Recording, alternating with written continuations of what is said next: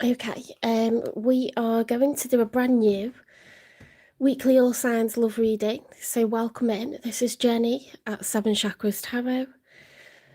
Let's light some rope incense.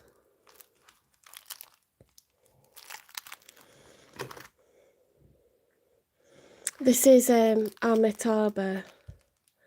It means basically unlimited compassion, you know, love that's unconditional, light and life. Need a bit of that at the moment. I've had a bad few days. Let me just get my lighter.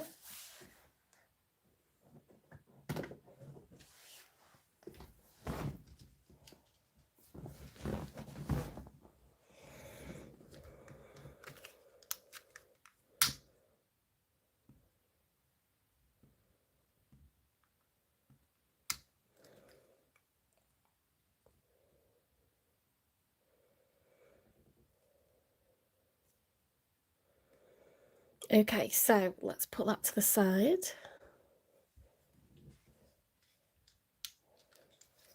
Oh, it smells lovely. That's nice to have a change to the sage. So it just helps me to meditate and get in a nice relaxed frame of mind.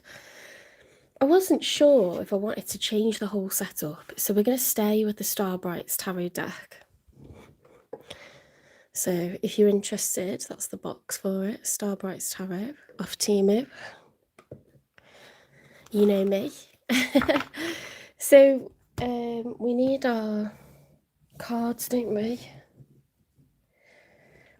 I did the last AllSigns live on TikTok and I didn't like it, so we're coming back to YouTube.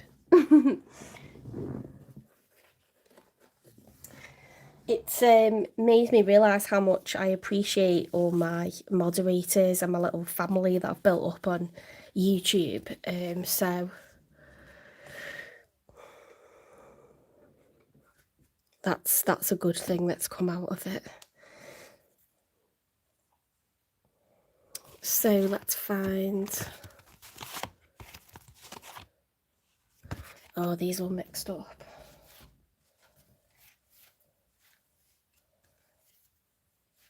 There we go. Aries. Start off with Aries. Welcome in, everyone. It's been a while.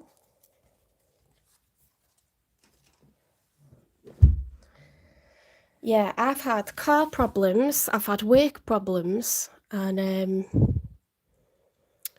yeah, just really not nice. I'm not a person that enjoys confrontation, and I had 2 lots of confrontation and it was public. And yeah, it was just humiliating, really. Don't appreciate how those people conducted themselves, but I'm not going to talk about it anymore. I've thought about it a lot. Couldn't have done anything any better, so we'll leave it at that. Give me your likes and your love, because I need it. Got to face the music tomorrow. Mods in the house. Hi, Kamal. Yeah. And then all the stuff that's going on around the world. Like, I'm so sorry for people in the Middle East. I've got friends out in Dubai and various countries, and it's just shocking, isn't it? I really hope that comes to an end as soon as possible, and that people can stay safe as much as possible. Crazy times. So yeah, I'm not going to change all my setup. If you're new to the channel, welcome in. I'm going to do 3 cards for how you're feeling, Aries. Then I'll get 3 cards for how your person's feeling, and I'll get 3 cards for the outcome. I'll clarify why they feel the way that they feel. I'll get messages from them, and I'll get you some advice from Spirit as well.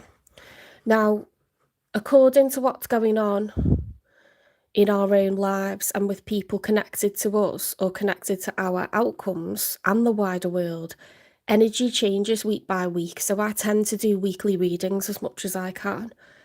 But please bear in mind that it is best to follow the long-term narrative, by watching each week. Follow the long-term narrative in your life and in the life of the one that you're wondering about, because they could be likely to get in touch in 6 months' time, but not in the next week. Do you know what I mean?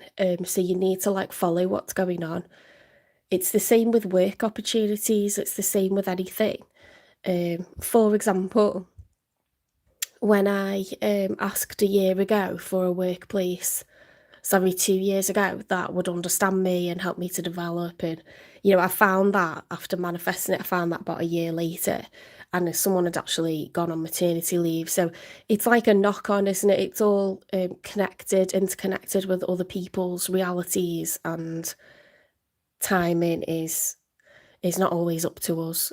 You have to wait for these things to come into play. So just bear it in mind that if you say, pick me a card, or am I going to end up with this person? We don't deal in absolutes in tarot. It's what is likely this week. When is something more likely to happen based off of how we're feeling? So just to clarify, I don't pull cards for people. These are collective readings.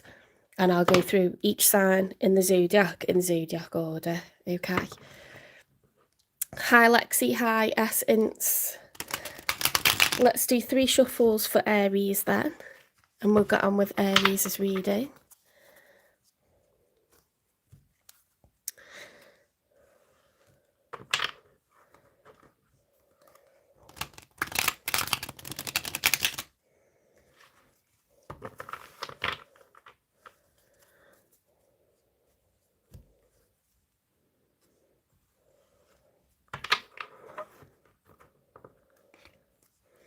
The best thing anyone can do is when you're going through something, reach out for support, isn't it? Tell your friends and family what's going on with you. I've had so much like sort of sympathy, empathy, like met up with people, had hugs. I've got practical help off people. Everyone's going to have problems. The main thing is like not to sit by yourself and like dwell on them. Talk about it with people, meet up, get your tribe behind you, because you can feel really like targeted, can't you, or vulnerable or helpless. So yeah, it's not nice. So I'm just wondering how everyone's like week has been. How's your weekend going? I've had a better weekend, so I'm feeling a little bit more resilient now, but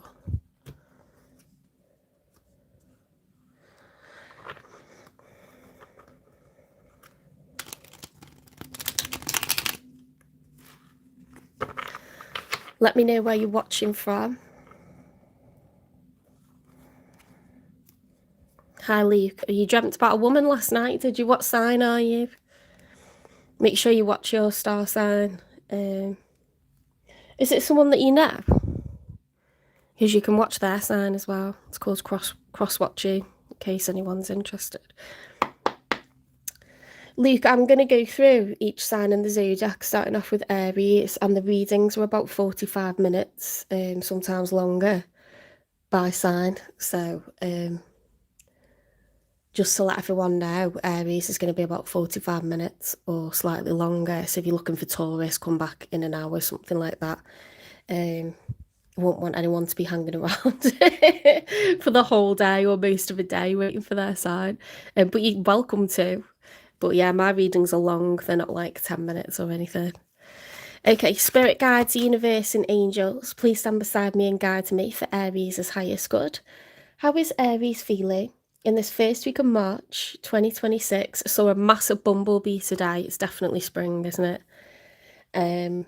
With regards to one they're thinking about, dealing with, or manifesting in, 3 cards for how Aries is feeling, first of all.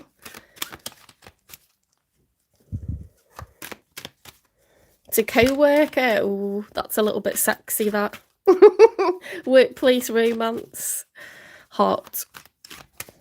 Oh, I'm watching a really good series at the moment. Anyway, I focus on this. It's on Netflix. American series. I've watched almost 7 seasons in a couple of nights. Right, 3 cards for how Aries is feeling. We've got a combination of the King of Cups reversed, the Six of Swords reversed, the Seven of Pentacles reversed, Four of Wands reversed, and the Two of Swords reversed. Eek.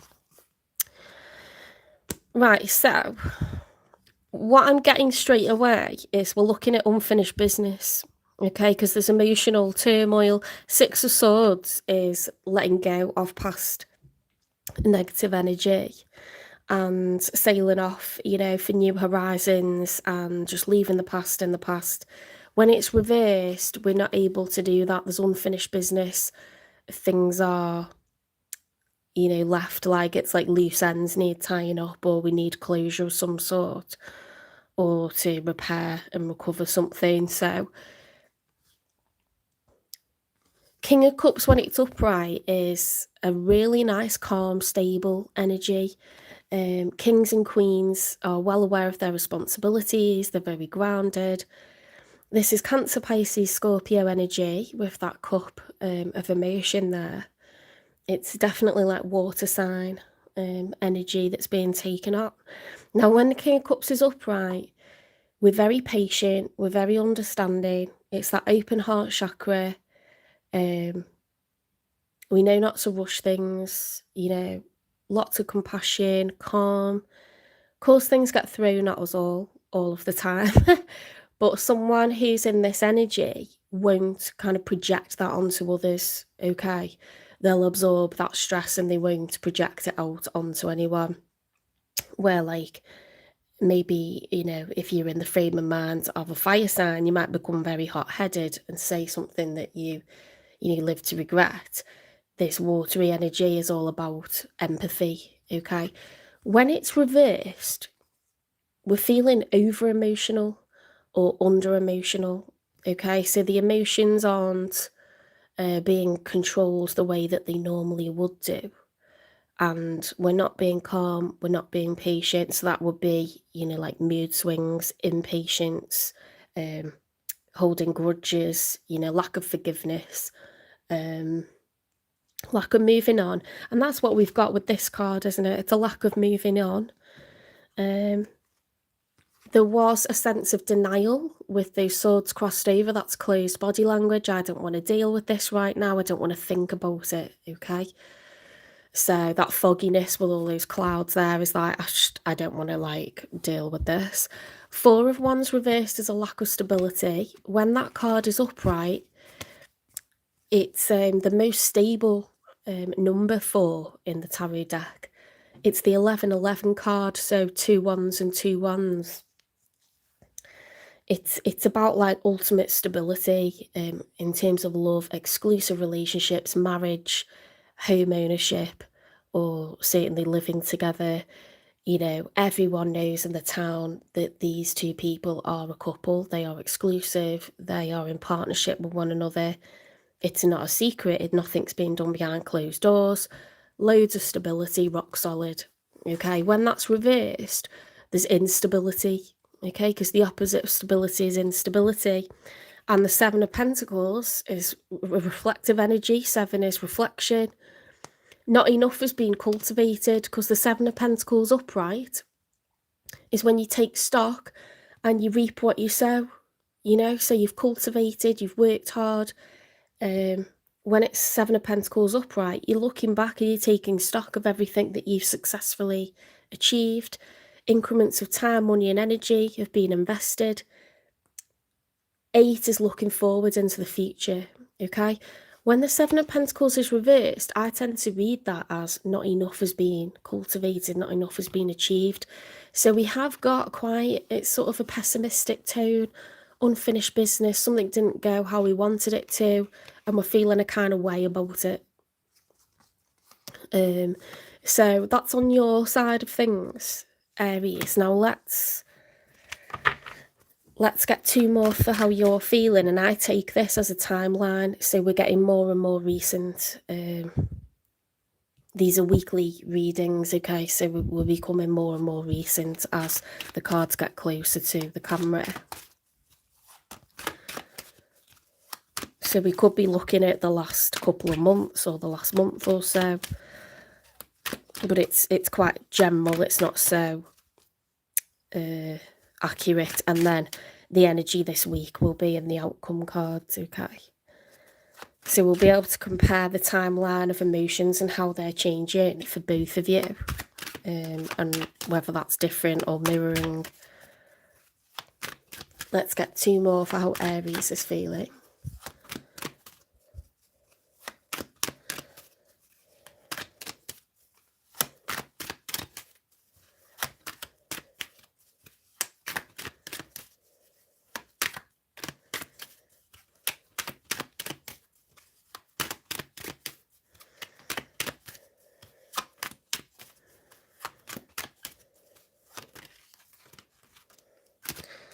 Okay, so we've got the Hanged Man. We're poising ourselves in a sort of fixed position. All the cards that we've looked at are fixed energy, okay? So you see with the King of Cups, that's not about movement. It's not the Chariot. It's not 8 of Wands with fast action, progress, fast communication. It's not a knight to an active pursuit. There's no one galloping around. On the King of Cups card, a court card, the king or queen will be sat, stationary. They're not moving. They're not approaching anyone. So again, with the Hanged Man, this person is being, well, we haven't got a person on this card. It's a wolf being held by its paw, and it's like, where do you think you're going? So the universe is kind of creating a sort of fixed state and a lack of movement so that we can review everything and look at things from different perspectives and make sure we're not missing anything. Okay, so you could feel like something's really stagnant, it's unfinished, it's not how you want things to be, you're unhappy about it. We've also got the full moon reversed and the Justice card, okay? So so a lack of fairness, a lack of balance, and we're trying to gain fairness, we're trying to redress the balance, and there could be some fear, or just you could feel very emotional at the moment with regards to this. Now, those cards were all together. So sometimes you doubt yourself, don't you? So you feel a kind of way about something. You look back at what's happened, what's been achieved during the time you two have been involved, whoever this involves, and where did it go wrong? What was my part? What was their part? Do I feel wronged? How do I feel about this? It brings up all these emotions, and we are in Mercury retrograde.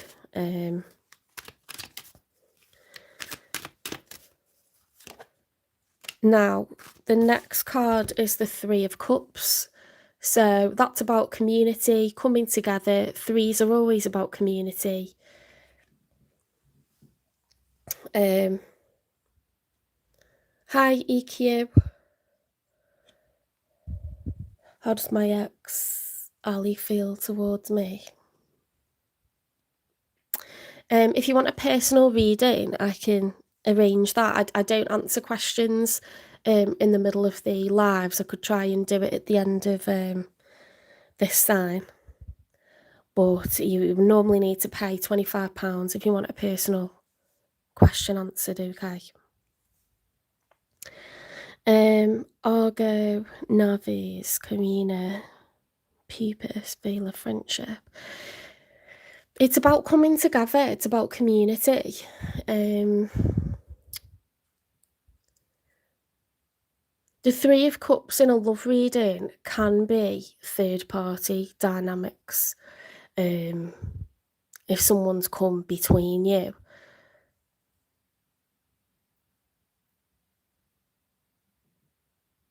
But you may just feel like at the moment you need support from others that you're focused on, friends and family, because you feel a kind of way about this, how this relationship has gone. What it can speak of a third-party dynamic, because Two of Cups is two people saying, I've started to date you and I feel a kind of way about you, and it's mutual. But 3 cups and 3 people, that's one person too many. So there could be another person involved, another lover. Now, let's see who's showing up for you, because you are obviously dealing with someone, or we're dealing with someone. If there's been a break or break up. Who's showing up for Aries, please, and how are they feeling? You're showing up in a masculine energy, whether you're male or female. If anyone does want a personal reading, it'll be this in-depth. I'll look at your feelings, their feelings.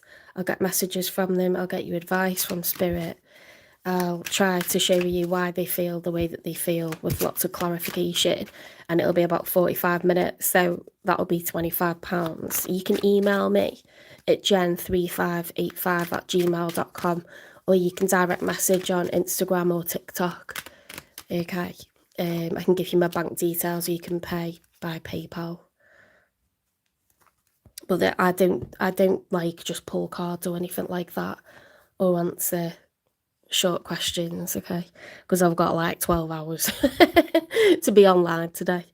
The Chariot set, where I was saying we haven't got movement, the good news is this person has got great determination. There's a major goal or aim with this major arcana for Cancer. The Chariot moves, and who jumps into the Chariot? It's the Emperor. Okay, so if you're in charge of an empire, when you play to win, right? So when you charge off in the Chariot, you mean it, okay? Full determination, heavily motivated, actual movement, and it's a play to win. So if the Chariot's reversed, it overturns and we fail at the last minute. But when the Chariot's upright, you know, this could be successful. This person's very determined. Cancer the Crab is hugely defensive, and it will come to the rescue of others. Very, very hard exterior on a crab.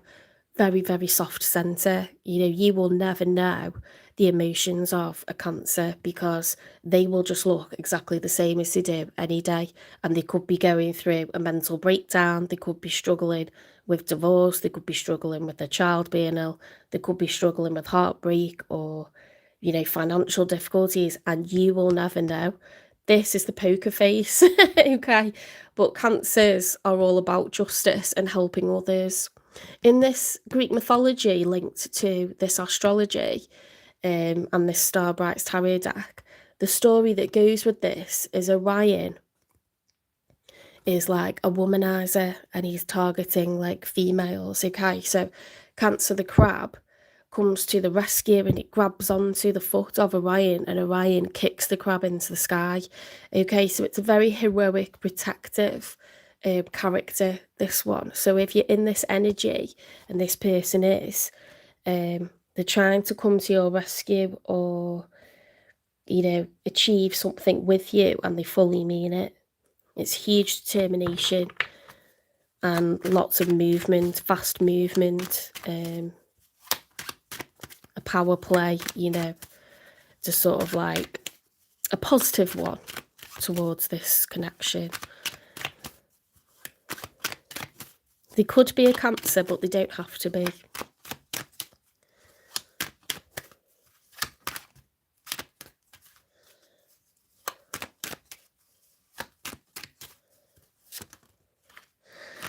The Fool. So we've got another major arcana. Now, in the story of the major arcana, the Fool is ready to take a leap of faith. This dove is innocent, okay? And in Greek mythology, Jason and the Argonauts needed to make a treacherous journey. They needed to pass through some clashing rocks, okay? So they send a dove through, because the dove is innocent, the dove is pure, the dove is naive. So it flies through between the rocks, and because it survives, they follow it, okay? If it doesn't survive, they deem it not to be safe. See, this is all about risk. It's all about knowing that something involves risk and doing it anyway. Out of naivety, out of excitement, out of determination, out of just really caring about someone and wanting something to work, whether it's a new chapter with the same person or a new chapter with a brand new person.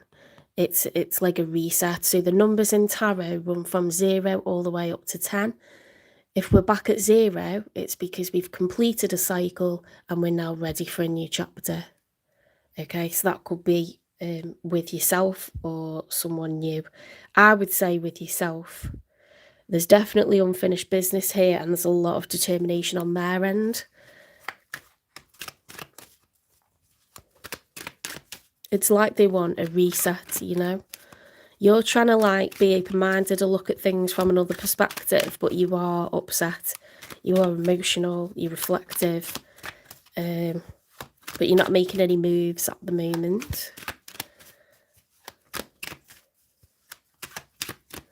You know, I haven't got swords of communication. I haven't got ones, you know, saying like, oh, prepare to fight for this. I think you're thinking things over to see if it's worth your time, your energy. They've got the 9 of Swords reversed. You know how when you feel anxious about something, you decide, this is what I'm going to do. I feel anxious about the situation. I need to do something. So I feel like this person is taking control and they're gonna take action in order to drop the anxiety, because this way up is someone who cannot sleep at night for having intrusive thoughts.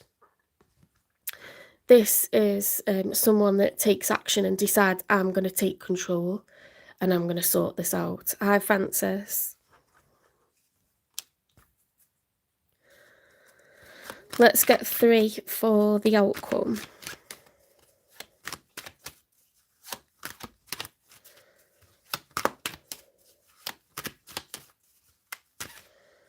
They can't get this off their mind. Yeah, that's why they feel like they must act. They'd rather do something than not. Look, here we go with the Knight of Swords. So in the outcome, we've got fast movement in order to communicate a specific message. The Page of Cups reversed is this person may go a little bit logical, because here we've got, it could be you or them to be fair, but a Page of Cups upright, it's a cup of emotion being expressed. You know, like here I am offering you a cup of emotion, my feelings, I'm putting them out there. With it being reversed, we're kind of suppressing them and we're just delivering the facts. So here we got the Devil reversed, that's a major arcana. The Devil upright is toxicity. My Sunday's okay. I've had a bit of a weird week. I got shouted at by 2 different parents at parents' evening, so that wasn't nice. So yeah, Friday, Saturday, Sunday, I've just felt a bit wobbly. I've had, you know, I'm at home, I'm safe. There's big things going on in the world, isn't there? So I don't want to feel too sorry for myself, but I've got some stuff going on at the moment with my car, and you know, it's one of them. I've got a clusterfuck of problems.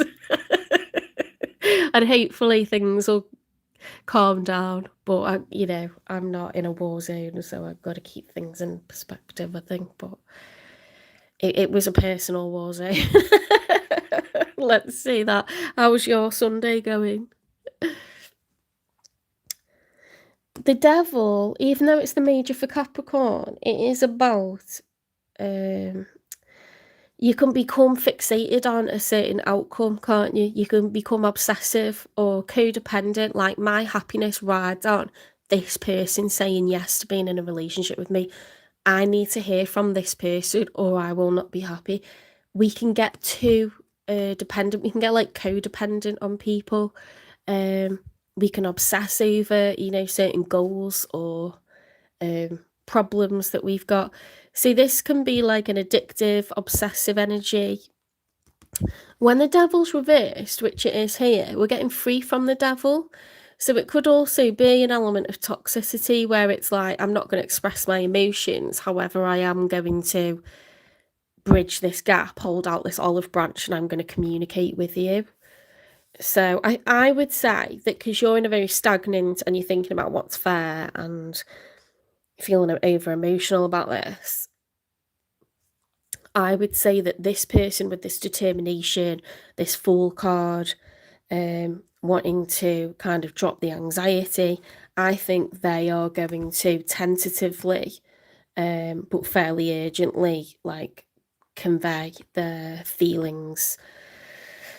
Maybe with limited emotion and go more logical, but they are going to communicate. They're going to communicate, okay? And I think it's going to be them based off of the sort of spread that they've got on their side. Let's get 2 more for the outcome.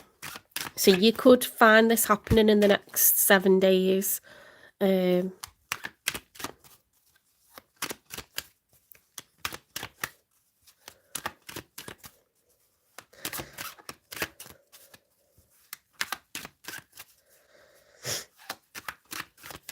I don't know if they'll, like, apologise. Maybe they don't believe it's, like, something they've done, or maybe they don't like apologies, but I think they're going to reach out. We've got the 8 of Swords reversed, so again, we've got mental entrapment here. This is perception. I feel stuck. There's no way out. That is just this person's perception. It's how they're feeling. We can all feel like something's impossible one day and then wake up feeling like we've had a good sleep. We're feeling more positive. Our hormones have like reset and we're like, I know how to problem solve and approach this today. Or our luck changes and that makes us feel better. You know, when things just right themselves and we've sort of perceived it going terribly, and it just doesn't go like that. It goes a lot better and like better than expected. That can make you feel a lot more positive, can't it? So yeah, this person's coming out of that place, or you're coming out of that place where we're feeling like this is impossible, this can't be fixed. They were a combination that was by itself, so let's get one more. Oh, what's that for? We've got the 6 of Pentacles upright and 3 of Pentacles in the challenge position. So this is all about teamwork now. So I'm going to put in my increments of time, money and energy. You're going to put in the same amount, okay? And it's going to be fair and it's going to be equal. You see that this is work tools. It's a screwdriver or a chisel or something like that. So increments of time, money and energy being equally offered. 3 from me, 3 from my person. That's fair. That's an even number. It's shared out, okay? Teamwork. So 3 of Pentacles is teamwork. It's 3 is community. These are increments of time, money and energy being provided to create a common goal, to achieve a common goal. Okay, so everyone's coming together, cooperation. It can be directly linked to workplaces. Do you see this like level of practicality? And we're trying to redress the balance, aren't we? And we're trying to, this is the challenge. Can we cooperate? Can we work together? Can we find a way for this to be fair and equal? So there's definitely a theme here of both people wanting to reconcile, both people finding it challenging to get to a point where we're each putting in our fair share.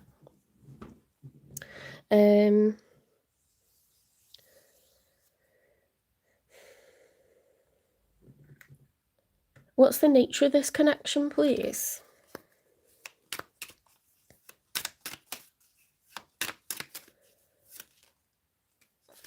You're my soulmate.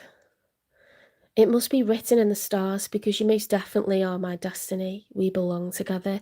This person's crazy about you, Aries. They are crazy about you. So I think they know that you're upset. I think they know that it's going to be difficult to approach, but they can't stay away from you anymore. It's really like got them up in their head.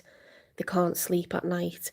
They believe that you are like their person. So that's really cute. That's very sweet. You know, we can see like a very clear intention here to save the day and to restart, have a reset. have a do-over, and they want to redress this balance, this imbalance of time, money and energy being put in. They want full cooperation. You feel that you've been wronged, you know, and you're looking for, you know, a way for this to be resolved also. But I think it's going to be them that does it.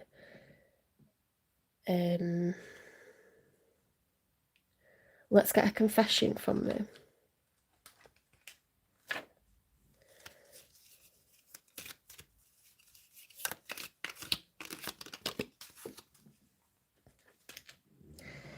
I want to make new memories with you. Oh my goodness. Yeah, this person is just, they are, you know, very, very committed. You're the only one that they want. You're the only one that they see, the only one that they think about. And there's definitely, that's just like confirmation once again that their intention is you, only you, no one but you. Okay. They want reconciliation. They think you're the one.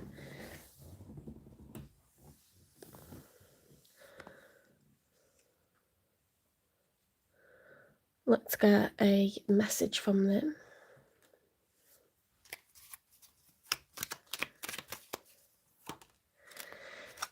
Oh my goodness, you make me want to do bad things. So they'll probably refrain from saying that, to be honest.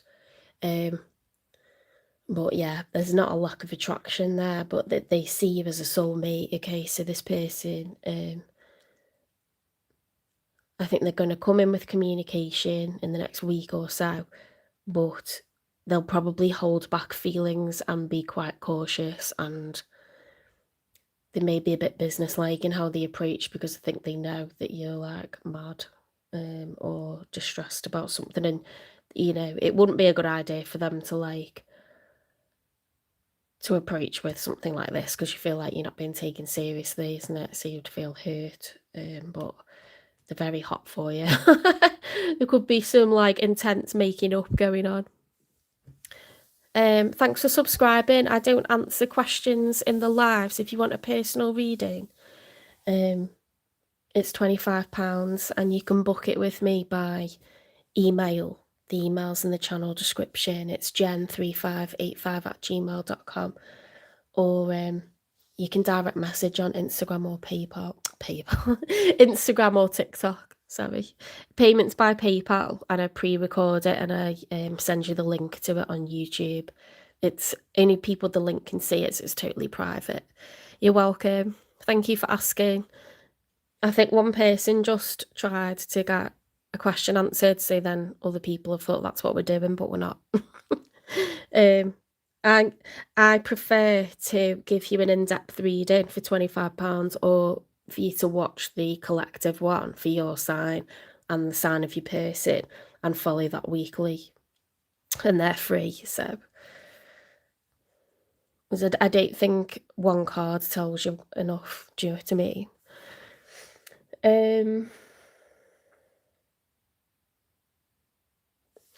Why is this happening now? Oh, thank you, Salma. To teach you to surrender control. Okay, so let this person reconcile with you, let things repair. Relationships are difficult, we have to come to an understanding. It doesn't always mean that we've got to be dealing with absolutes. You know, we can come to an understanding and reconcile and come back together.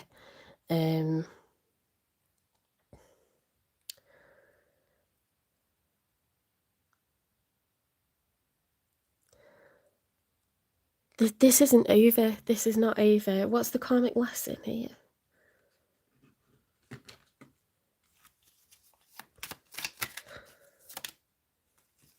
Patience.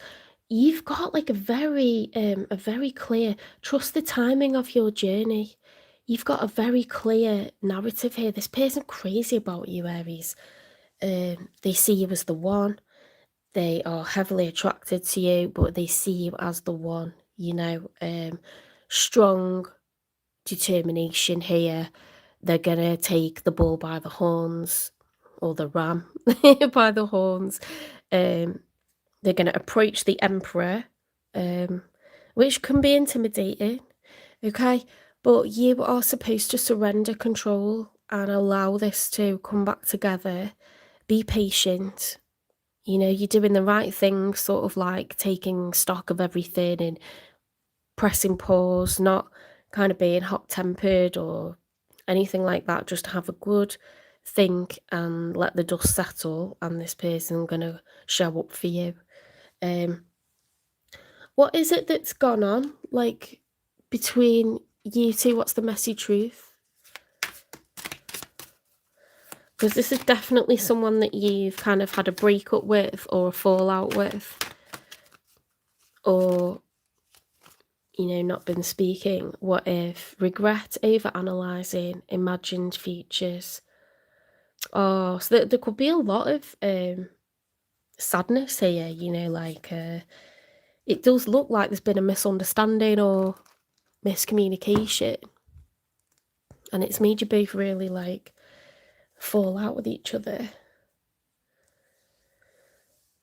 And you're both unhappy to be apart.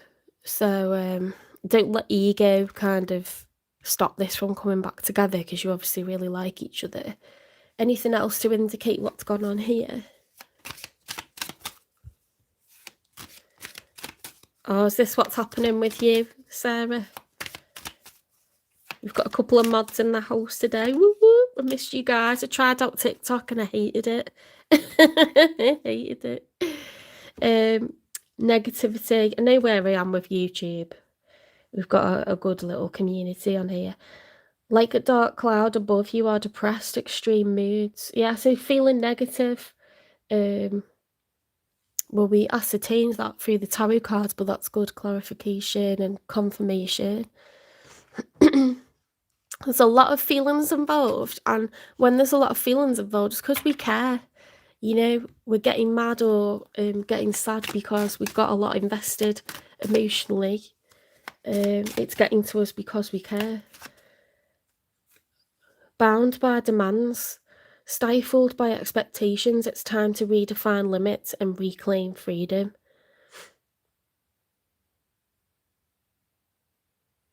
So I don't know if, like, working a lot has been an issue, or, you know, having, like, commitments with children has been an issue, something like that. Stifled by expectations. Or if, you know, sometimes when you've got, like, a little family of your own and you're trying to date, you can feel a bit under the microscope, like your private life's not private, you know, like everyone wants to know if you're going on a date, everyone wants to talk about it across the family and say what they think about the person, and they want to meet them immediately. You know, it's different when you're younger and you're single. People disregard who you date and you're a bit freer to do it. Well, that's what I find, because not people aren't necessarily, like, thinking so far ahead. But once you're a bit older or you've got children, they're like, well, how's this affecting me as a parent or grandparent? How is this going to affect me as your, like, sibling? How is this going to affect me as your ex, you know, or the father of your, you know, current children, or the mother of your children? How's this going to affect me, you dating again? And everyone sort of gets involved from very early on, you know, total anxiety and mass panic. So sometimes you might feel like your private life's not your own, and that could have made everyone feel like they're under the spotlight, you know, in this relationship. But let's get some more.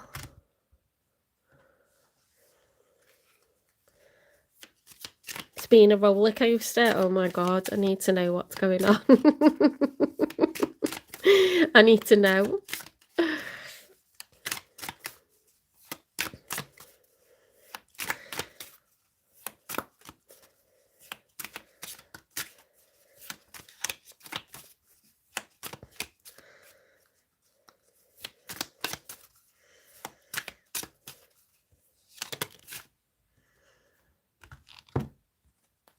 Oh, I hate nothing about you. Fulfilling a fantasy. You guys are kinky. A situation is about to explode. Things are about to pop off in flames.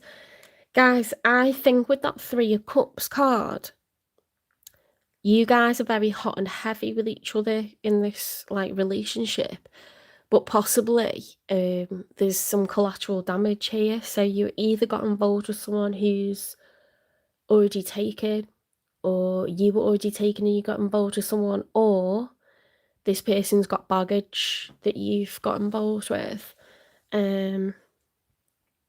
Or one of you doesn't trust the other one. It's something. This person's definitely all for you. They are all for you. But somewhere, something is seething away, and there's definitely not a lack of passion here. This person is obsessed with you, but I don't know why things would be about to pop off in flames. There's something making this contentious, or where it has to be secret, or other people getting involved somehow with that third party card. Perhaps there's intense jealousy by an ex, or neither of you is in a current marriage or relationship, but there might be intense jealousy by someone. I don't know. Or you guys have had a big bust up with each other. There was a lot of anger somewhere. Again, where there's a lot of passion, you can get big arguments, can't you, with sort of explosive disagreements.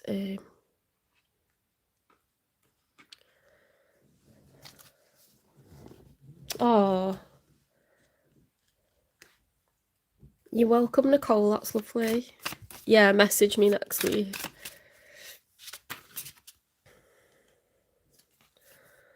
Sick and tired. That says cycles, over it, decision made. Love affair. Secrecy, third party, hooking up. Something's taboo, or it's not been able to thrive because it's been kept under wraps. I do feel like that could be what's happened here, and it's put a lot of pressure. But just know that this person thinks you're the one. So you're not being used just for sex. It's not that this person just likes how kinky you are or how passionate you are in that way. It isn't a shallow thing. It's a long-term thing. You're my soulmate, it says. I want to make new memories with you. This person wants a new start. You probably want to go legit out in the open, like 50-50. It's asking you to be patient.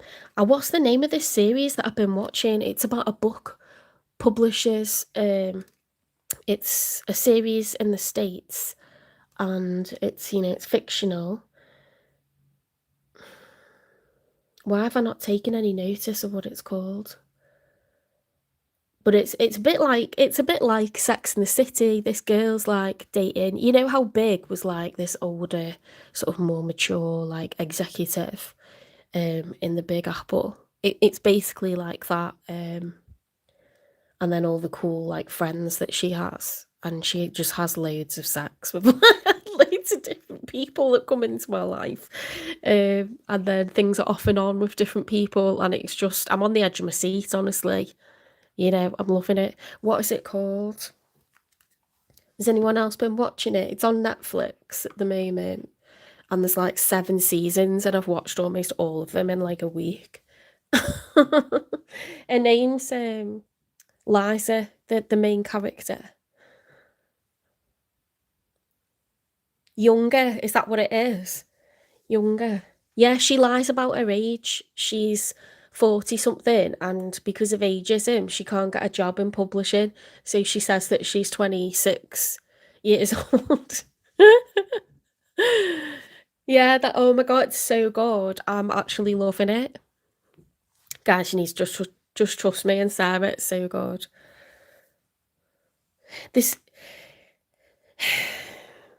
There's a lot of stuff in there that's secret, and I just feel like there's a lot of tempers fraying in this scenario due to things having to be secret. So I don't know if it's a work romance or um, someone's got to keep something on the down, on the down low because it would be too inflammatory to like them while they're trying to come out of a separation or something. It's definitely like something like that, but just know this person's feelings for you are real. They are real and they're coming for you. Okay, so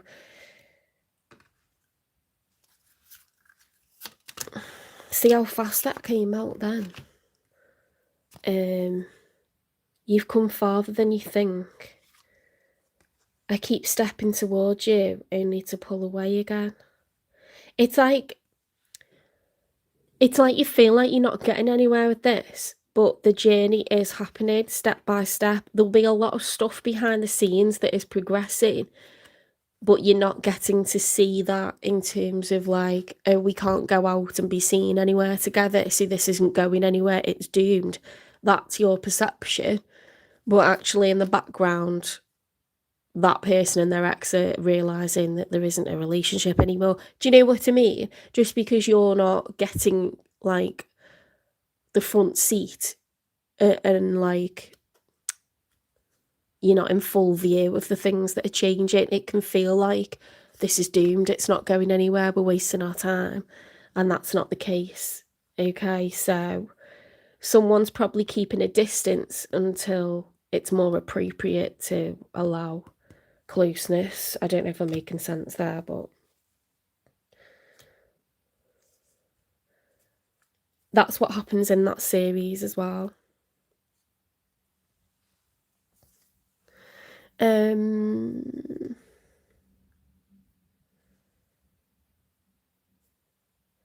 So the karmic lesson is patience, surrender, control. You don't get to dictate when this culminates or how it culminates. You have to just because it involves a lot of people, you have to let it play out. Let's look at timing. When is this going to become more public, become more legitimate? Or when do you want to know that, or do you want to know when you're going to hear from them? When are you going to hear from this person? Because that's what you want, really, isn't it? Stop rushing things. Stop. Yeah. So the thing is, we're not allowed to control this, okay? Because it involves a lot of other people. You got to surrender control. Very difficult to do that, though, isn't it? Okay. So advice for Aries.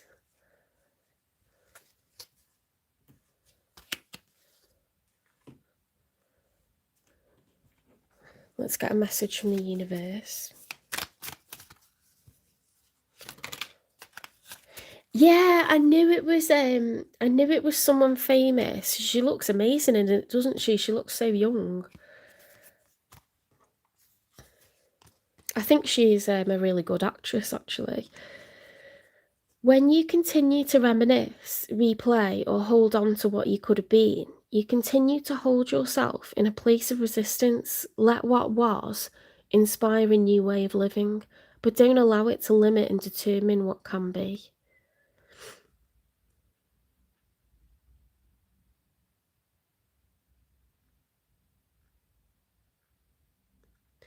So the only thing we can do is take inspiration from what's already been done. We can't change the past, and going over it and over it can make us feel insane. Okay, but if you can look at things from a different perspective and you can try to word things differently or try to handle things slightly better, that shows learning, doesn't it, and growth, and maybe things can go smoother going forwards. The reason some people have walked away from you for no reason has nothing to do with you. They've been removed from your life because the universe is taking you next. They have already served their purpose in your life. Let them go and keep moving. Greater is coming. Again, it's that message of not trying to control things or hold on to people tightly. This person's been creating distance on purpose, and it's not because they don't want to come back, and it's not because you aren't the one for them. They're trying to manage something, okay?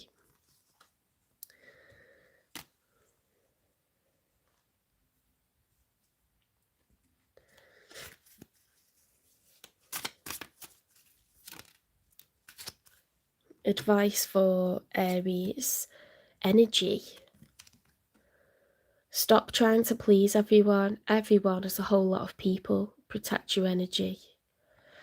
Okay, so we don't need to people please. We don't need to explain ourselves to everyone. And we don't need to constantly worry about how to manage everything. I think an emperor and a ram, you are a natural manager, but some things you have to just allow it to play out, yeah? Because it involves a lot of other people, and that person needs to be allowed to be the manager of their situation, okay? So that this can come to fruition as and when it's going to.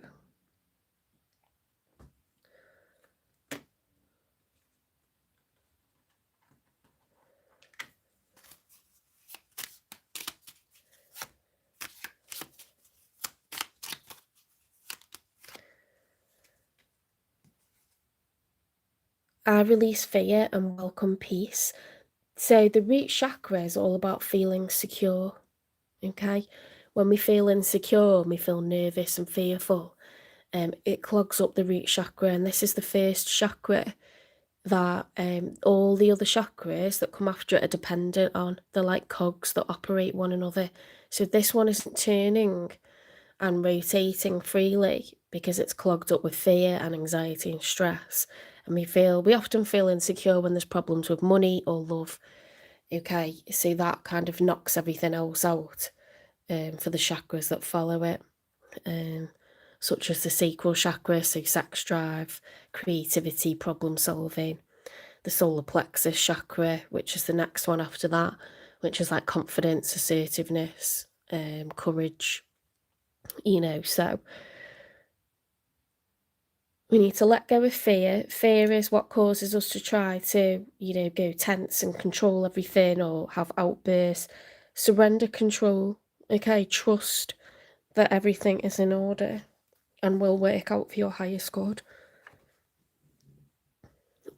Consciously unclench everything. Whether it's fists, rectal muscles, jaws, just let everything relax. You are safe, you are protected. Everything's going to work out for your highest good.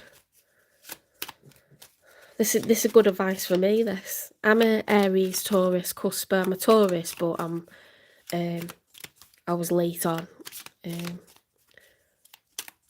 When I was born, I should have been an Aries. But I arrived in Taurus season, so I'm right at the beginning of Taurus season. 3rd of May, so yeah, so a lot of the Aries readings resonate, and I can be quite fiery and motivated, self-motivated. The dark. Take a moment to sit under the star-speckled sky, listening to crickets and breathing in the cool night air. Yet ground yourself, look at the wider picture, and relinquish control. Okay, it's quite nice to take a few steps back. Breathe, relax, and think everything's in hand. I am amoeba in terms of like the universe and everything that's going on. It's not all on me to like control and manage everything.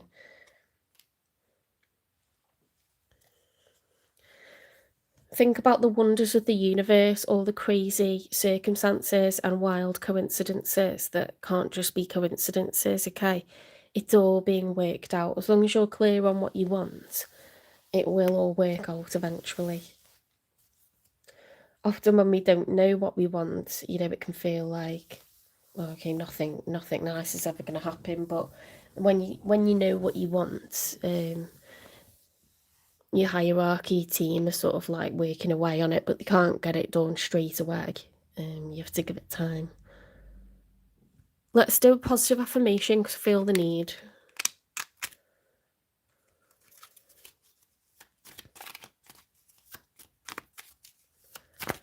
Oops.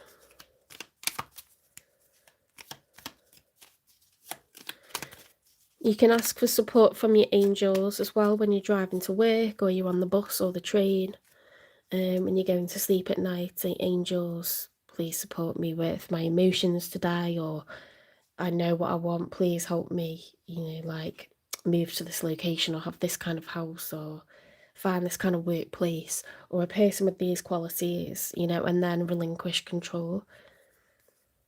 I am filled with positive energy and optimism. Okay, so that's something that you can say. Oh, you're the 4th of May, that's wild. I am filled with positive energy and optimism. Okay, so that's you realising that it is all in hand, it is going to be okay, and securing that root chakra, okay, to spin nicely. When you relax and you calm down and you watch something funny, or your stress dissolves, that cortisol and negative, toxic stress hormone in your body dissolves, and you can be creative and problem solve and find ways out of stuff. And you become more positive in your hormones and you think, yeah, everything's going to be all right, So that's the key, isn't it? Like, it's not all on your shoulders. Let it go. Surrender it. You haven't got to force anything because this person is actively working towards it with you now. So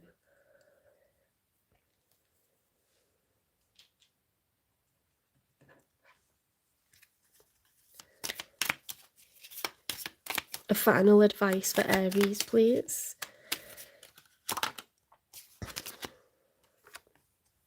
I am confident in my ability to solve problems. That's so weird that I was talking about that. Take a moment for silent reflection to listen to your inner voice when faced with a choice. So what's your gut telling you to do?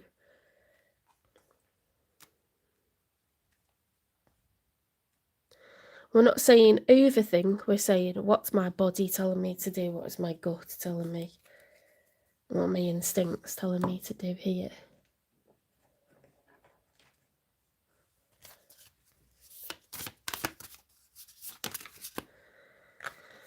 Feeling is not failure, it's a part of my wholeness. That's true, isn't it? We tend to be embarrassed or we hate ourselves for like having what we call negative feelings, but happiness wouldn't have any context to it if we didn't feel sadness sometimes. Grief wouldn't have any context to it if we were grieving all of the time, and we were constantly experiencing loss. We must accept every emotion out of the 5 emotions. Sadness is there. So it's not wrong and it's not a failure. It's normal to feel, these kind of strong emotions on top of all of the others. So I really like that. That's called the You Are Not Alone Oracle deck. So accept all parts of yourself and accept, when you're feeling negative feelings, it's in response to stuff that's going on that you have a lot invested in. You care about the outcomes of certain things, and that's why you're having these feelings. It's all acceptable, it's not oh, that one was turned around as well. I trust what I can't explain but feel deeply. Okay, so they're very sweet. I like them. You Are Not Alone Oracle deck.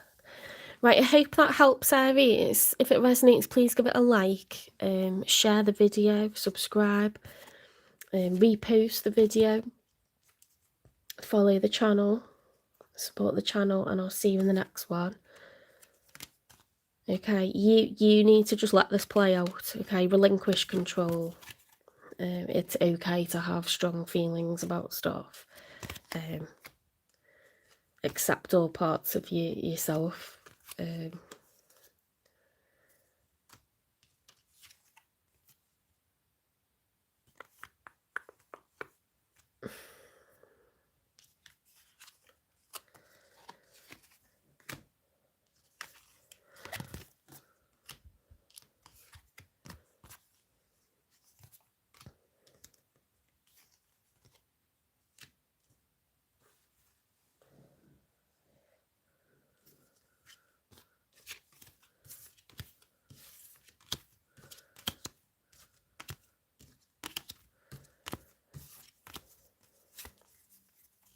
you have got incoming communication from this person, and they do view you as a soulmate. So there's a lot of good that came out of that.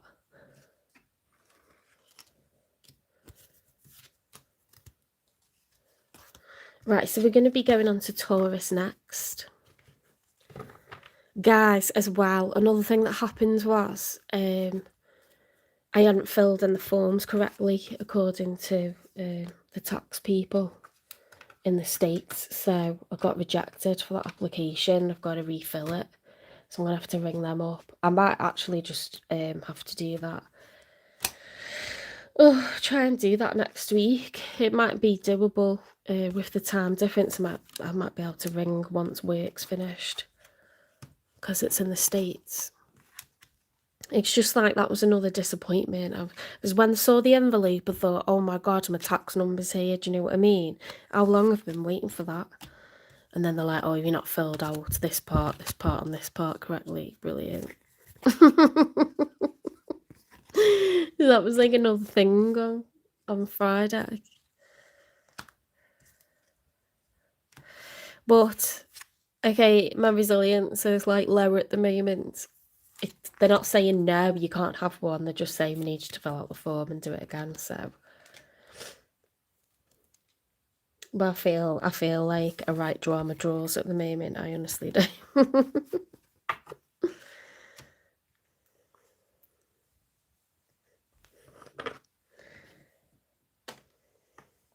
Okay, Taurus.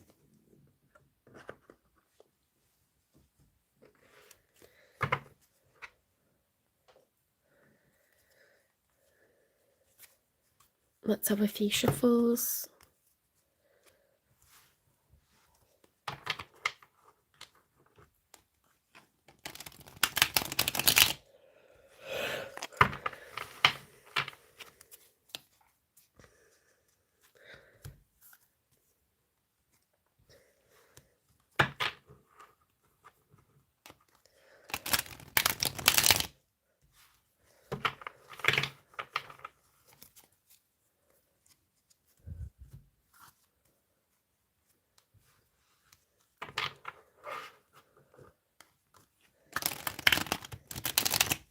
One thing I can't understand on that series, Younger, on Netflix, is how many new clues we've seen.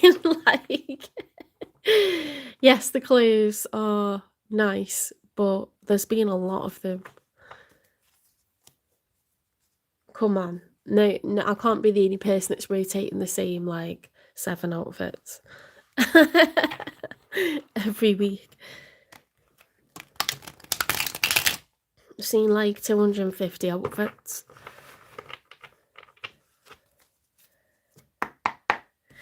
Spirit guides, the universe, and angels, please stand beside me and guide me for Taurus's highest good.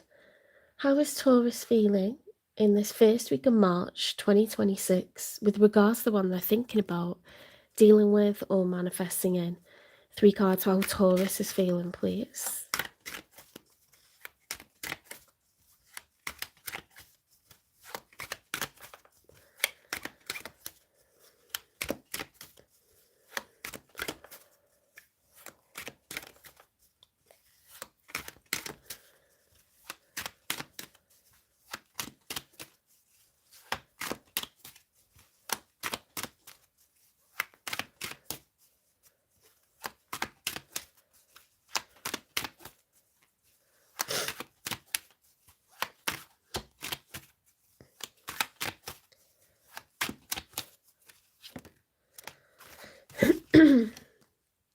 Taurus, you've got the Magician reversed.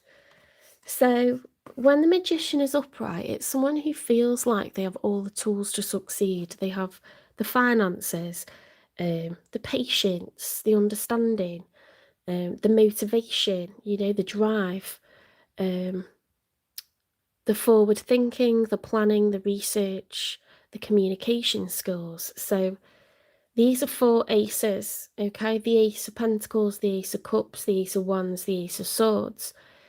It's what we do when we manifest, a future for ourselves, like a certain career or a relationship or a property. whatever it is that we're trying to manifest, you know, a nice group of friends or something like this.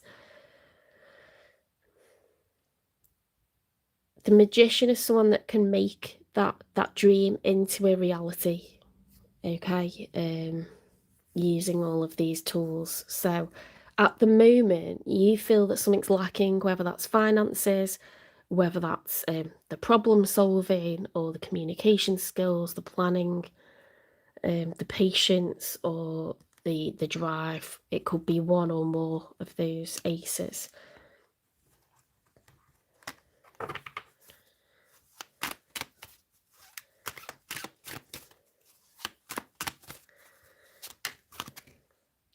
Now we've got the Two of Wands, which is a planning phase, okay? So you see all of these sort of like, you know, it's like geometry, isn't it, in Pythagoras, you know, and we've got rulers and we've got compasses and we're sort of drawing things out. It's like being an architect. What am I going to plan for myself? It's a planning phase.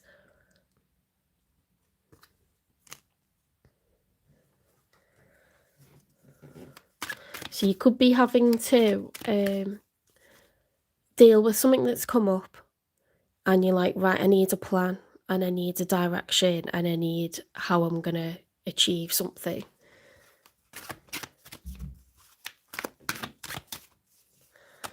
I know I've been doing that in the last week or so, 2 weeks.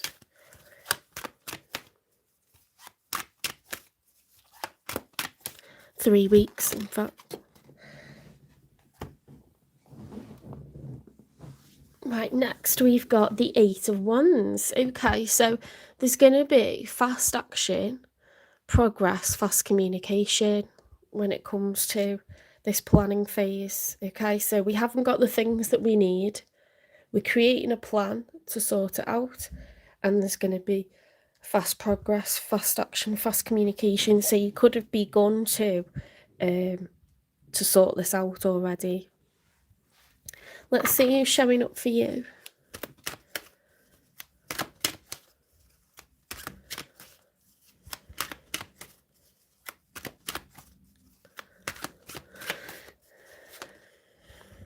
When you think about everything that's needed to make a relationship work, when you're considering how do I make a future more stable for myself, you know, you need certain things to be in order, you know, like having transportation, having regular income,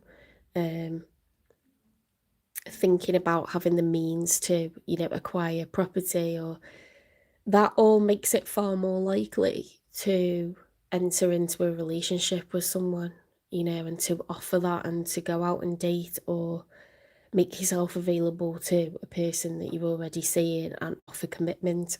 So these are all the things that are sort of being worked on at the moment to make it so. Now this person who's showing up for you is showing up with a Page of Pentacles. Now that is, I want to offer you time, money and energy.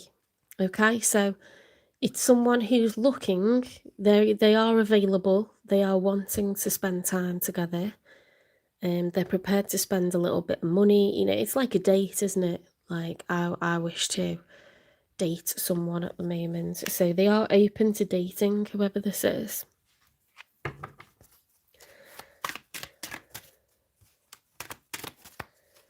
They're prepared to give a little time, money and energy to something with someone.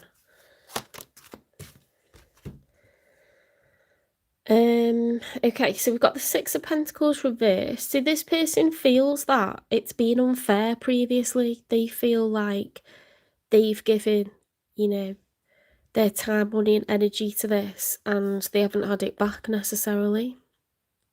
They either feel like that or they're aware that things are being unfair. But it's interesting that they feel a lack of reciprocity. However, let's get one more card and we'll see how their feelings are progressing.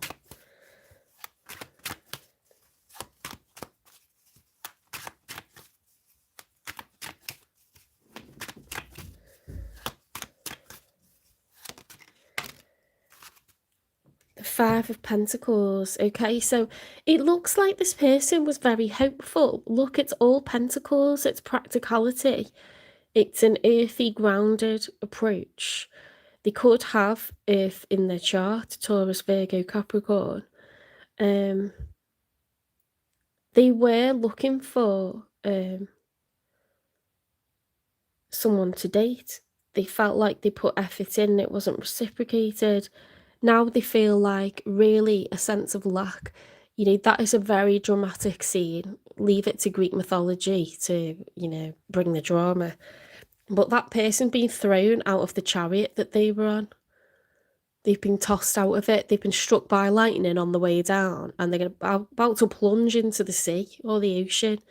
So it's this sense of loss, this sense of lack. I don't have time, money and energy from my person. This person feels destitute when it comes to love and money and success. I mean, there it says misuse, doesn't it? So I wonder if they feel like they've malinvested. They feel like they invested time, money and energy and they didn't get a return on that investment. They feel like a victim mentality, like they feel down on their luck, they feel sorry for themselves. Very, very interesting how much fire we've got on this side and how much earth we've got on this side, you know. It's all wands on this side, isn't it? And on this side, it's all sort of practical, earthy, grounded. Let's get 3 for the outcome.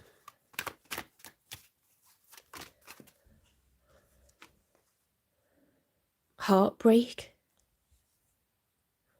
3 of Swords. This has resulted in heartbreak.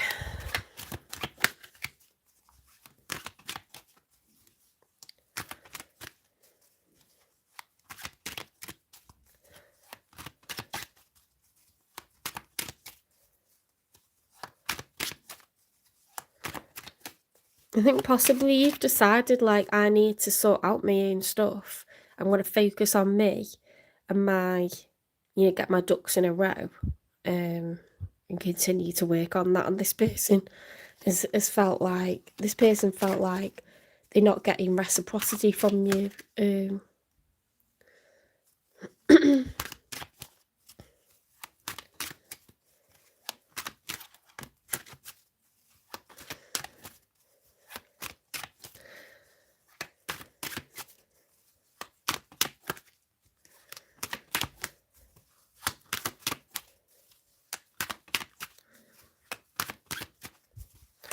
Let's get 2 more for the outcome.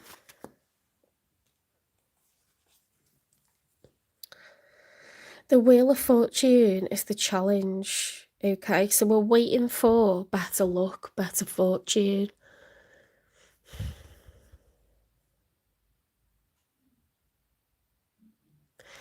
It could be like there's been a spell of bad luck when it comes to finances or, you know, situations, circumstances on one side or both sides. And so, you know, this sort of lack of progress or reciprocity between the two of you is leading to a feeling of heartbreak. Timing is everything, isn't it?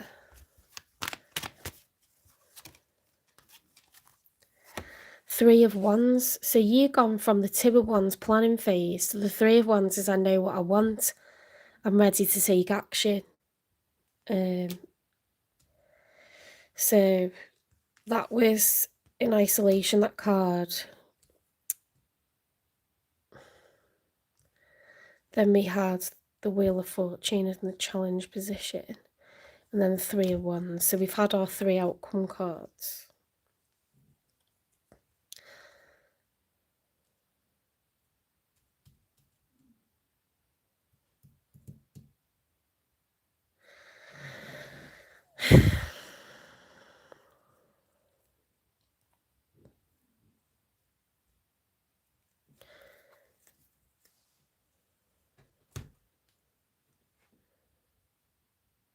What's the nature of this connection, please?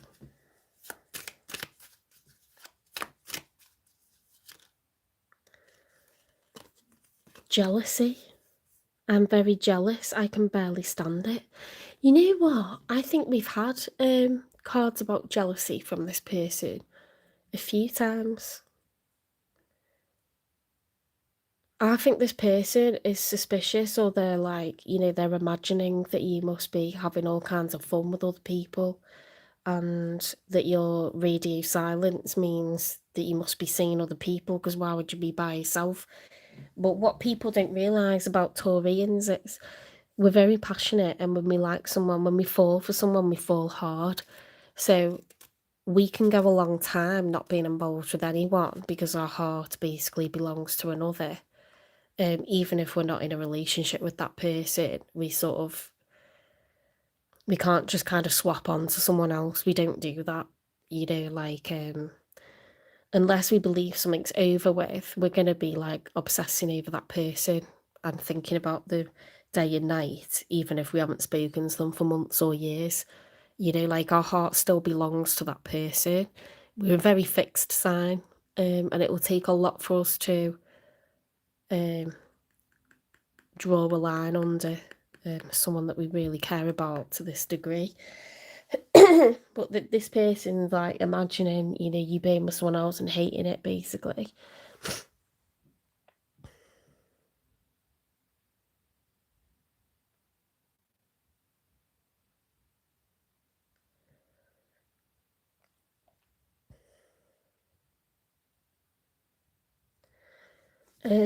Let's get a confession from them.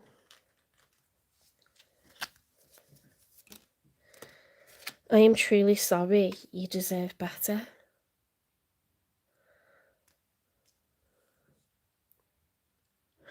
Maybe this person couldn't keep away from you. Maybe it's not that they felt that they weren't getting reciprocity. Maybe they just didn't have the resources to put into this. With that Six of Pentacles reverse, it's something about not being able to like have equality, fairness, equal contributions to work on this. And that Five of Pentacles is a lack mentality. It's like, I don't have money, I don't have resources, I don't have time. It's the timing's ill-fated, and it looks like it's ill-fated for both of you. But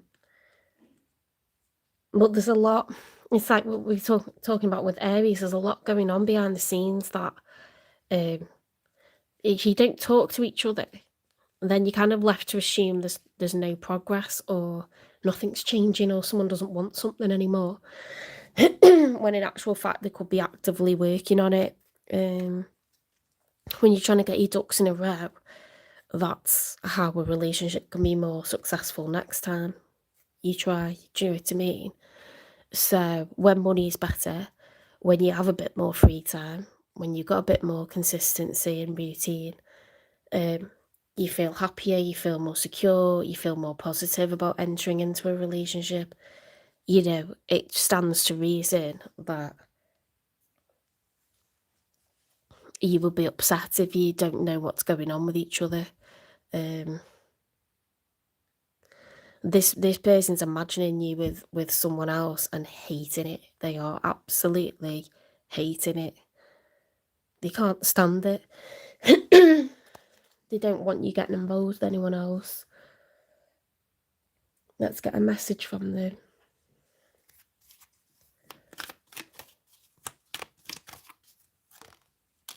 Yes.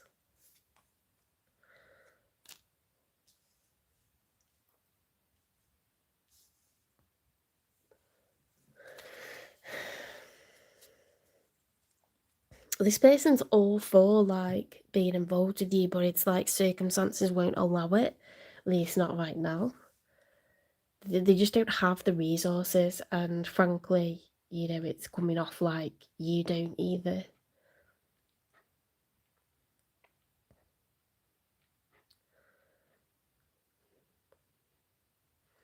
Why is this happening now?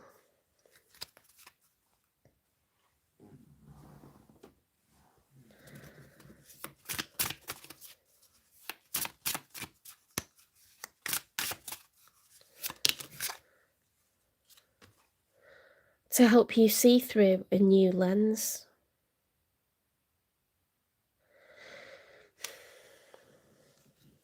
That's the first time that one's come out from that deck. Sometimes it's not because people don't want stuff, is it? It's not because people don't want it.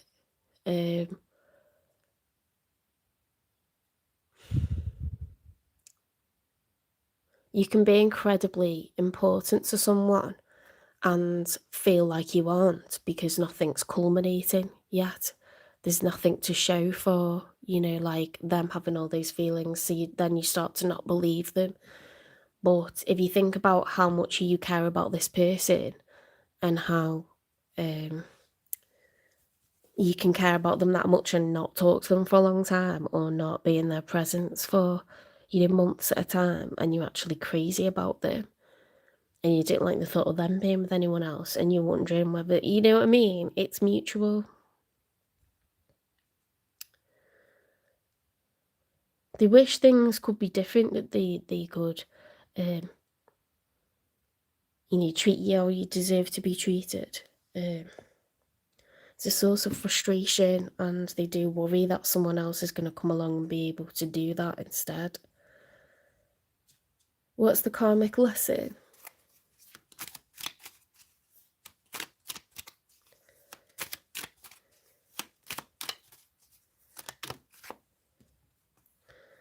Self-sabotage in love. Fear can push away what you desire. Okay.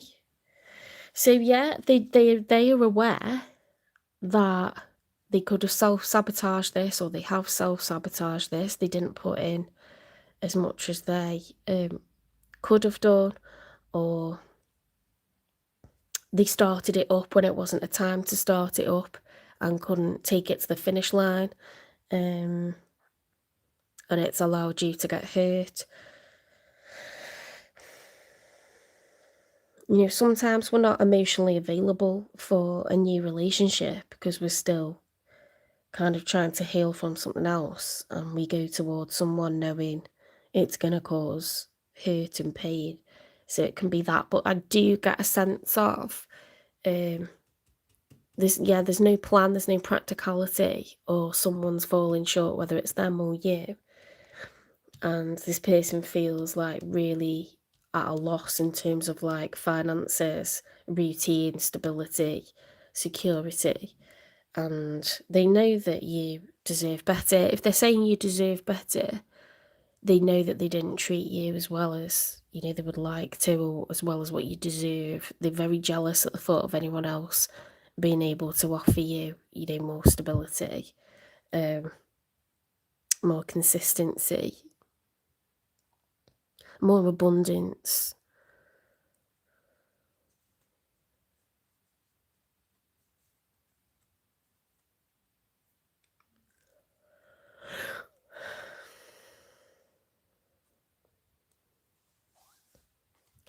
What's the messy truth regarding this connection? Because there's heartbreak here, so it's not, it's not a happy thing at the moment. Blocked as fuck. Ghosted, shut out, silent treatment. This person could be like not speaking to you and not communicating with you because they're not proud of like their circumstances. They're ashamed. It's not because they don't care about you. Muted, not moved on, hiding feelings, fake calm, still hurting.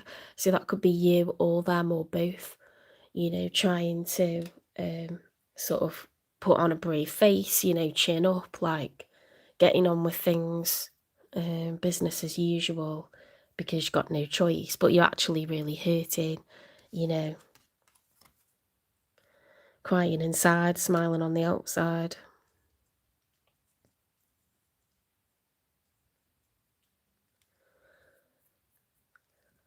They've created distance, they've self-sabotaged this because they haven't got the practical situation to make it go anywhere.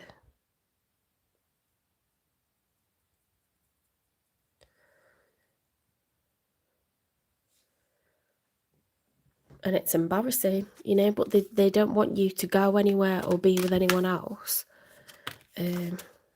Sneaky snake. Going behind your back, deceitful swindler. Yeah, it's like they've had their own plan to sort of keep you fixated on them, you know, by being in and out. It's not a dumb person. It's a manipulative, sort of premeditated thing to do, to think, how can I keep this person from walking away when I've got barely anything to offer. Legacy's rebirth. Honour history's remains to restore and breathe life into forgotten tales.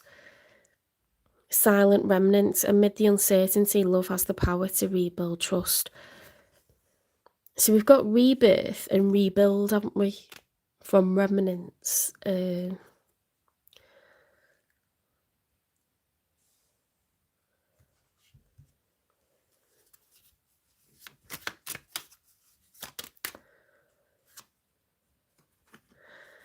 Fighting for what you love, claiming what's yours. Love is a battlefield. There could be a lot of conflict, misunderstandings, passive aggressiveness, outward aggressiveness, defensiveness, you know, like it's not been a smooth ride.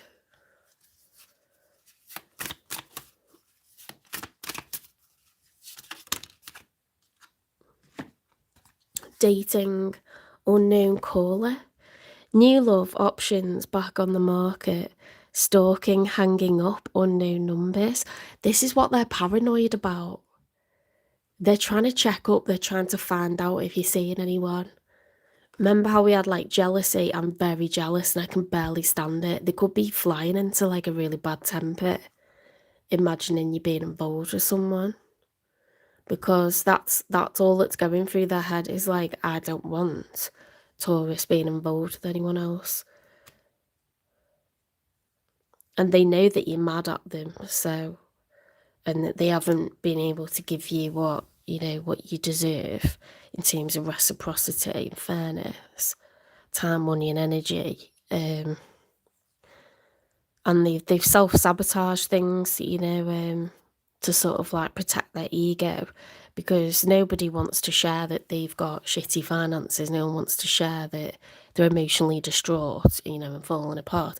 You feel like they're walking wounded and you don't want an audience. You don't want someone that you want to look up to you to be thinking, oh, that's not attractive. Do you know what I mean? It's not.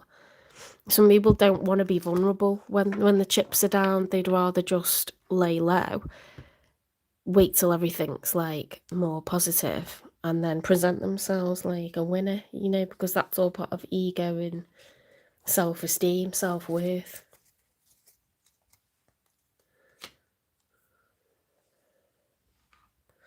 Was that broken mirror? Or yeah. So the unspoken truth is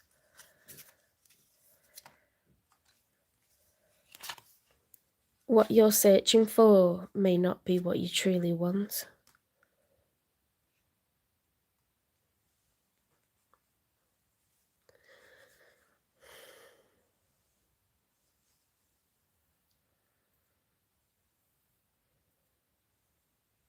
They could have been unsure at times. I don't know. I didn't quite know what to make of that.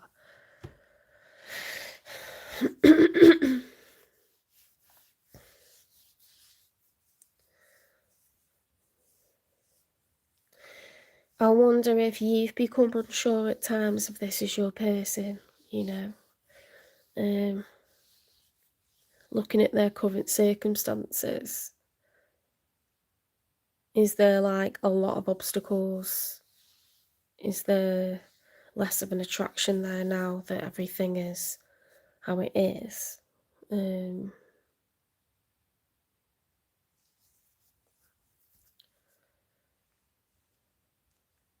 What's the advice?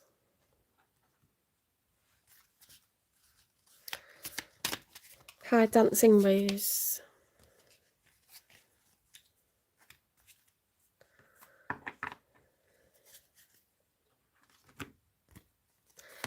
What's meant to be yours is already making its way to you. What was never yours is starting to flee from you. With time, it will all make sense. For now, bear the confusion and focus on living fully in the present. Don't let your whole life be, I'll be happy when. Be happy now. Ooh.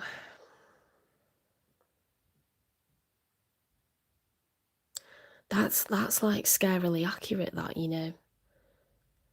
I did say it seems like you're getting on with your kind of like big plans, you know, and the day to day and putting a brave face on.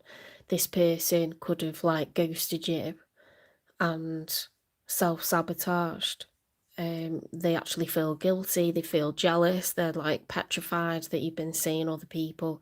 They're jealous of anyone that has been getting your time, even if it's friends or family, because they love being around you. But you know, when someone's fleeing from you, you've got to kind of like open the door for them and let them run out, haven't you? Oh, same. I'm struggling with my emotions at the moment, honestly. You're in good company here, Dancing Rose. The past is behind you now, so drop the fears and doubts, even though you may feel a little uncomfortable at the moment and slightly anxious over what is coming next. You are being urged to bring yourself back to the present moment. Your recent prayers have been heard and are currently being worked on. Oh, that's lovely. Okay, so always think about what you do want, even if you can't stop thinking about a person. That is kind of indicating to, well, they're not directly saying, Spirit, I want this person. If you're constantly thinking about them or talking about them, or pining for them, the Spirit knows, you know. When you continue to reminisce, replay, or hold on to what could have been, you continue to hold yourself in a place of resistance. Let what was inspire a new way of living, but don't allow it to limit and determine what can be.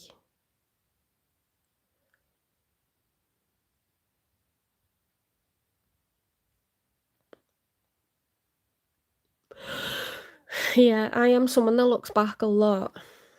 I always like replay things over and over or think about what could have been. It's difficult not to do that. We're only human, aren't we?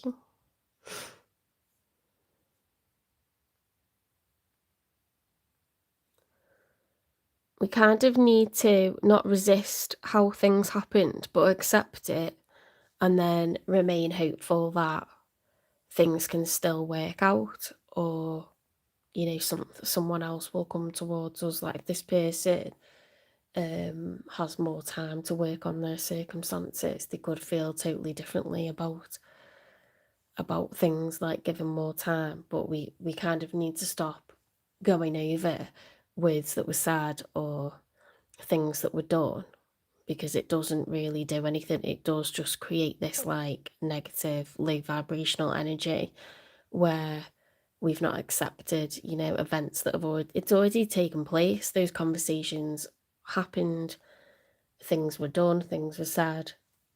You know, let things lie.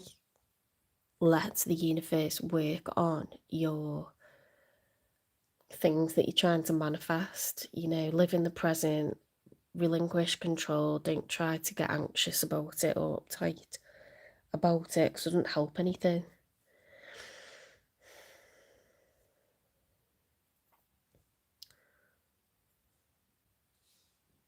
Let's get some more advice.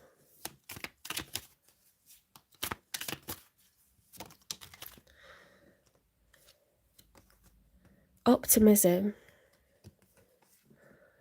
If you're going to make up stories in your head about people and circumstances, please make them love stories with happy endings, okay? So allow yourself to believe in romance. Allow yourself to enjoy the nice things about friends, family, random strangers that are kind to you, anyone that does anything that just makes your day. You know, little gestures, they're happening all the time, and then we make ourselves miserable over big stuff or one particular person. But if we allow ourselves to receive little blessings and little things that are nice here and there, you know, it kind of makes the perspective a bit more balanced and a bit more honest and positive instead of skewed in a like catastrophic kind of way, doesn't it?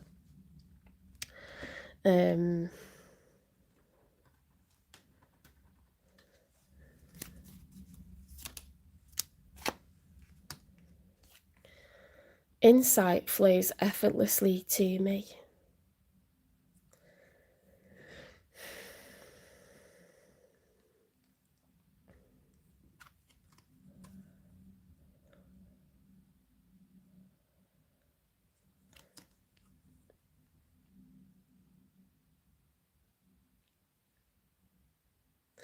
See, that is the third eye chakra.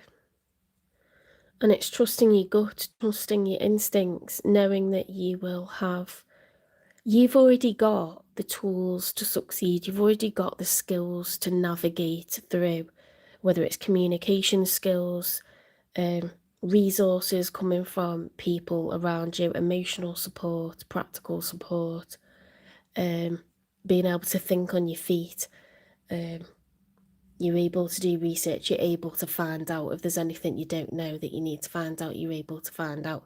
You can totally, you know, get through anything that is thrown at you. And part of life is having things thrown at you, isn't it?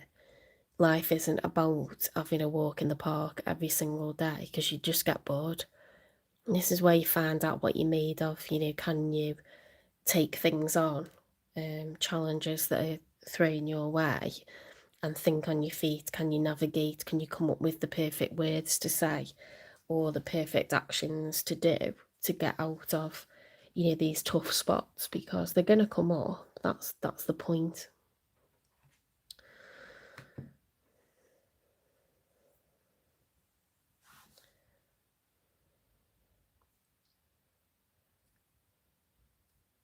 You know, if you probably know the reason for someone's radio silence, can you have the empathy to understand how they're feeling?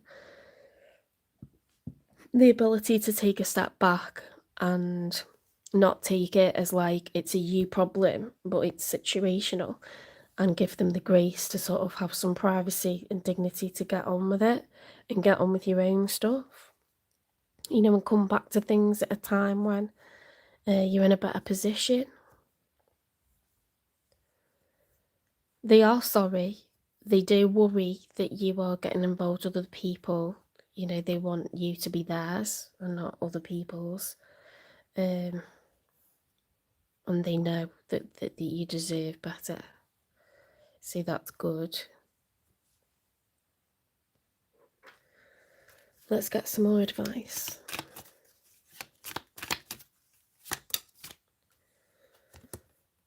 Elevate. You get what you believe you deserve. It's time to raise your standards. Yeah, so if you pulled back and thought this isn't happening on the level that I'm requiring, you know, you'd rather be by yourself than hanker after someone who can't give you what you're looking for right now. So you have done that, taken back control, and decided, you know, like you're not going to get involved unless you've got certain things coming towards you from this person or another person. I let go of the past and future, living in the now. You've had that a couple of times, Taurus. You've been encouraged to live in the present. Stop looking back and stop looking forwards. Just live in the present for now, okay? Close your eyes and focus solely on the present physical sensations for 30 seconds.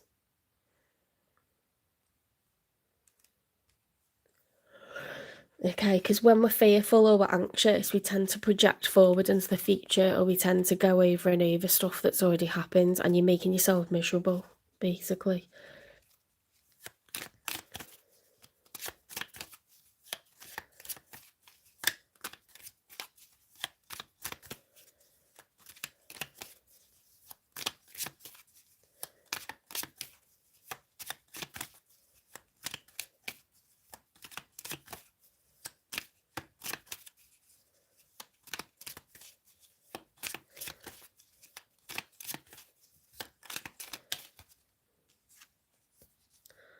am constantly growing and improving, okay? We can't be hard on ourselves because no one's born with unlimited insight and knowing. You learn stuff retrospectively. It's experiential learning. It's through going through things that we kind of become more knowing and better equipped to deal with stuff when it comes up next time. Or when something happens to someone else, we have like the perfect advice to give them. Things like this will have happened to other people, you know. So that's how they're able to give you advice, is like everyone's had something like this happen to them at some point. So you can apply that to anything as well. Like financial problems, problems in work, problems with cars, problems with relationships, problems with health.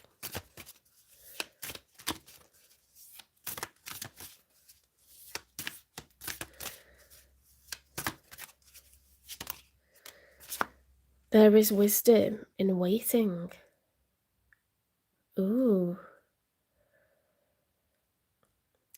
Sometimes in life we want a situation to be resolved now.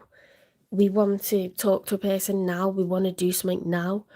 But if everything was now, circumstances wouldn't have had a chance and some time to shift or improve, would they? So we can't have everything now.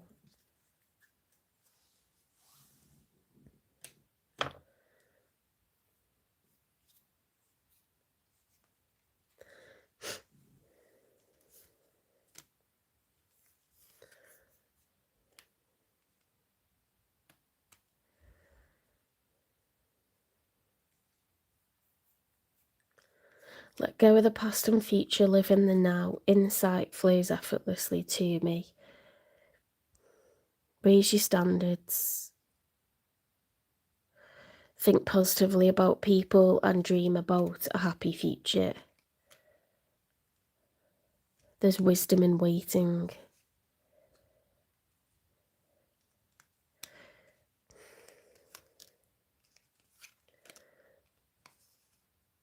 What's meant to be yours is already making its way to you. What was never yours is starting to flee from you. With time, it will all make sense. For now, bear the confusion and focus on living fully in the present. It's sound advice. The past is behind you now, so drop the fears and doubts, even though you may feel a little uncomfortable at the moment and slightly anxious over what is coming next. You are being urged to bring yourself back to the present moment. You've got the same messages over and over. Your recent prayers have been heard and are currently being worked on. When you continue to reminisce, replay, or hold on to what could have been, you continue to hold yourself in a place of resistance. Yeah, so it kind of stops new stuff from coming in when you go over and over the past. It's like you're not leaving space for new things to occur. You do new people, new places, new things. I can do that. I tend to look back because I'd rather look back at what I know was the case than think, oh my goodness, it's just question marks in front of me. You know, I can't see what the future's going to hold, but we need to just be in the present and accept things for how they've happened and allow, movement, allow relinquish control, allow new stuff to occur, new miracles to occur, yeah? Trust yourself as well that you can navigate whatever comes up. Some of it you need to be patient, some of it you need to wait, and some of it you can navigate, so you don't need to sort of live anxiously. You're totally able to cope with the things that life is bringing to you.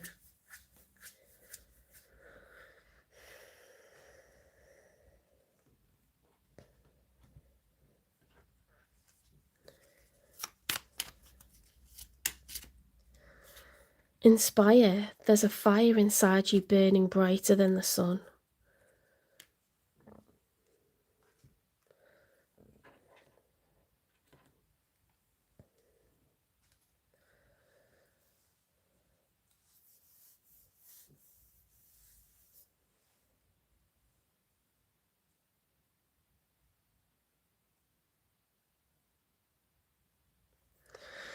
Yeah, it's hard when there's lots of things that we want, and there's lots of things, like, and ways that we want life to be, and when it isn't how we want it, it can feel frustrating, can't it? It can feel like, this isn't how I want things to be, but we've got to relinquish control.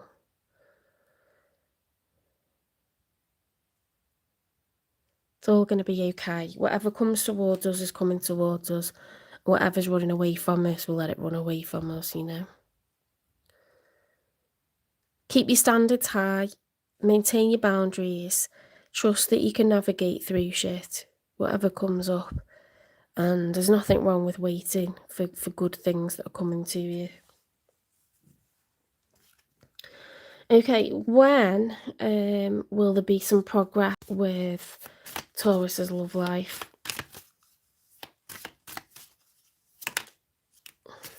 Six months from now. So I never said whether it's going to be with this person or not. I just said, when is there going to be progress with Taurus's love life? So we've got a decent amount of time. I think last time it was saying January, wasn't it? And we were like, what the heck? Like January or February. So that was a year's time. This is now moving forwards, and it's saying 6 months from now. So do you want me to ask specifically about this person? When will there be progress with this person? Refocus and start waiting for it. December. So I don't know if there's going to be someone else coming in 6 months from now. Because December's closer to that January, that like sort of year off mark. 6 months from now, there could be someone else that sparks your interest, whether it's long term or temporary. You're going to have something going on in the summer.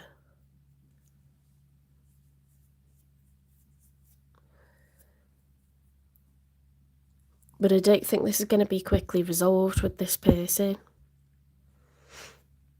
because they've got a lot going on.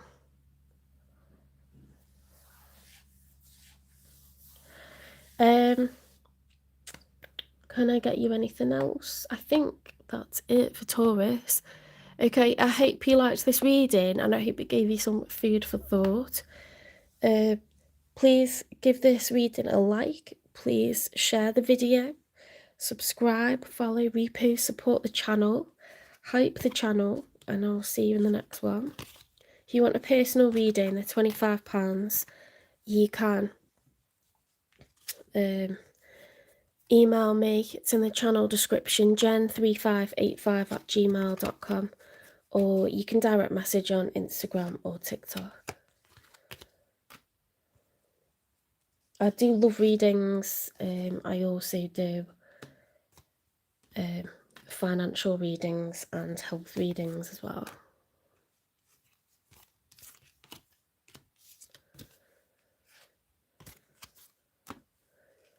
There's a bit of a delay with memberships because I've got to refill my tax paperwork and send that back, which is disappointing, but this is life. We'll be resilient and we'll do it again.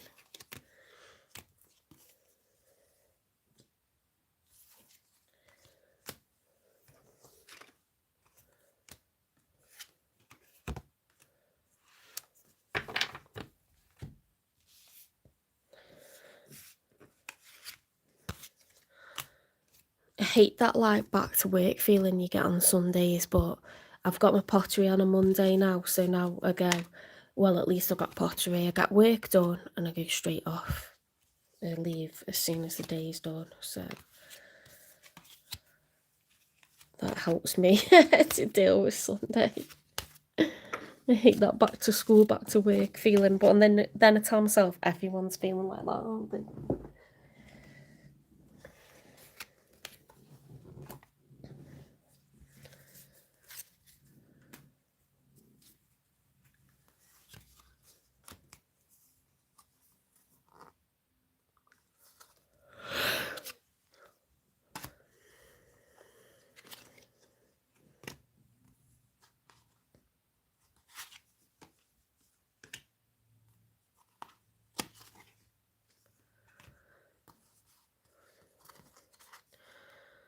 I hope you know you've been getting stalked by this person somehow, whether it's social media or word of mouth, asking around.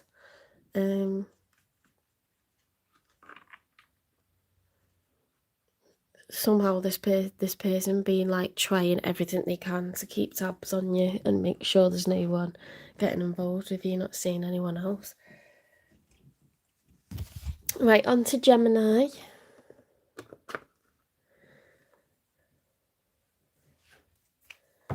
Let's have a few shuffles.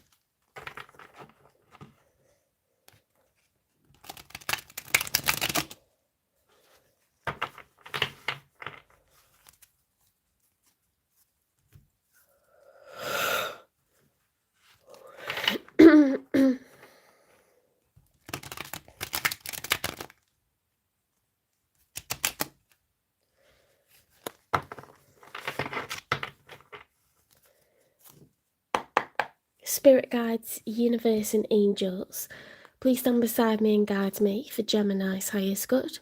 How is Gemini feeling in this first week of March 2026 with regards to when they're thinking about, dealing with or manifesting in? 3 cards for how Gemini's feeling, please.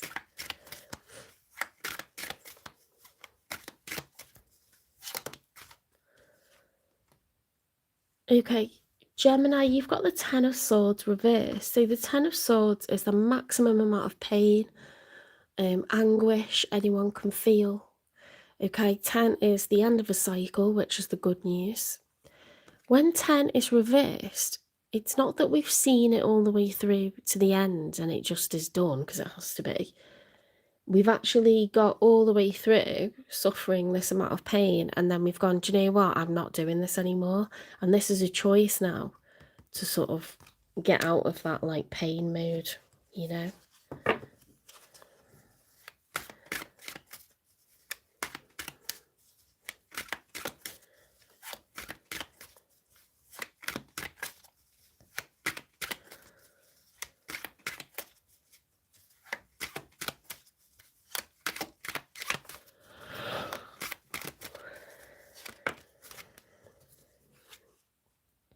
The 10 of Pentacles upright. Okay, so this looks like a very prosperous situation was cultivated. This is you know, a very sort of rigorous routine of building up assets and savings and wealth. Usually the 10 of Pentacles is obtained through building with another person, coming together in union with another person, whether that's living together, whether that's marriage, creating a family. We're creating lasting generational wealth. We're producing these pentacles. You know, this is what we've manifested. This is what's being achieved. So 10 of Pentacles upright. You could be someone who's been in collaboration and achieved, you know, property ownership, assets, cars, houses, savings, and you have a family together.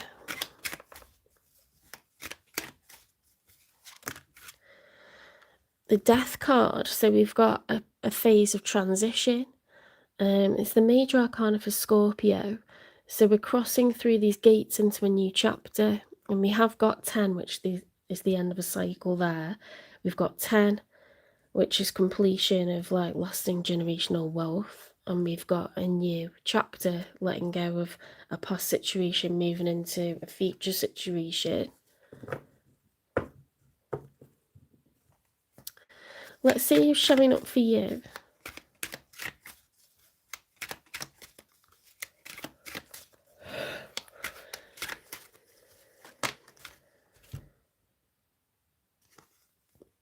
The Four of Swords reversed. So there's someone who's feeling very restless at the moment. The Four of Swords upright is recovery. It's a meditative state, lying down, laying down the swords, you know, peace between battles. This is like not taking much needed respite. The opposite of rest is restlessness, okay? So feeling irritable, feeling like we can't relax.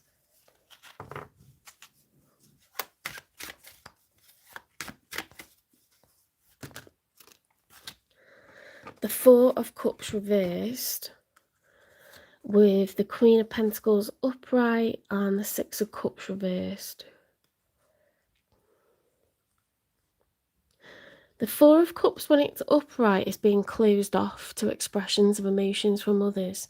When it's reversed, we're becoming open to expression of love from others. The Six of Cups reversed, well, when it's upright, it's like a soulmate energy, like a past life relationship. We feel like we've known someone forever, or we have cultivated many years of memories together. It's a card of nostalgia.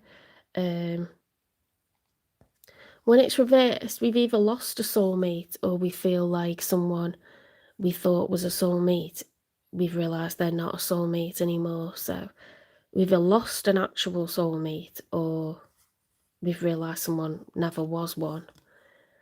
The Queen of Pentacles upright is someone who's very earthy, responsible, they're abundant, they're generous, they're lavish, you know, we're spending money and having nice things, they create a nice home. Queens are concerned with responsibilities, they're very responsible, they could have children already. It could be Taurus, Virgo or Capricorn, or someone with that in their chart.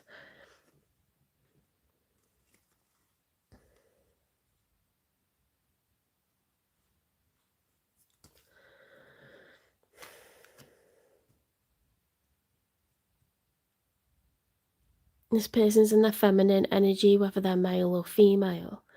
They want to stabilise a situation where perhaps they realise someone is no longer a soulmate,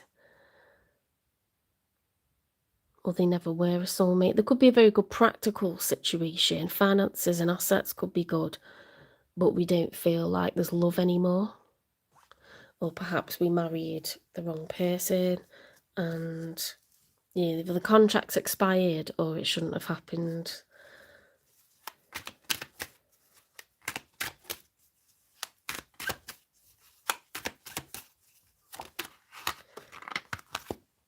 Seven of Pentacles is taking stock. Lots has been achieved and cultivated on a financial level.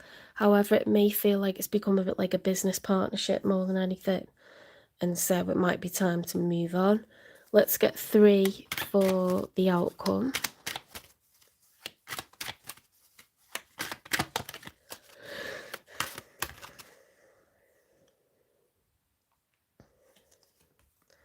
The Hanged Man. So we're being called to stand still, to suspend ourselves, to think about things from every available angle. Look at things from multiple perspectives. It's open-mindedness. We've got daydreaming, okay, being at the drawing board, thinking about what we want for the future, being at a crossroads. Sometimes we're doing that from within a relationship, or once a relationship has ended, we think, what do I want for myself, for my future going forwards? You know, what do I want to paint for myself? When it's reversed, we've crossed over from fantasy into delusion, because we're constantly thinking about the future rather than living in the now. This is Hermit energy, so it's reviewing the past. What was my part? What was their part? It's shadow work, so it's quite challenging. Being by yourself, not dating anyone. Reflective energy, being at a crossroads. We've got 2 sevens here. Let's get one more for the outcome.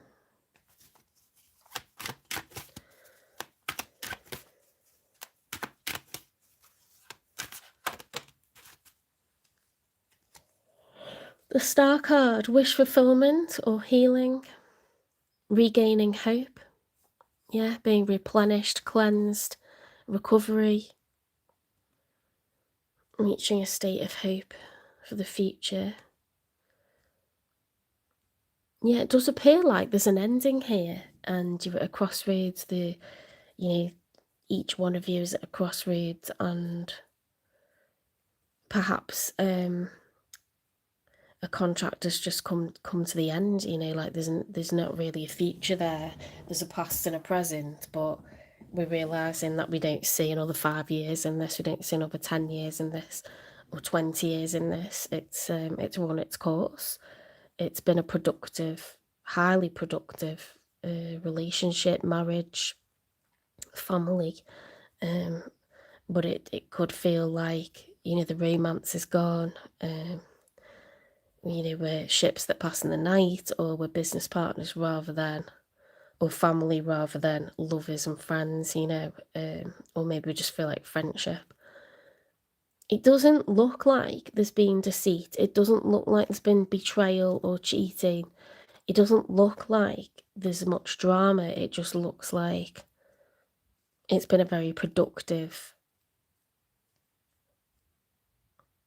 beneficial situation in terms of finances, but we're wishing for more. We're wondering what's next, who's next.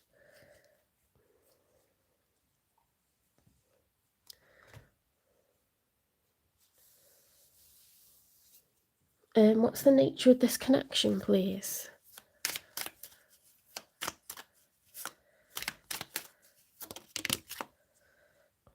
Gaslighting you. I've been lying to and gaslighting you. You weren't crazy, you were right. I just wasn't strong enough to admit it. It's on. I see you looking good and moving on. I don't care who you're talking to. I'm better. I will compete for you. I'm not even joking. You've had this for a long time.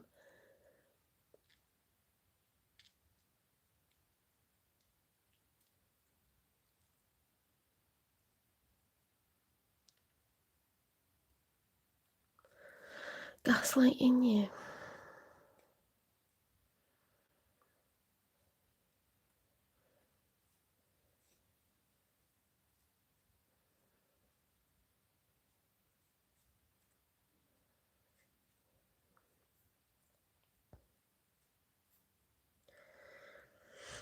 I don't know. A person from the past is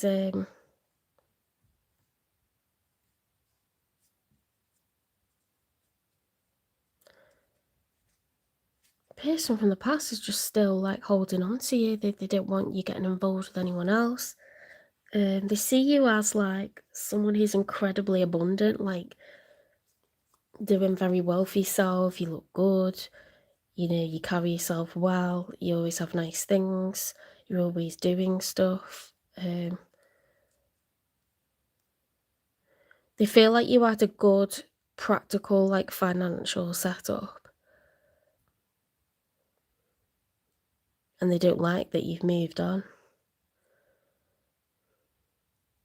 You have completely moved on. You've got like 2 10s, which is completion. It's a choice to move on, to let go, to not, get distressed over this. You got the Death card, Scorpionic energy, emotionally, you've got full closure. You're thinking about the future, you enjoy fantasizing about how life could be going forwards with someone else, doing something else, somewhere else, and you've got healing. This person's very restless thinking about you. I see you looking good and moving on. I don't care who you're talking to. I'm better. I will compete for you. They know they screwed up. They don't like that you're moving on. Let's get a confession from them. You deserve more than I can give you. What are they doing wasting their time?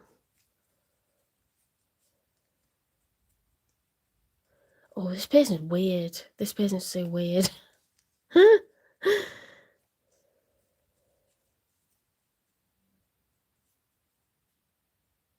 Why are they trying to compete for you?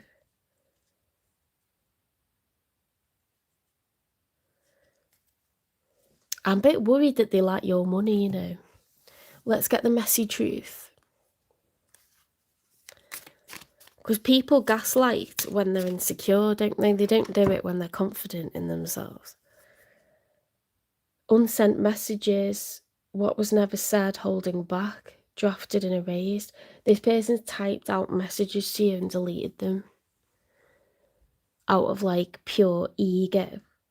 They've not got in touch when they've really wanted to.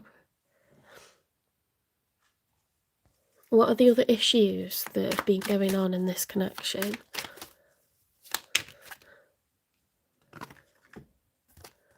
Secret past, skeletons in the closet, not telling the whole story. Other loves, still involved with the past, cheating, secret affections. This person's a player. They gaslit you and made you feel like you're insane when you were actually spot on. You knew exactly like what evidence you'd found or what you suspected, and you were true, and they made you feel like you were just crazy, you know, like you're imagining stuff. You were actually dead on.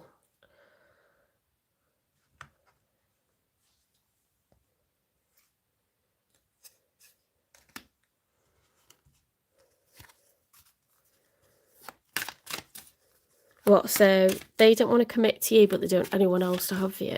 What the fuck? It's actually pissing me off. It's not my message either. Awakening jolt. From shock to epiphany, embrace the upheaval as a catalyst for renewal. Masked realities beyond posing facades and cover-ups dare to unveil the truth hidden beneath. See, this person could be a bit of a poser.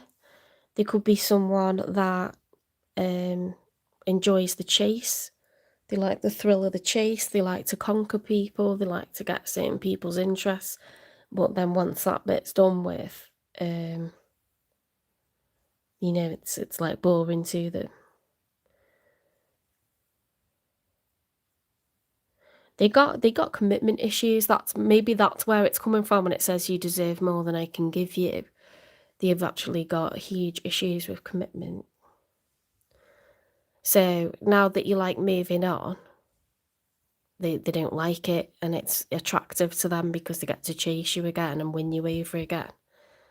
But once they realise they've got you, they'll do the same thing where they're multi-dating and then they make you feel like you're just mad, like you're just imagining shit, do you know what I mean? And you're actually right.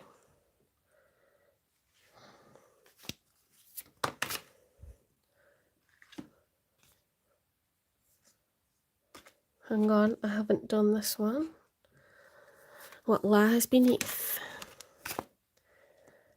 Bank failure. Ooh. This person could have debt, they could have addiction, they could be a gambler. They may lie, you know, like the Tinder swindler kind of thing. They could owe a lot of money to people, they could borrow a lot of money. Some people are all show, you know, and they actually haven't got like assets where you have, or they lie about what they do for a living, they want you to find out, or, you know, just because you earn big doesn't mean you haven't got big debts or something like this. So bank failure, guys. Distractions, temptation, always busy, kept you waiting, made you feel like you weren't a priority. They could flash the cash to sort of like get your attention, and they do that with everyone, but no one will really know the real them. Do you know what I mean? It's all like a bit love bomby and a bit like laying it on heavy to sort of win over people who they see as high value. They know they've got to impress you to get your attention and waste your time. Otherwise you won't look twice at them. But then they've got to like have loads of people like that on the go, haven't they? Because they can't have it go anywhere because they haven't actually got all that stuff that they're making you think they've got. It's a facade.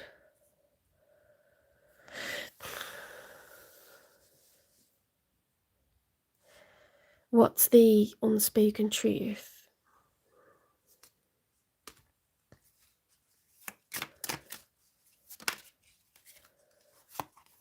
Silence is its own kind of confession. Shut up. If they refused to discuss this, or they would disappear for periods, or they're not speaking to you for ages since you called them out on shit, it's because there isn't really anything to say that's good. You're not going to like anything that you hear, you know. Why is this happening now?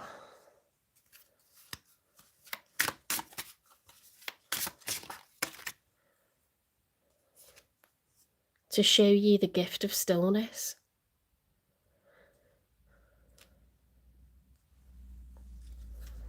So you could have felt like you didn't trust the situation, or things were confusing or chaotic, or it shouldn't be that complicated. It should just run easier. It's okay. You know, you don't need to approach relationships like they are tasks or goals or projects. You just have to enjoy getting your own peacitude back, you know, by being solo. What's the karmic lesson here?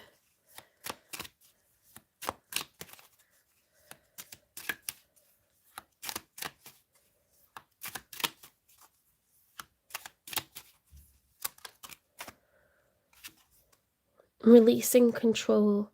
Some things are beyond your grasp.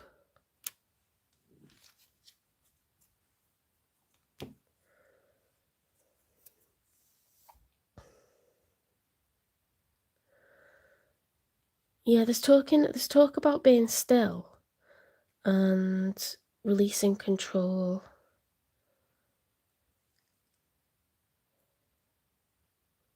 Recovery, gaining hope for the future, but not needing like anything to happen right now.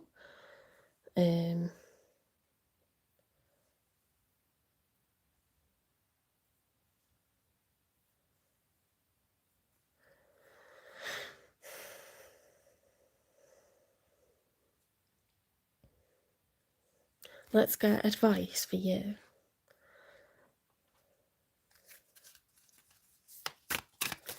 Advice for Gemini, please. Advice for Gemini.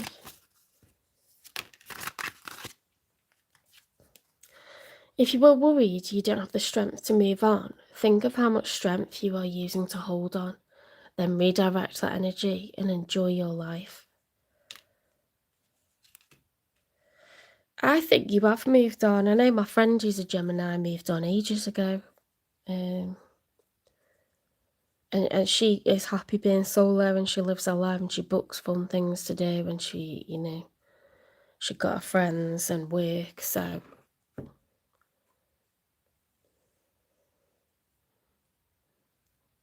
no one needs to be in a relationship. You know, you think it's nice, but then there's lots of people that are having more problems because they're in a relationship that isn't working, or with a person like isn't just giving them the things that they need, actually bringing them more problems. So always try to keep a balanced view on stuff like that.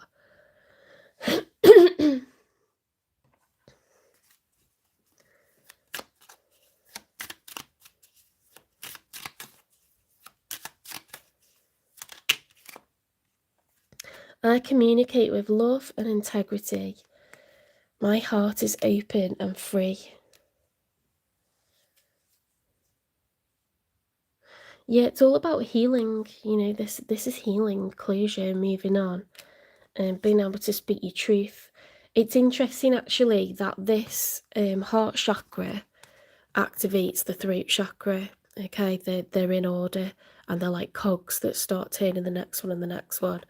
So you're able to speak your truth and have boundaries and communicate your needs when you just heal and you know that something, you accept that something isn't right for you, or you accept that, you know, you're happy being solo. You're able to communicate that and have clear boundaries with people and express, you know, truly that you feel okay with everything. It's nice that. It's very good to be using those chakras. You know, we're often working on the ones further down, so this is quite good healing and progress, you know, freedom from sort of mental anguish.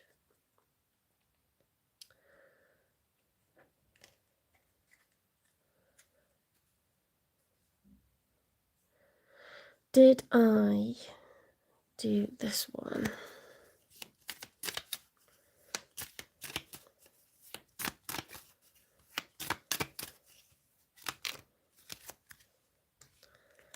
We've got calm. A breakdown is often followed by a breakthrough. Remain calm. Self-worth. Why settle for crumbs when you deserve a whole meal? Release. Sometimes the best way to grow is to simply let go. And growth. Evolution starts when you leave your comfort zone. Get comfortable with being uncomfortable.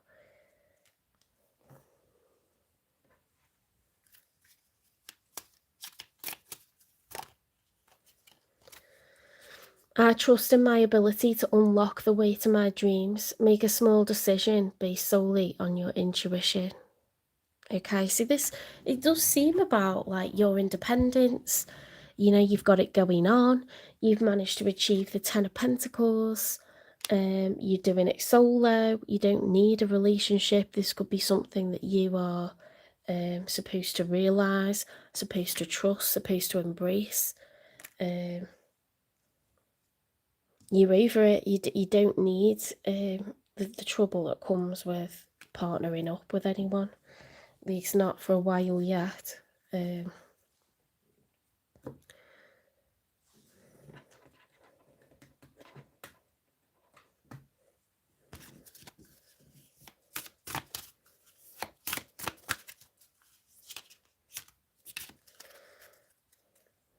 I don't have to know the way, just the next breath. Love finds its way to me in forms I never expect. Okay, so it could be discovering love, but like through beautiful friendships, colleagues, through hobbies, through family members. You could be getting a lot of new people coming into your life. Also like strangers as well, you know, like you can have lovely interactions throughout the day with someone that's just passing you in the street, you know, or you need to get something from a shop or a bank or a post office or a supermarket, or, you know, a child or an animal runs up to you and it just fills you with love and a sort of sense of well-being. You've got nature all around you, so you are surrounded by love even outside of a relationship.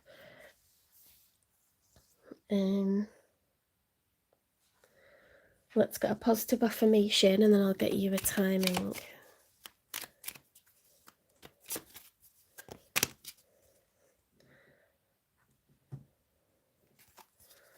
I am filled with positive energy and optimism. I am capable of overcoming any obstacle. I am confident in my unique talents and abilities.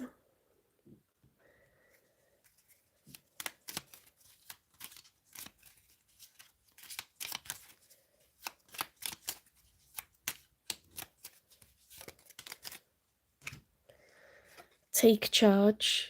Don't wait for the stars to align. Reach up and arrange them the way you want.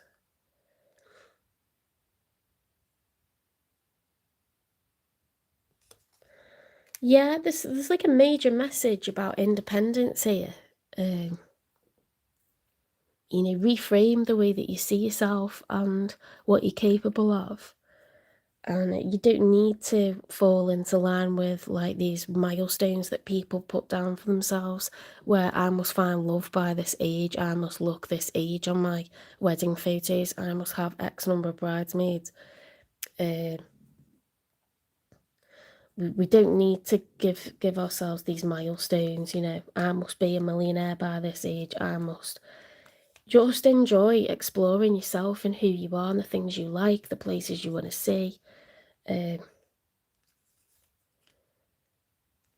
enjoying how love comes into your life through any kind of interaction, not just a romantic interaction, you know. Because when we're thinking about it, when we're a little bit needy for a partner, we tend to draw in karmics. And this person is, I don't know, they're giving off bank failure and someone who's like a love bomber and a bit of a karmic. So I think good riddance to them. Focus on yourself. When is love going to come into Gemini's life, provided that Gemini's working on themselves and their independence? Release any attachment to timing. Okay, so love is not on the cards for the foreseeable. Just enjoy yourself, getting to know yourself, your relationship with yourself. That's the journey at the moment. Okay. I hope you enjoyed this reading. I hope it resonates. Please give it a like, share, subscribe, follow, repost, support the channel, hype the channel, and I will see you in the next one. You know, normally like shadow work and periods where we're just happy not being in a relationship, you know, normally that's a few months to 6 months. It could be a year. Eat, pray, love and all that, you know. It's just as soon as you feel confident and happy and secure being solo, everything shifts. So obviously for some people that reality will change sooner than it will for others. It doesn't mean that you're not going to be involved with anyone at all on any level. It's just that you won't be in a sort of like heavy relationship, heavily committed relationship for a while. It doesn't mean you won't be getting up to all sorts. You can do whatever you like, you're an adult, but try to find your confidence, try to find, you know, like the desire to sort of like preserve your freedom and conserve your freedom and look at things from that perspective, you know.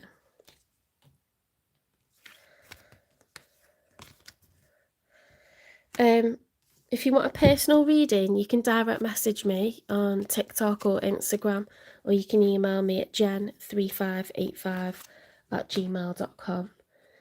Payment is by PayPal, or I can give you my bank details. I'll send you a link that's a pre-recorded video on YouTube, but only people with the link can view it. So unless you send that to anyone else, nobody's aware that that video is there. They're big videos, which is why I don't send them over chat.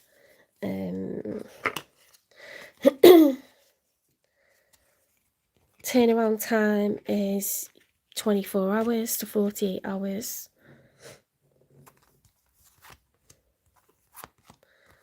Much faster than bigger channels.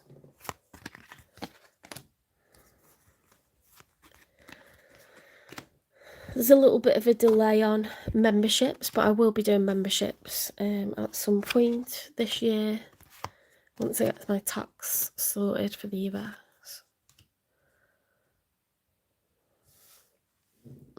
If you remember, you'll get a monthly health reading, a monthly wealth reading, and a how to read tarot series, as well as your free collective weekly love readings. I try to do weekly, but sometimes they become fortnightly just because I'm a full-time high school teacher as well. So I've just got to like work around everything that's going on. Okay, so we are on to Cancer. What time are we on? 6 o'clock. Just coming up to 6.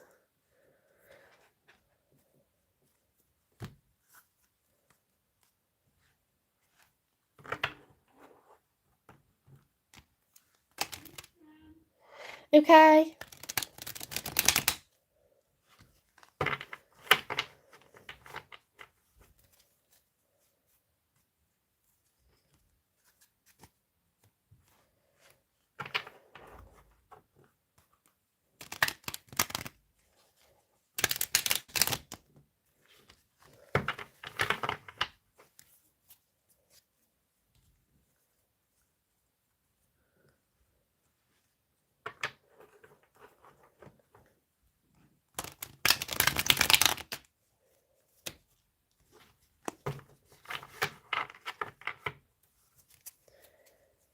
Right, I'll just grab my dinner and I will be back momentarily.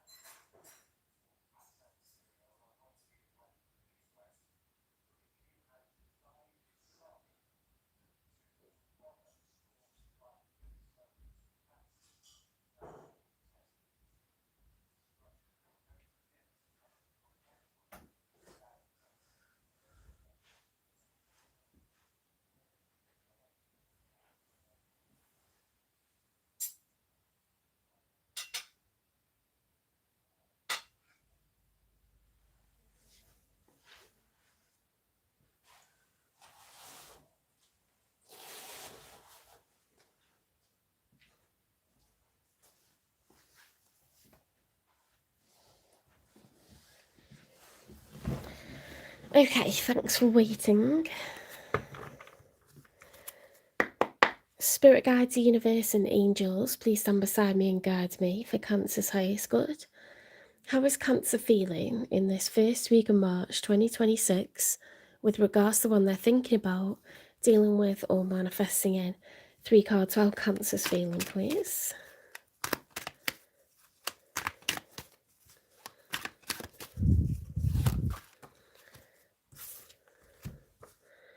So we've got the Fool reverse. So Cancer, you don't feel like this is a suitable risk.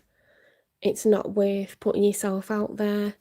You feel terrified of failure. So you could be wanting assurance or insurance with regards to how someone's feeling about you before you make a move. Or you may just feel like you've been unlucky in love and there's not a chance you're putting yourself out there for anyone. It's not even like this person, it's just anyone.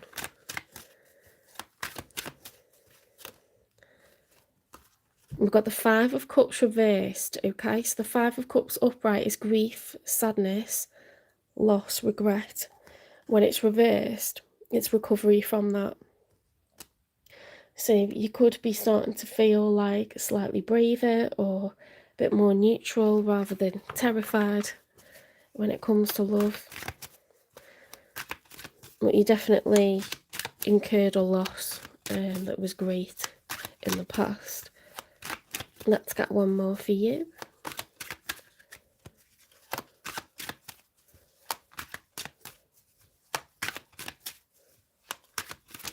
I need to put my fleece on, I'm cold.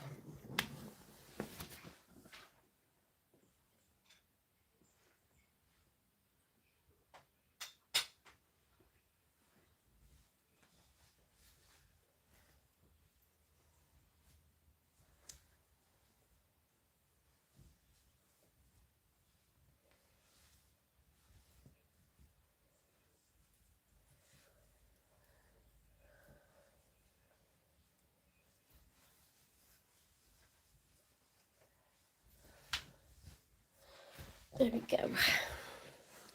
Freezing.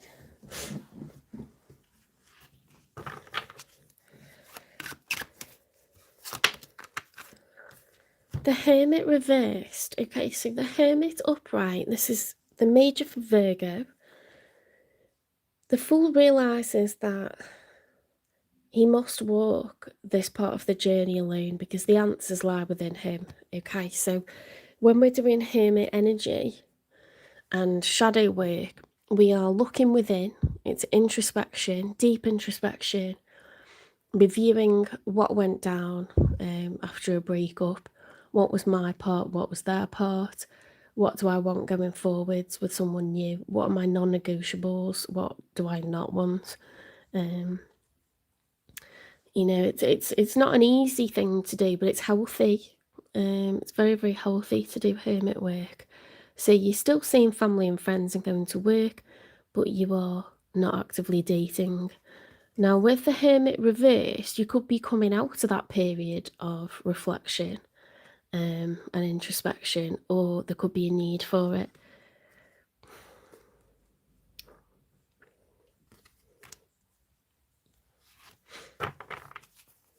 Let's get 3 for the one that's showing up for you.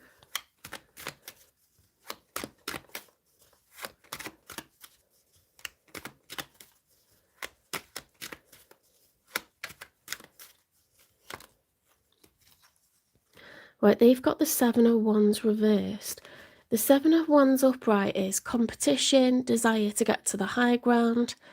Here we've got self-defense. So you may, this person, sorry, may feel like they're having to battle to defend themselves. I can't remember if that was upright or reversed.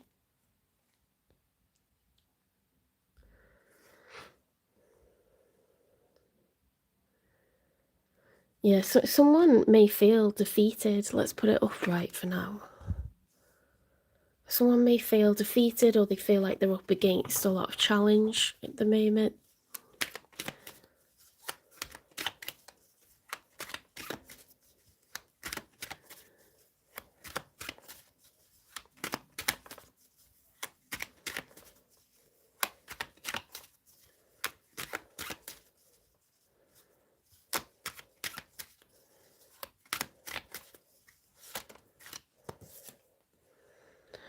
The Tower.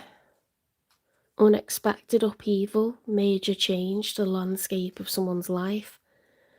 Tower's like Aries energy, you know, it's fiery, it's dramatic, it can be very unexpected, huge change. You know, sometimes we get told we're getting made redundant, and it could be something, you know, like in the wider world that affects us. We can cause towers ourselves, or someone can cause a tower, like in a relationship, can't they, by breaking up with us. So change is not comfortable, especially when it affects like aspects of our life that are really important to us, but like where we live, what we do, you know, who we see romantically. But when towers fall, they have to fall. You know, it's pointless to resist them, and what replaces them is better. When something's falling down like this, it's because it's already got cracks. There's already cracks forming, and there could have been for a while. We just didn't realise. But it can be really unpleasant.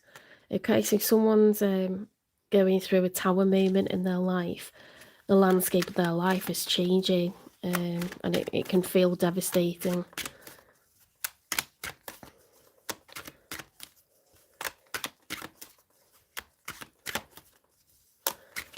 Just, you know, this person needs to remember, the cross-watcher needs to remember that stuff can feel devastating, but 6 months or a year later, or 18 months later, we've got the best days of our life ahead of us. So yeah, we have to accept the change. So they've got 6 of Pentacles upright and the 8 of Swords upright. So this is mental entrapment. 6 is an even number. We've got 3 pentacles from one person, 3 pentacles from the other person. It's about things being even, things being fair, equal amounts of time, money and energy being inputted into something to make it work. Someone's really in their head about this. I don't know why. That's very important to them. They want to, it looks like they want to, or they require someone that's going to put half and half in terms of time, in terms of money, in terms of energy.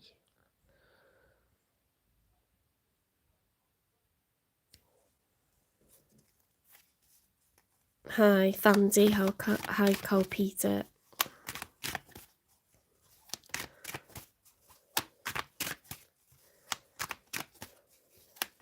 Let's get 3 for the outcome.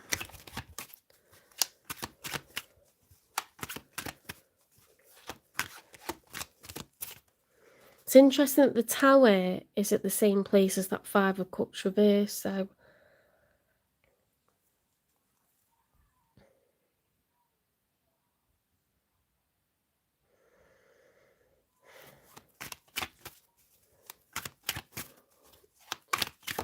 this could be your ex that this didn't work out with. They could have caused the Tower, or they could have felt like a Tower was being done to them.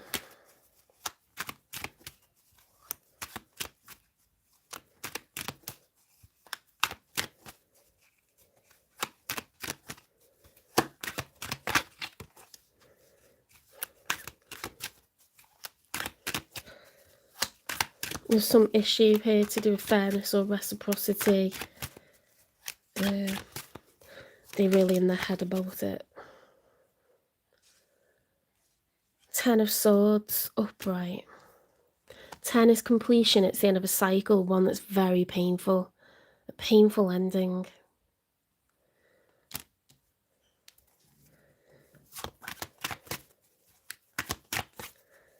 Being stabbed with 10 swords, there's no coming back from that, do you know what I mean? Top to toe, swords. It's done. 6 of Wands, success, recognition, being noticed, victory, success, recognition, being celebrated for our achievements.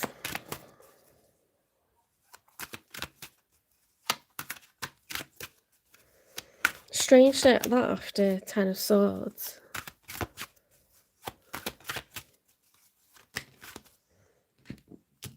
Seven of Cups. The only way you could be pleased about how you've come out of a 10 of Swords situation is when you think good riddance to bad rubbish, surely. And then we've got the 7 of Cups, which is I'm at a crossroads and I'm moving on. So you could have rejected this person.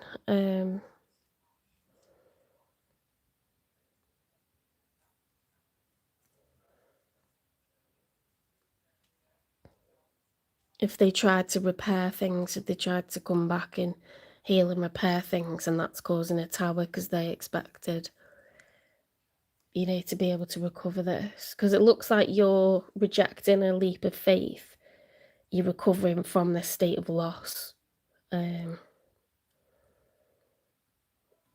coming out of hermit work, and it's like, it was painful, but it's a victory. Like, I've swerved, you know, a curveball here, like I've swerved a bullet, and now I'm looking at the drawing board and I'm back to square one, and I'm thinking about what I want for myself. Like, I'm rerouting based off of my goals and my dreams, not trying to go along with someone else's.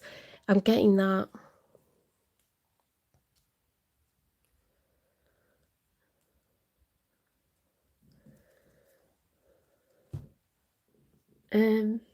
What's the nature of this connection, please? It's on. I see you looking good and moving on. I don't care who you're talking to. I'm better. I will compete for you. My God. Yeah, this person's a sore loser. They don't want you to move on and look good doing it. They want you to pine over them, to beg to be back with them. They want you to give them another chance. They want recovery. That's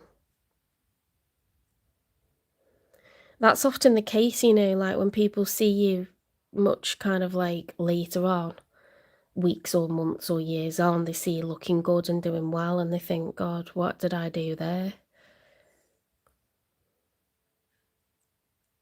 Because it's attractive when someone's confident and doing well and they're smiling and they're laughing in photos and they're looking good in photos. You think, what did I do there?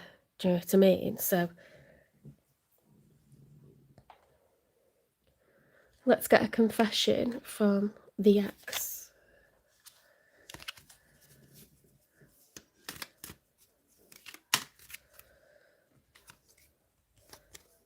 I care too much what others think. They could have been influenced too easily by others, or they could be a bit immature and value having lots of time with their friends. They could be a bit cliquey with their social circles. I don't know. Or their family. Someone could have got in this person's head and they've like placed what they think before what you think, or they just have like having loads of time to themselves. They didn't want to, you know, get a ball and chain, something like this. Because that means like a different lifestyle, do you know what I mean? It's different when you move in with someone, you're kind of accepting that you're not a bachelor anymore or a bachelorette anymore. You're accepting that you're not independent anymore. You must compromise on things. You must have a timetable and a routine, you know, that syncs with another person. It takes you off roster with friends, with family, the way that you once were. So it's when you want that and you mutually want that, that's fine. It's good. It's positive. But when you're not sure about that kind of change and that milestone, it can feel like something that's happening to you that you're not ready for. So I don't know if this person was a bit younger.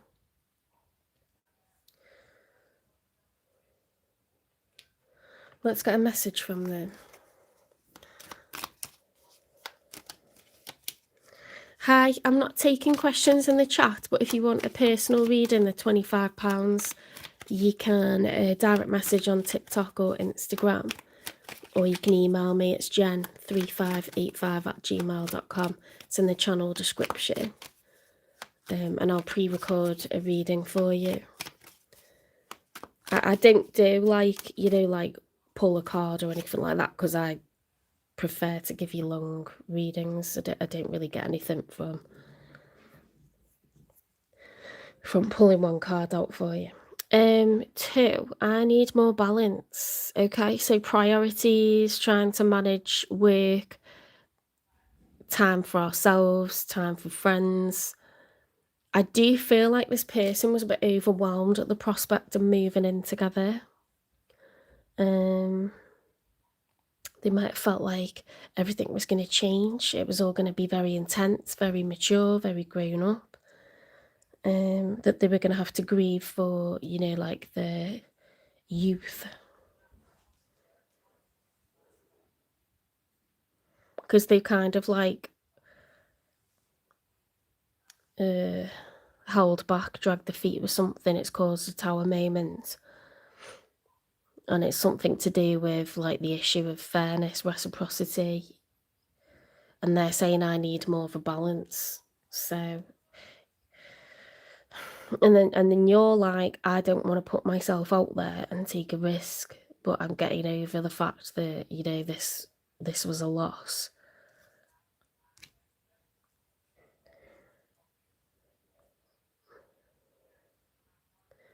This is either an ex or it's someone, you know, new that's kind of like confused why you're not all in.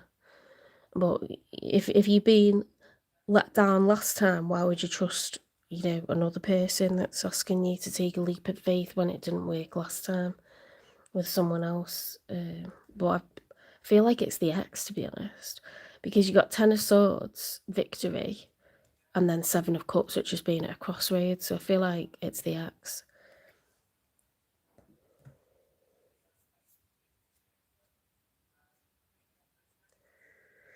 Yeah, they've let other people influence them, and now they're like kicking themselves because they just see you doing well and looking good, and you know you appear to be having a nice time. So I don't know if you've still got this person on social media.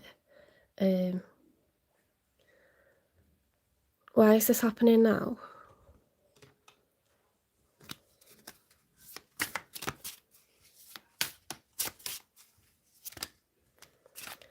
Because you're meant for more. To help you find your inner strength. Okay, so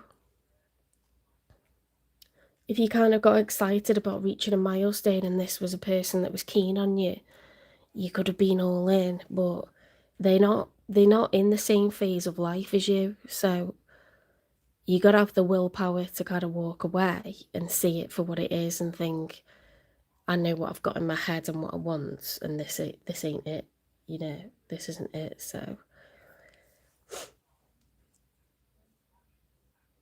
we're gonna, you know, it's a shame and it's a bit sad, but we're gonna like put it to the side, park it, and wait for, you know, someone who is at that phase of life.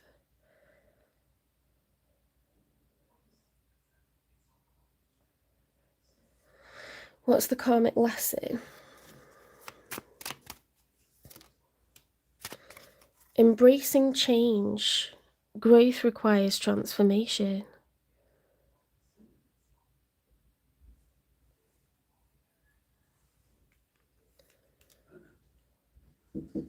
Jan? Yeah? Have you finished your food? No. No. Okay. It's just Mum's dishing up some bread and butter pudding. Can she just like put it in the bowl but like keep it in the kitchen? Yeah.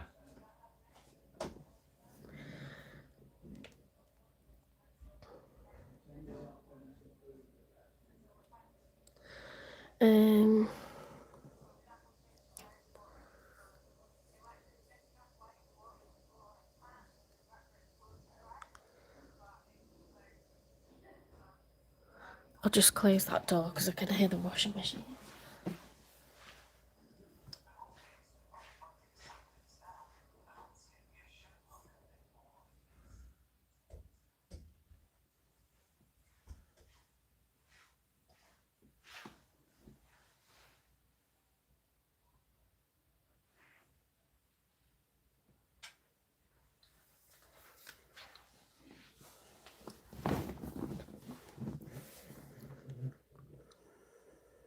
Growth requires transformation.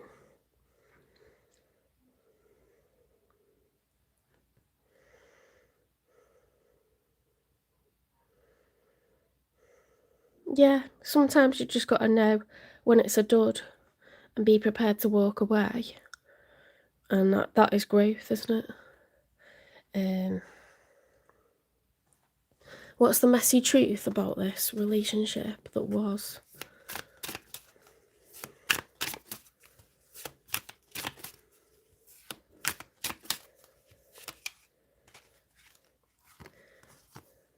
Glow up time, transformation, confidence, inner radiance.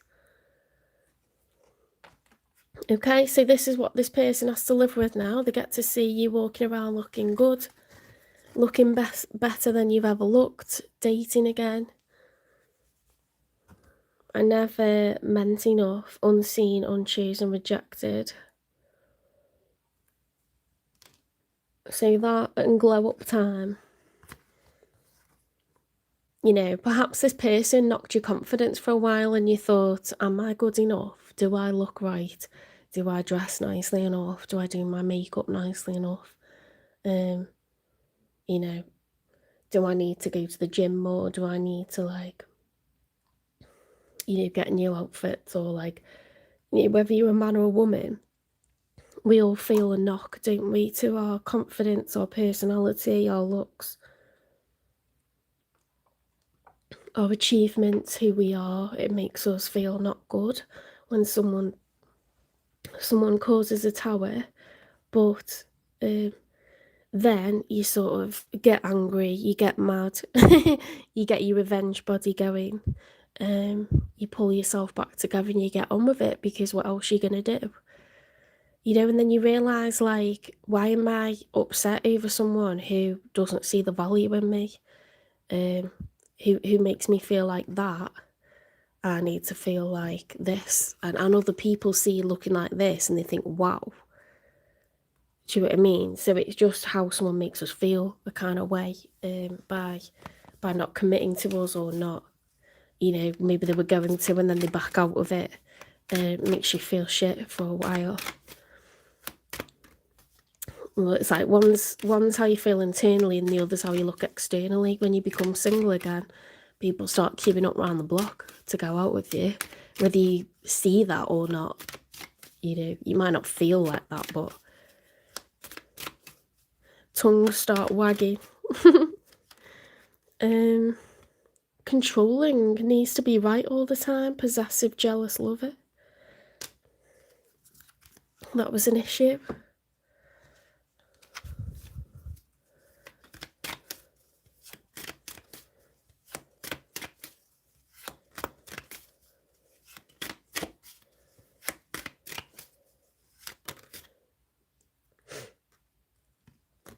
Faith's haven. Believe in the safety of your return, as every journey leads back to comfort. Crossing over, bridge the gap between your hearts with trust. Every journey leads back to comfort.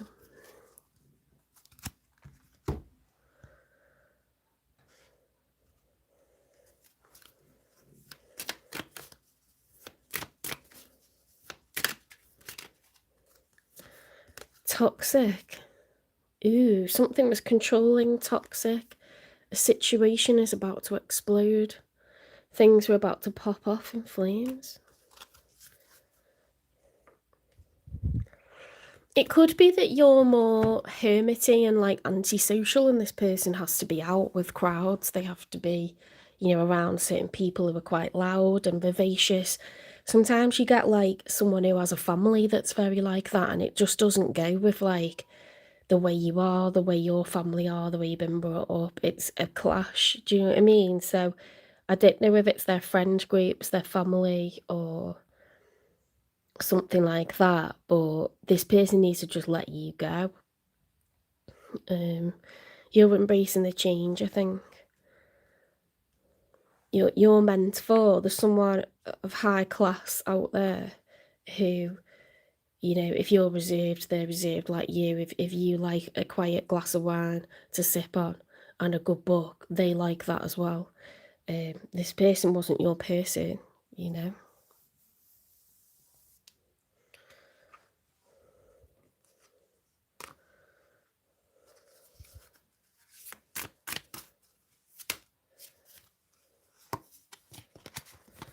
High value. Oh my god, no, that's freaky.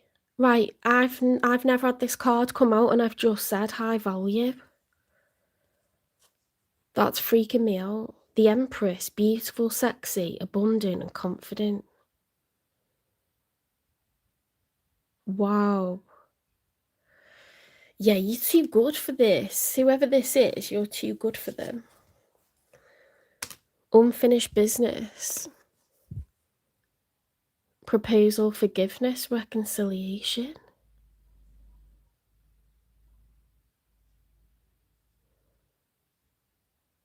It's a bit creepy, that, isn't it? Does it look like someone's spying on someone, or they're in like a cemetery or something, grieving?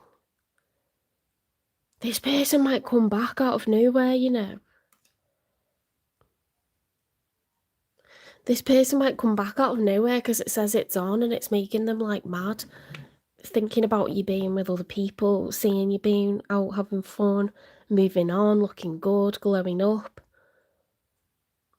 But, you know, you can totally reject them. That's their lesson to learn, isn't it? And if they're just not right for you, they're not right for you. It's not a case of you not being right for them.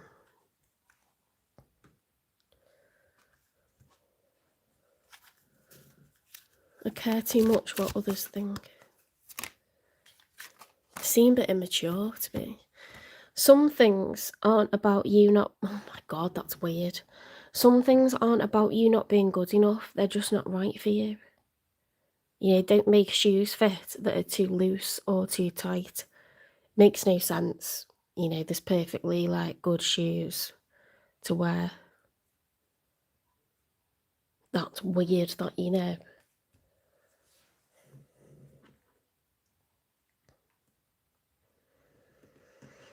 Embrace the change, okay? Spirit is saying your lesson to learn is to embrace the change. Like, let this person go. Actively walk away, look good, and don't let them back in.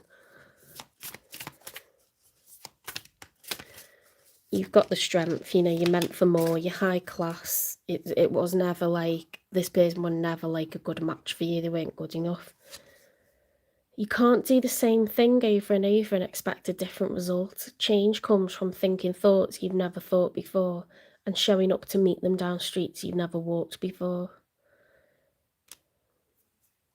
Okay, so uncharted territory is the way to go, Spirit's saying.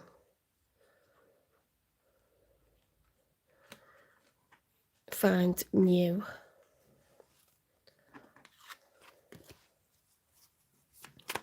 You know, you may have told this person, for goodness sake, grow up. Do you know what I mean? And, you know, that might prompt them to grow up, but it doesn't mean now that you've saddled them up, you have to ride them. It doesn't mean that, does it? Someone else can benefit from the work that you've done. I see beyond illusion. Wow. You know that your journey is not over. You know that your individual journey in this life continues, and there's bigger things meant for you. So you're happy to walk away if this person tries, you know, to get in touch, or they say, I miss you, or this or that. You're just going to keep walking, you know, with your chin up, like head held high, like looking good, doing it. That is the crown chakra. Actually, it's not the crown chakra, it's the third eye chakra, isn't it?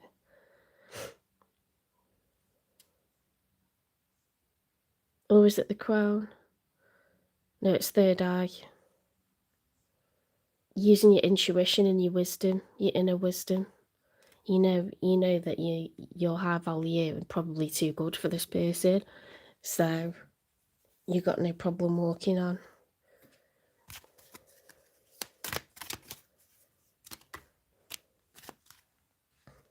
Right, advice for Cancer. Release. Yeah, there's a lot of that going on at the moment because it's Mercury retrograde, isn't it?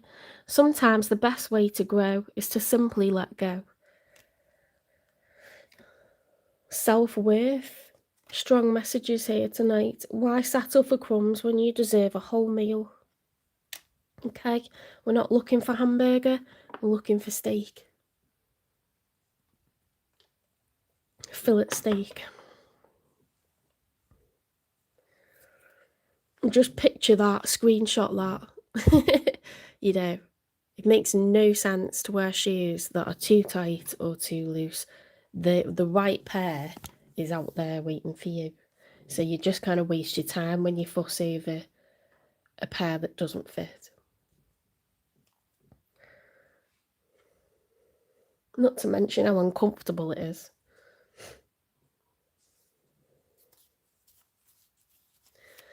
Positive affirmation.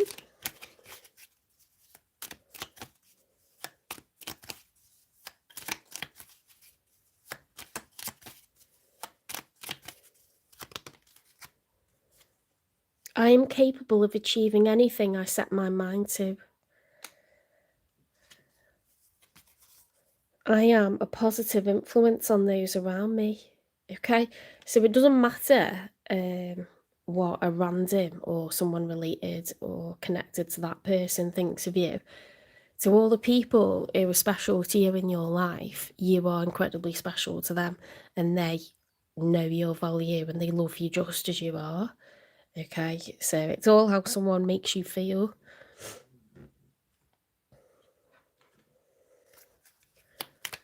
If they care too much what other people think, they can shove on, don't they? Gag on it. because those people aren't someone we're trying to impress. I prioritise my mental and physical health. Look in the mirror and give yourself a compliment. My self-esteem grows when I trust my own choices. Journal about a time your gut feeling was right. See, that does happen a lot in life, but I don't necessarily remember all those things. I'm thinking of one now, actually. Asking for help is how I return to connection. Yeah, don't suffer in silence, Cancer, because you guys do this. You kind of have a poker face and people won't give you the sympathy that they should. They won't give you allowances. They won't go easier on you because they can't read you. They don't know that you're really upset about something. You tend not to express it. The more I allow, the less I resist. Okay, so don't resist things that are happening. Just feel the feeling, let it pass through you. Feeling is not failure, it is part of my wholeness. Okay, negative emotions are valid too. It's not us choosing to be negative when something's a positive situation. Sometimes things just do suck and we're allowed to feel sad, and that's valid. So the faster you allow it, the faster you can sort of let it pass. Right, I'm going to get you one more advice card and then we'll get a time in for brand new. Brand new love.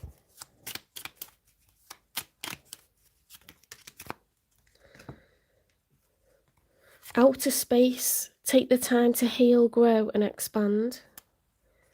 Self-care. You've had self-care like 4 times. Spoil yourself in the moonlight. Trust. The light in you cannot be dimmed.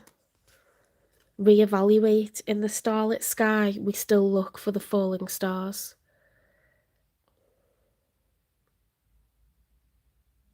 Yeah, sometimes our focus has been on people that were never really good enough for us. Do you know what I mean? That was never going to be our HEA, or happily ever after. The timing for new love for Cancer, please.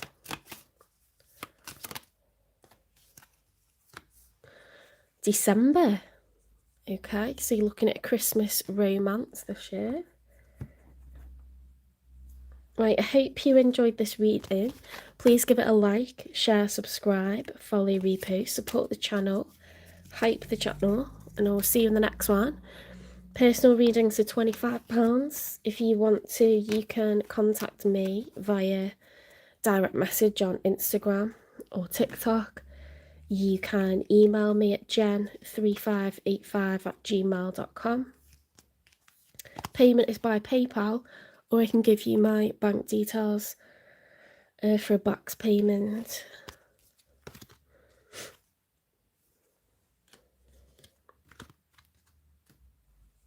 So no, not everyone can do PayPal.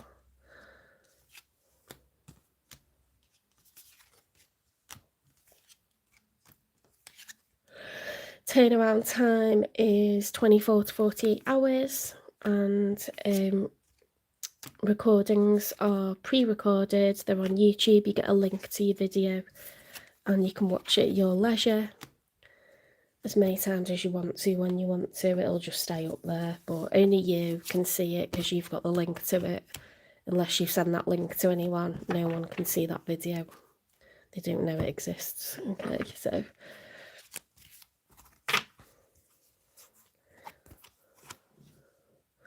ooh, my back. I've been sitting hunched. It's been a bit grim, hasn't it, with these readings so far? So we've done Aries, Taurus, Gemini and Cancer. We're going on to Leo next.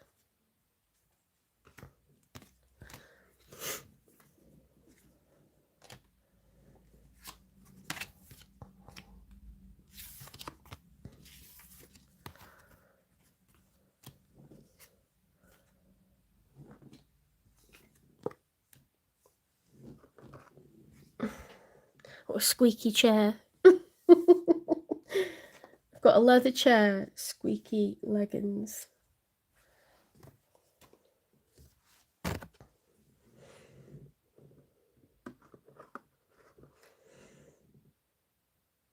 $6.30. Okay. So I'm going to do Leo and Virgo, and then I will do the other 6 signs probably Tuesday, Wednesday. I won't be able to do them tomorrow because I've got pottery tomorrow. Well, I'll have done 6 hours online by the time I get Virgo done, so I'll need to move around and, you know, not just have blood pool up in my legs. So yeah, if you're looking for any of the last 6 signs of the zodiac, anything after Virgo will be on another night. But you are welcome to hang around. I always watch the sign of a person as well. There'll be plenty of tarot out today. Sundays, there's always loads of tarot for all signs, and then seems to be a lot on Tuesdays for Taurus, which I am.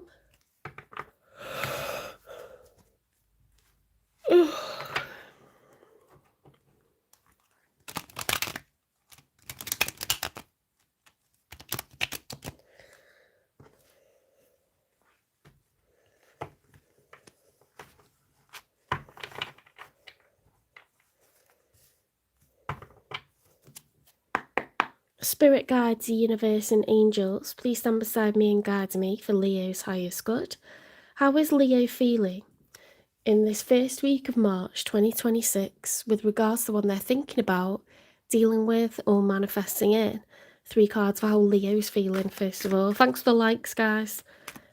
We're definitely into spring now, aren't we? It's the 1st of March. I saw a bumblebee the size of a blimp today outside my bedroom window when I put the blind up. I thought, that is huge, like a golf ball. 7 of Swords upright. Okay.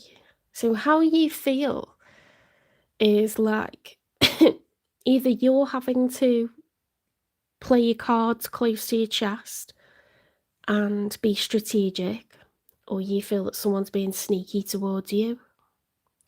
Because this is 7 of Swords is someone trying to get away with something. So you could be having to strategically leave something or strategically date someone on the DL.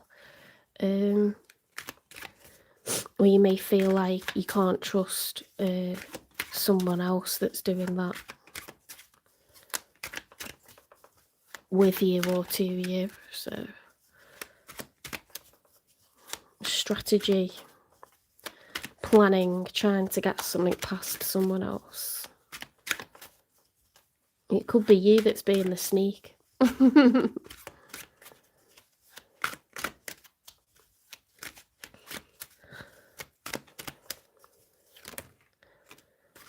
Right, we've got heartbreak and we've got the King of Swords. You could be severing ties with someone, you know.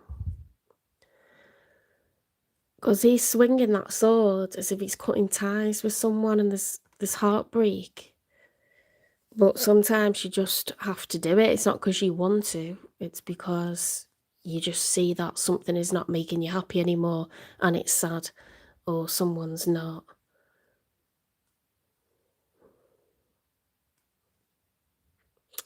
Oh, it's not a nice combination, that. The King of Swords is it's air energy. It's Gemini, Libra, Aquarius energy. It is a card of strategy. You've got all swords. So we've got strategy, planning, lots of thinking going on. We've got truth, honesty, logic, reasoning. You know, there's not cups of love there. There's not fiery passion there. It's just cold, calculated, clinical. It does look like you're severing ties with someone. You know, swords are communication, they're justice, they're knowledge. what's right, what's fair, what's true. It's logic and reasoning, thinking about something from that perspective. They're also, you know, thoughts, communication, and they can be pain.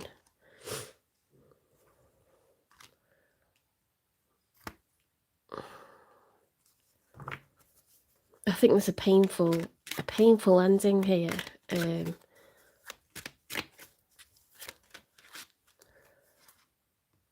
Ace of Pentacles reversed. So a lack of a new beginning, lack of opportunity, lack of abundance. No second chances. Let's get 3 for the one that's showing up for you. Hi Vanessa, I'm not taking questions in the chat, but you're very welcome to a personal reading for £25 if you wish to have a personal reading. You can direct message on Instagram or TikTok, or you can email me at jen3585@gmail.com. They are this spread and they are this long, the 45 minutes plus, so loads of detail. We excavate. I don't like to do pick a card. I don't feel like it tells us anything. Justice. So we've got the major arcana for Libra. You could be dealing with a Libra because this is their cards now. Someone's concerned with what's fair, what's true, you know, redressing the balance, getting success, getting fairness, getting truth. It could be legalities. So they are showing up as the High Priestess. So this is someone that's navigating whatever comes their way quite successfully. They're like a lynx. They can spot everything in the dark, you know, navigate issues that come their way very adeptly. And yeah, it's the third eye. It's that Pisces water energy, like fear, but also illusion. Like, I'm going to navigate through all of these challenges very adeptly.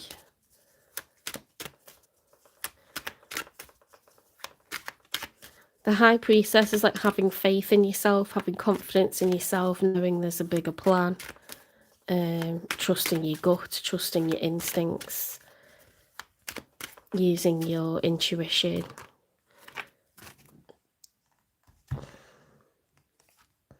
We've got a lot of cards here. So we've got the Nine of Pentacles, the Eight of Pentacles, the Knight of Cups reversed. Yeah, so it's shut off from feelings, becoming single, becoming abundant and being single for this person. The Three of Wands is after the planning phase. It's taking action. The challenge is like, you know, can I rest? I'm feeling restless. Willpower, determination, huge determination with that Cancer. Major for Cancer, it's the Chariot. This is like huge goals, drive, ambition, motivation, making big moves, power moves to get what we want.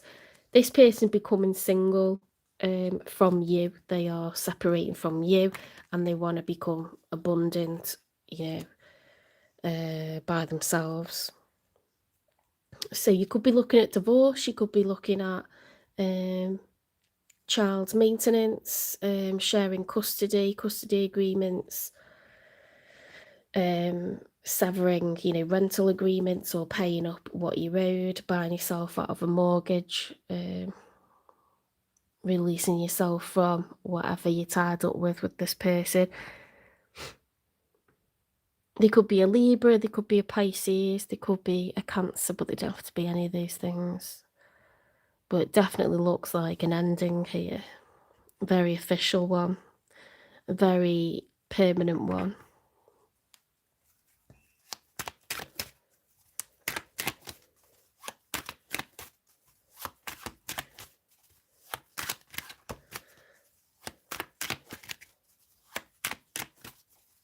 Let's get 3 for the outcome.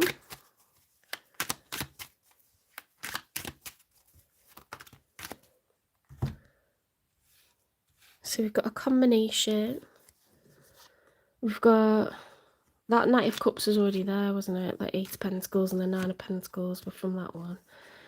You've got, and they've got, the 5 of Cups reversed, recovery from grief, sadness, loss, regret. The King of Cups upright and the Ace of Cups upright. So this could be recovery of balance, emotional balance, empathy, patience, forgiveness, self-care, healing, because we recognise that we are recovering from this. Yeah, it's difficult when you're still living together or you've still got things tied up together and it's not been working or it's been over for a long time. This looks very much like legal changes and agreements and very permanent stuff. They had the Knight of Cups reversed, so they're not expressing emotions anymore. That's being withdrawn. We've got the King of Cups, the Ace of Cups. All these cups, we had all these swords together. Now we've got all these cups together. They've got all these pentacles. Yeah, there's definitely a parting of ways here. Let's get 2 more for the outcome, because they were all one big combo.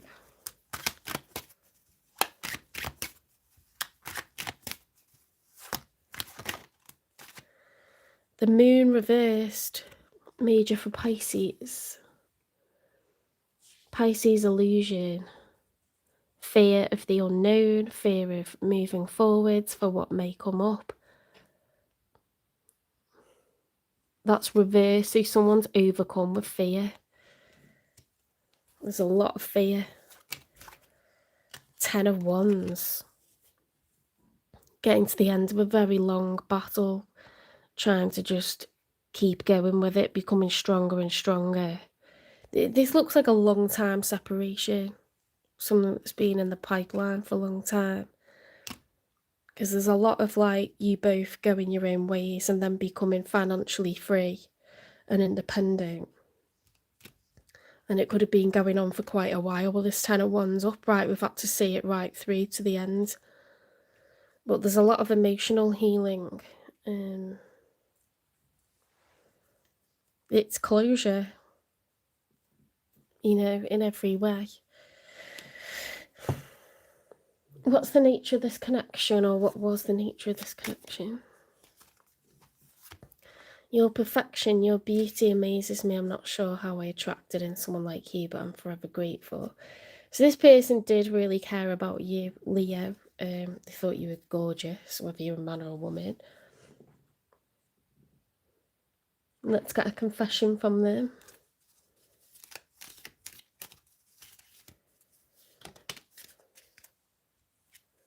I am focused on my career and finances. Yeah, they're trying to like work on their abundance, like as an individual now.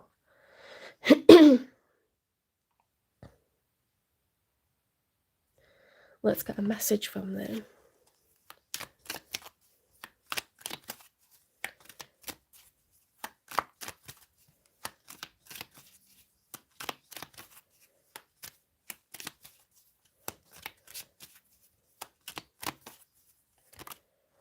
Love me. My life started when I met you. Sex. Sometimes wonder if you care. I never imagined so much perfection. You got perfection twice. I feel the same way. Listen to your heart. I am coming, trust. What on earth?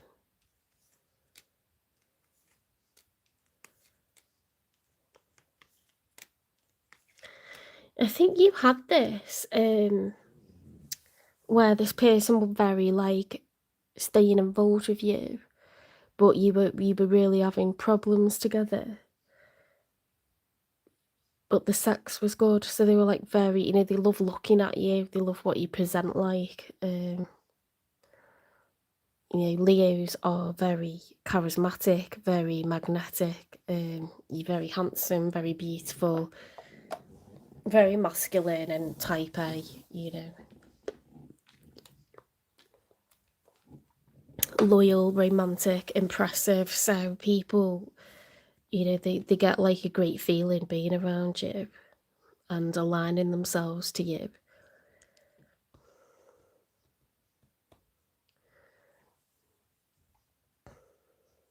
It could have been quite a whirlwind romance, you know, when you got serious and then you realise, like, there's not so much substance to it.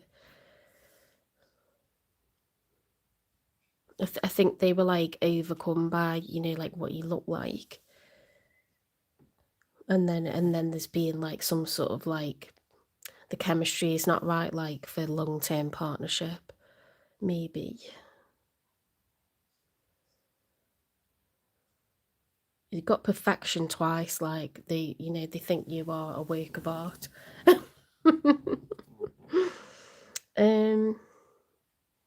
Why is this happening now? Does seem very final.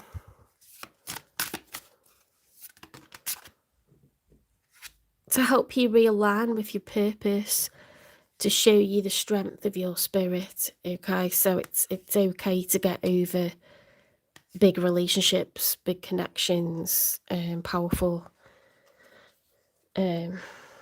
relationships, you know, things that have made a huge impression on you. You've got loads more to achieve in your life, loads more living to do. You kind of got a little bit away from your purpose. So I don't know if this gave you like a sense of security and you sort of overly focused on it.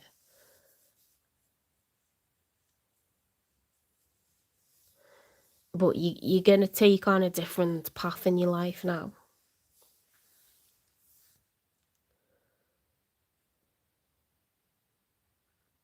Just thinking what to get next for you. What's the messy truth about this connection, or what this connection was? Hot and cold. Mixed signals, pull, push, whiplash.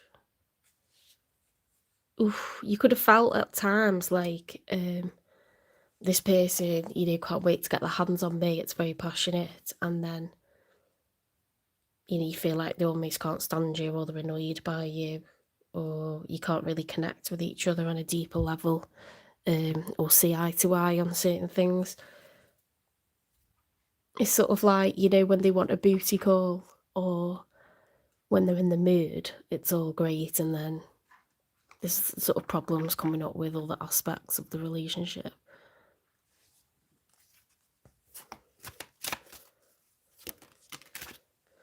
Closed off, not emotionally available, distracted, hurt in the past. Someone could have used this as a rebound, got into a relationship and they're actually like not available, not emotionally available, still recovering from a person that they're upset over.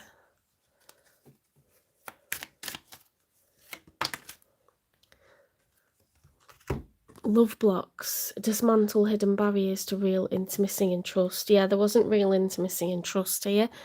I'm sure trust was an issue as well previously in your readings.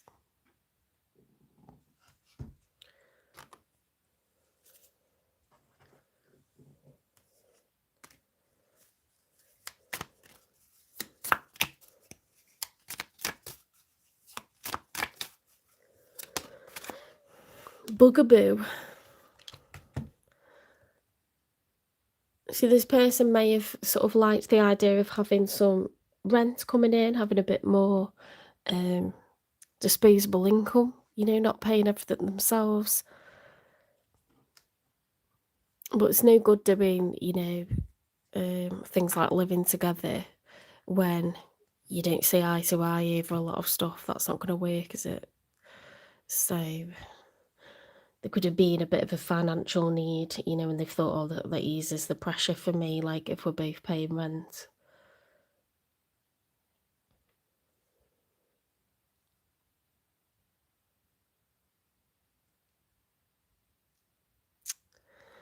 And they liked what you looked like, they liked your sex, you know, they like getting to look at you and live with you, but it could be very different people.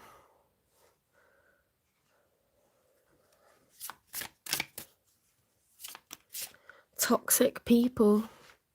Addictions, bad advice, wrong crowd.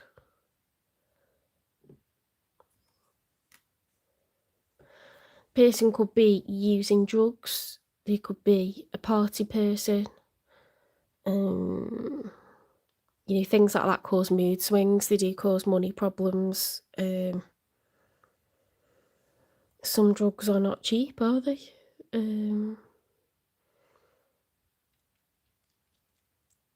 Some vices are not cheap. They're costly. Or they get people, you know, in a bad mood. God, some people are horrific after a couple of drinks or drugs. They are so angry and confrontational. Or they get, you know, they could be acting, they could be a bit younger than you, they could be immature, they could be someone that goes out a lot, you know, they've got to have their hair held back to be sick and, like, you know, taken care of, sent home in a taxi and still just being, like, you know, in the 20s or something. It's not cute, is it? Like, when you're past that, you're like, ew, because it's understandable, like, we've all done that even in our 30s, but you're not doing it all the time.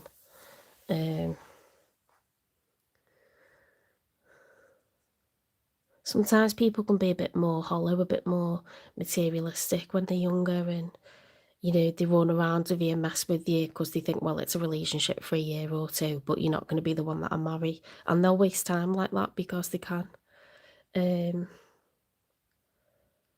So you might just be thinking that I need out of this because we're not in the same phase of our lives.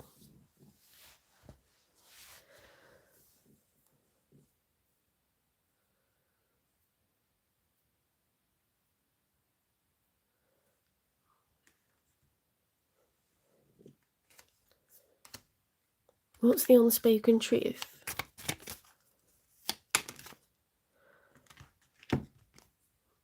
Your smile once lit up my entire world. Okay, they were enamoured with you, but it's too much about, like, what you look like, isn't it? This person needs to work on their independence, the finances, they've got a lot of growing up to do. They liked what you look like. That does not make for the love of a lifetime. So you are healing, you are moving on. It's a bit scary, you know, it's difficult, but you will do it. Let's get a message from the universe. Live your life to its fullest potential. Let go of the need for approval from others. Live up to your own expectations and no one else's. No more selling yourself short. Keep moving forward. You've got this.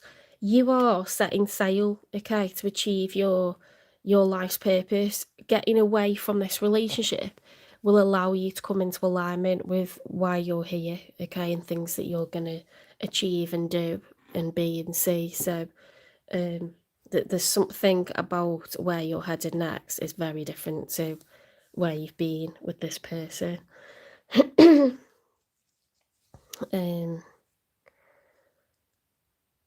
You are on the right path, guys.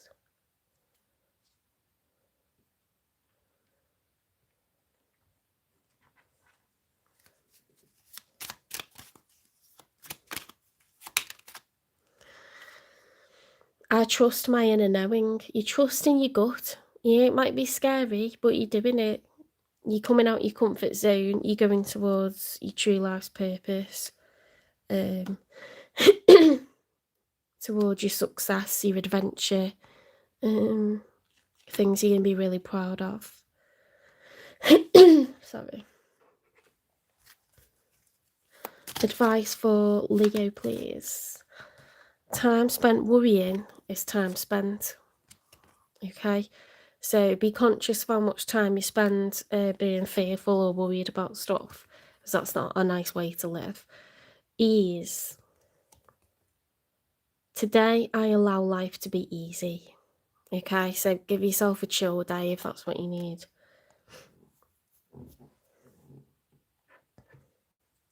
Rome was not built in a day, so we don't try to achieve everything we're supposed to be and do in a day. Give yourself a day off.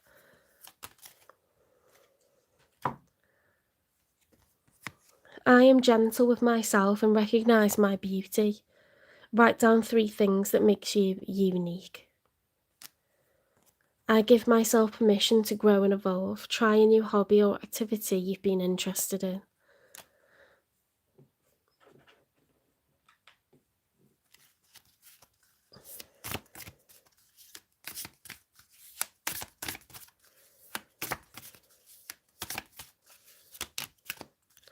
My wholeness includes all the pieces I once disowned. Oh. Everything we've ever experienced, all the places we've been, the people we've interacted with, the things that we've done, even the mistakes that we've made, it's part of our journey, you know, and we should claim all of it. In the dark, I discover how bright I truly am. Yeah, no one's perfect. Everyone has failed at stuff. Everyone has made mistakes or stayed in that comfort zone and stayed in something too long or gone back to someone they shouldn't have gone back to. We're just human, you know. Claim it, you know, claim every time you failed an exam and got it the next time, you failed your driving test and got it 2 times later, or, you know, didn't fill out paperwork the right way and filled out later the second time, you know, perfectly. So it's just, we got to have resilience, keep going, claim it all. It's all a voyage of discovery, isn't it? The good and the bad. All of this is like, it's very like poignant, that as well, because all the parts of us,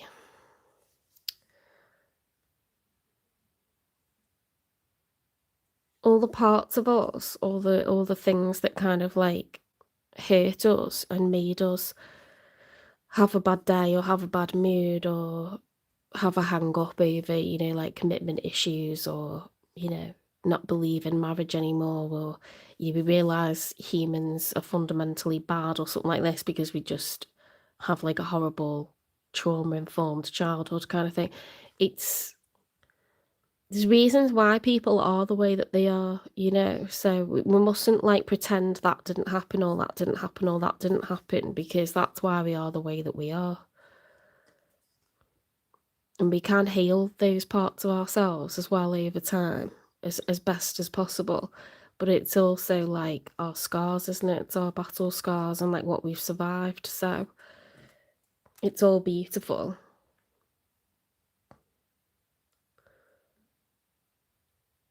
We're here and we're still here, and we're able to have good times again and meet new lovely people who want the best for us, and, you know,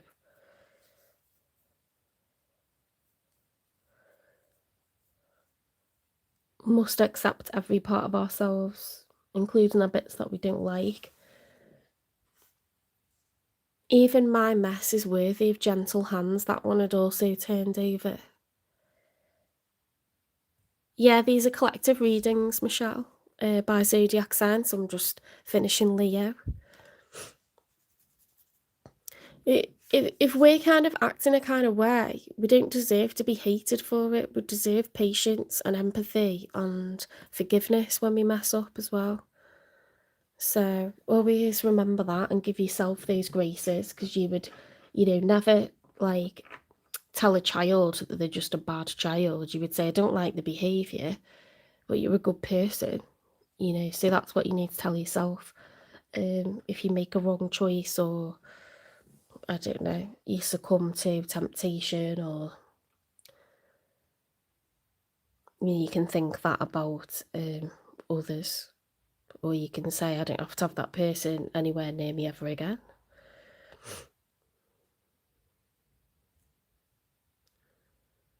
But be gentle with yourself. Don't chastise yourself.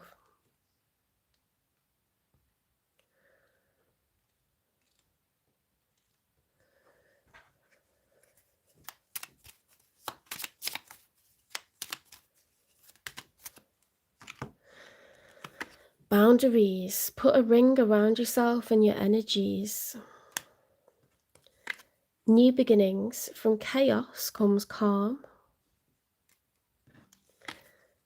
Eternity. Give yourself permission to slow down. Okay, you've got lots of time to do the things that you want to do and achieve the things that you want to achieve. You know, it's a bit like, life's a bit like a horse race, isn't it? When you watch the Grand National and you're like watching all the horses, like everyone's kind of moving it different, and all the positions change all the time. So, you know, don't put yourself under so much pressure or scold yourself if you're not doing something at the same pace as someone else, because there's lots of ways that people can fall back and push ahead, and it happens constantly through life. So just concentrate on your own journey. The beauty of life's in the day-to-day. Yes, it's nice to aim towards goals, but we must try to enjoy lots of things in the day-to-day.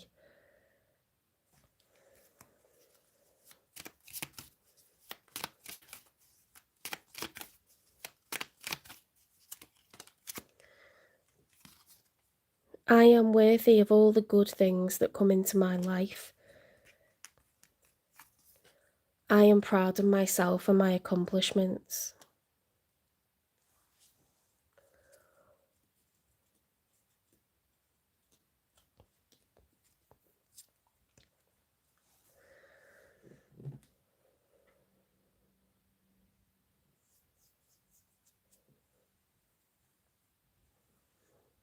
So when is Leo going to get new love? Because this is done.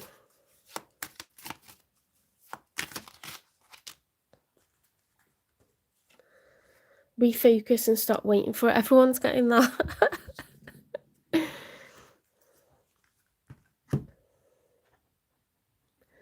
Okay, so while you're rerouting, if you think about it, it's not a great time to get involved with someone, because if you're setting sail for some major goal or life purpose, you gotta wait till you're kind of into that, really, before you pursue a relationship with someone, because otherwise you're gonna start something, then you're gonna have to leave, aren't you?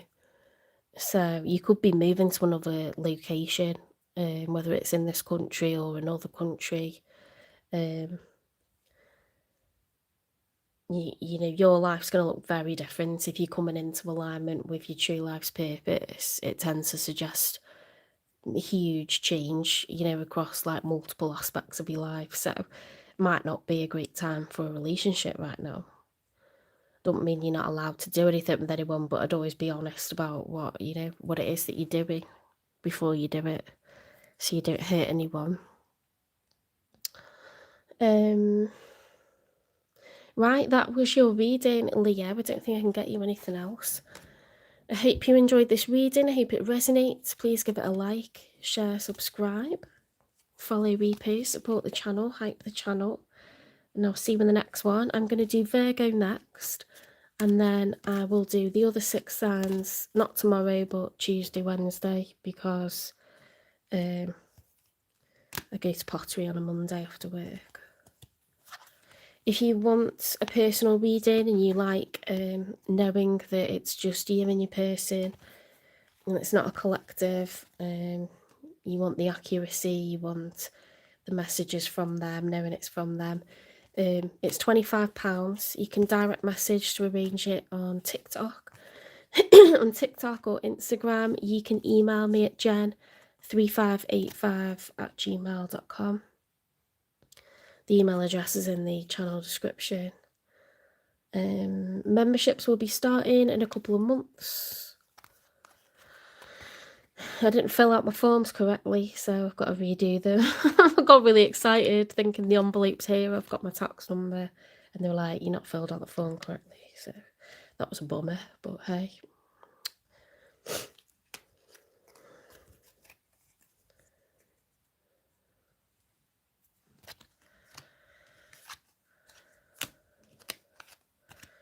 They're not saying I can't have one, they're just saying you don't fill out correctly, babes. So we're going to accept the information, and at some point it will get sorted out. I'm just going to ring them up and say, please tell me how to fill out this form. because I got it wrong trying to figure it out myself. And the accountant that I hired obviously didn't think it was wrong, so we're going to ask the tax department themselves.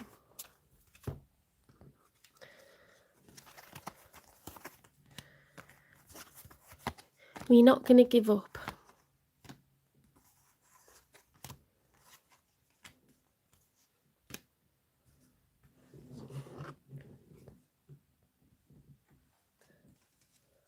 Okay, Virgo, last one of the evening.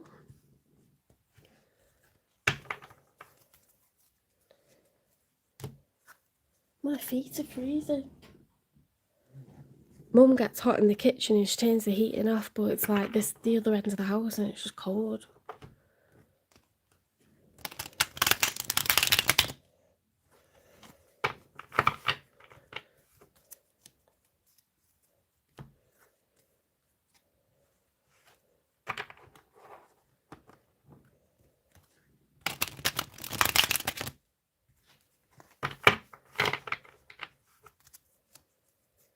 I've got loads to be thankful for, actually. I would rather get into a mindset of abundance, and I feel like I said to my sister, we were in the car, there was this song came on by Lizzo, and it was like, Big Bitch Energy. And I was like, oh my God. And then it was like, I've been a little bitch today, haven't I? And she was like, yeah, you kind of.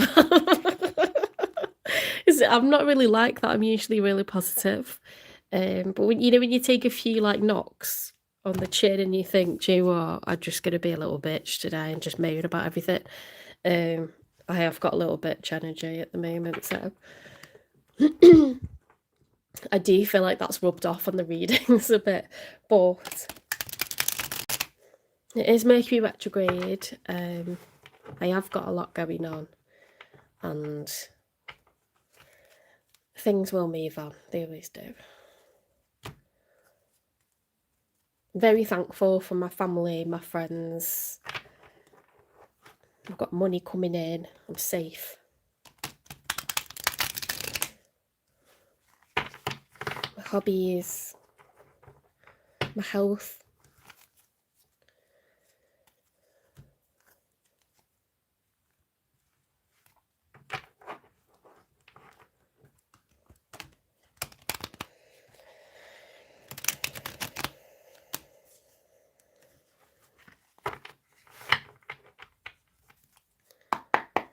Okay, spirit guides, the universe and angels, please stand beside me and guide me for Virgo's highest good.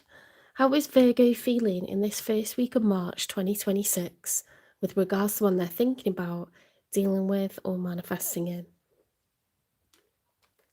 3 cards for how Virgo's feeling, please.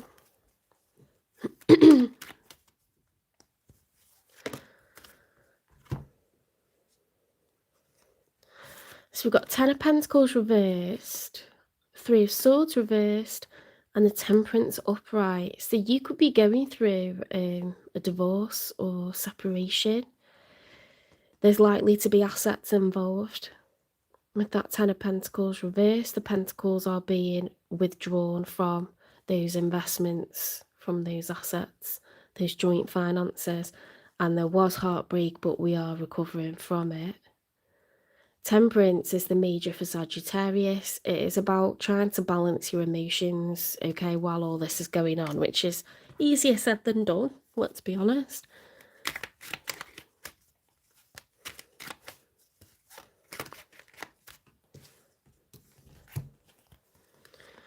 The Hierophant, the Ten of Swords, and the King of Pentacles. Yeah, so the King of Pentacles is reversed.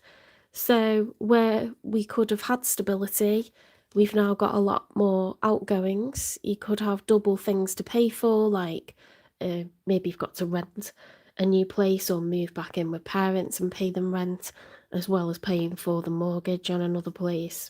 So that's going to put added financial pressure. 10 of Swords is a painful cycle, stressful cycle, but at least it's coming to an end. The Hierophant is the major for Taurus. The Hierophant has learnt so many harsh lessons in life, more than your average person, okay? A lot of life experience, seen a lot, done a lot, dated a lot of people, different kinds of people, okay? A lot of it bad, some of it really good. But basically, they're no longer the student, they're now the teacher, okay? So the Hierophant is the teacher.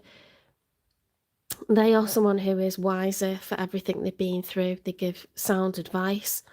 And they're very open with the things that have happened to them and the things that they've experienced and seen and done. They like to share it because they want to prevent others from learning the harsh lessons the way they did.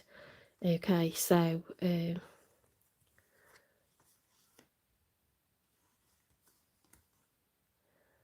Virgo, you could be feeling like you've experienced a lot, you're going through a lot, and it's, you know, making you the person that you are. Not necessarily comfortable, but eventful, life-changing, you know, changes you as a person. Could be struggling financially at the moment.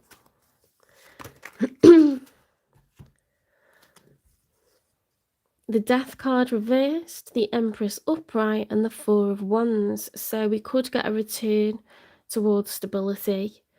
Death card reversed is like we're trying to close out a cycle, but we could feel with that water energy, that Scorpio energy, it's the major for Scorpio, that we're not quite through this transition period, you know. Could be to do with property or a home ownership. 4 is the most stable number in the tarot deck. We've got another card for Taurus. It's also shared with Libra, the Empress. The Empress is the highest status in the tarot deck. She's equal to the Emperor. She has all 4 queens. She's beautiful, but she is abundant. So she is a problem solver. She is the ultimate creator, the ultimate nurturer. Very patient, understanding, caring, forgiving. A solid provider. Pregnant with ideas, pregnant with possibility. She has to restart from zero many times. The Empress is not an easy way to the top, but she has everything that it takes to recover each time. Very high status, very abundant, does not chase, you know, dregs, unless feeling, you know, less than herself. But you could be a man or a woman. It's not about gender. It's just the Empress energy is I am abundant. I am a problem solver. I am creative. I am productive. But there could be like some emotional difficulty when it comes to, I don't know whether it's to do with a house or just regaining stability. Let's get 3 for the outcome. And you are Virgo, so you are an Earth mother, you know, very grounded, very practical, at one with nature. More probably you are the tree hugger of the, you know, the zodiac wheel. You are the one that's really like zen and at one with planet Earth, Mother Earth. My mum's a Virgo. She thinks she can hear the plants growing. You know what I mean? It's extreme. Even more than a Taurus. I love being in nature. I love it and I need it to feel grounded. It helps me so much. But yeah, my mum's like even more. Where's that gone? Here. 6 of Swords in the challenge position. So yeah, so we've got the person that's showing up for you is trying to move on, but they find it really difficult. Okay, they're trying to set sail and leave the baggage, throw that overboard, and it's hard. It's hard to close it out. So that's the challenge for them.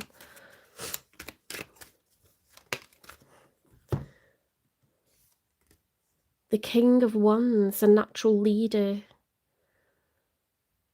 Leo energy, fire energy, Aries, Leo, Sagittarius. So Wands, King of Wands is very stable energy, very determined, solar plexus activated, confident, type A personality, alpha. you know, whether it's male or female, it's that masculine energy, and it's like, I am a leader, I am in control, I am ambitious, I'm action orientated, I create goals and I go for them. So this person is trying to get into that zone, get into that mode of creating goals, going for them, taking leadership. But it's hard when you've got, you know, a healing heart, isn't it? It can certainly be done. Sometimes it's the motivation comes from the pain, you know, to sort of create new goals and go for them to get ourselves out of that situation. Ace of Cups. Why is everything in the challenge position? So this is healing, and this is like defense and competition, determination, trying to maintain the high ground. It's really difficult, isn't it? If you're constantly in a defensive state, it's hard to recover. So we need to find a way to recover and like not be up against it. So you got to give yourself enough time, you know, time to recover, time to heal, because sometimes you're very vulnerable after something's first fallen through, like a relationship breakdown or losing a job or relocating very suddenly, you know, back from somewhere that you went to live. Returning home can feel weird. It can be hard to settle back in. So sometimes time is a good factor, or other people or things help us through. People more than things, I would think, but getting a new job can help you to focus. Hobbies can help you to calm down, distract you. Six of Pentacles upright, equal give and take. Increments of time, money and energy being provided equally on both sides. That's what this person desires.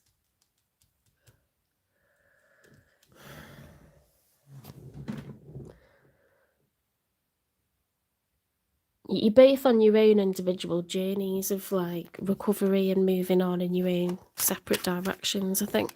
Let's get 3 for the outcome.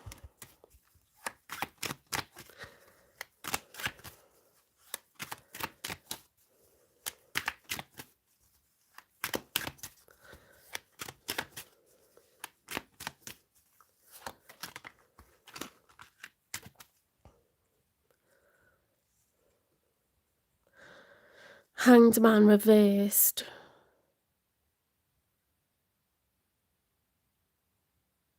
Yeah, it's like a stubbornness, you know, like it's like a resistance to being open-minded.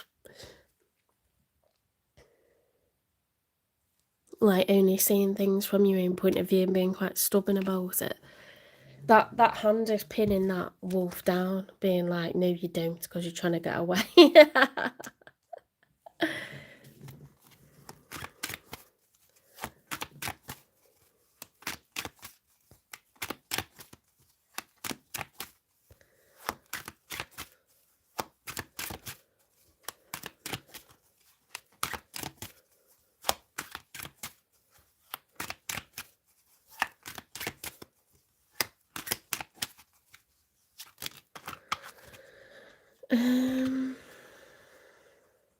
The 9 of Wands upright with the Justice reversed.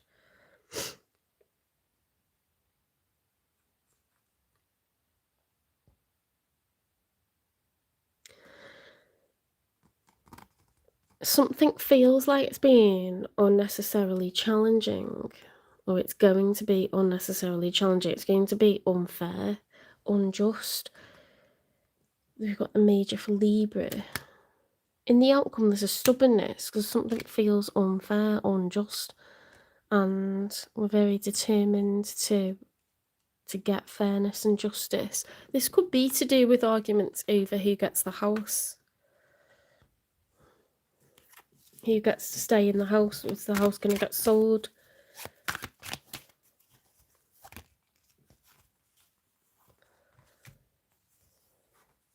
Eight of Swords with the King of Swords reversed. Could get messy, you know. The King of Swords, when it's upright, is truth, fairness, honesty, the facts, careful research, you know, clever communication.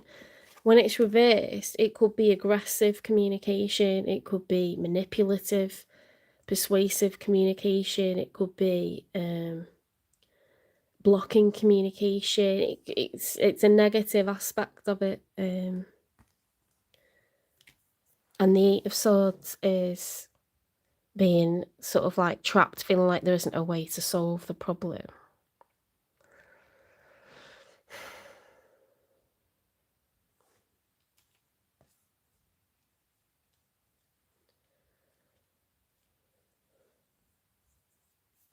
What's the nature of this connection? Or what was the nature of this connection?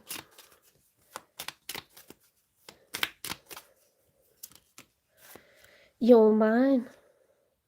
I get so pissed knowing other people can have you now. Is it toxic? Yeah, I don't care. I want the world to know you're mine. My God.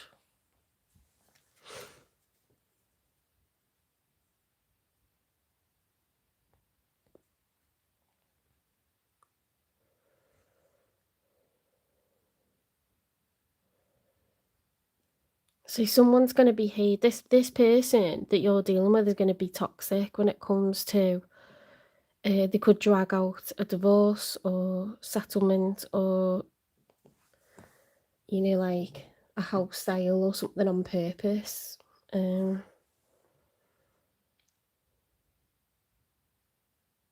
Because they're still hurting. They don't want you to move on. They don't want anyone else to have you. They're not happy with, you know, what's happening. They're resistant to it. They're in denial. They're angry.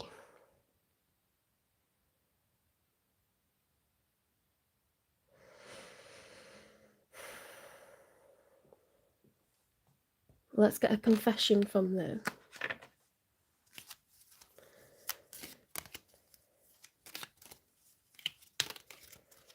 Hi, Luke. Luke's back with us. I want to commit to you. Oh my God. Read the room. I want to talk to you, but I don't know what to say. Ooh, yeah, they really don't want this to be happening.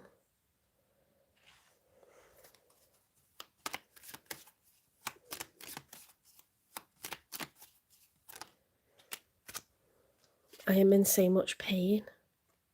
Ooh. It's a messy, acrimonious divorce, or, you know, division of assets. This person really doesn't want this to be happening. They're really struggling with it. It could get nasty, guys. It could get nasty. What's the messy truth?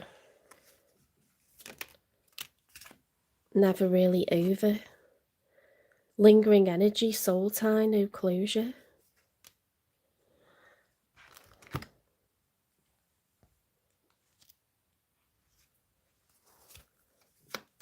What were the issues in this connection?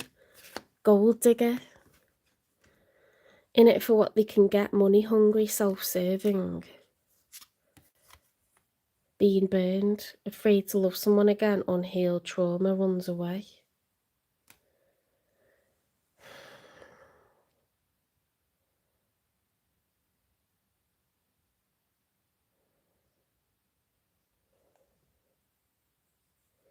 You could bring a lot of stability to this person's life, but they don't necessarily bring it to yours, you know?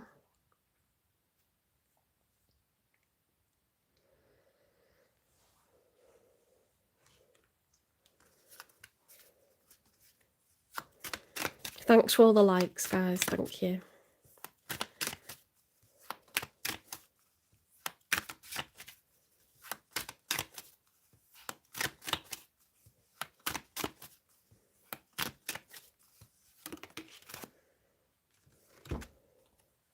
Storms of love. Conflict is an opportunity for growth and change. Growth's guidance. Nurture your roots to feel progress and rise beyond your dreams.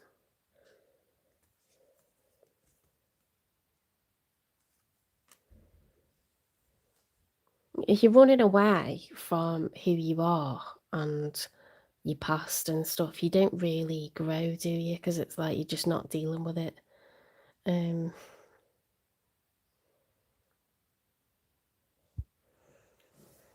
Money's definitely an issue here.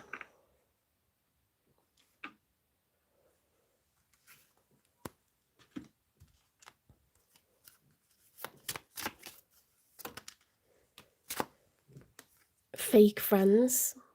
Okay, so this person kind of will be friends with pretty much anyone because they need the resources from them. They know a lot of people that they're not really like their friend. It's just like connections, like associations, you know. What do you call them when they're not friends? Acquaintances. Yeah.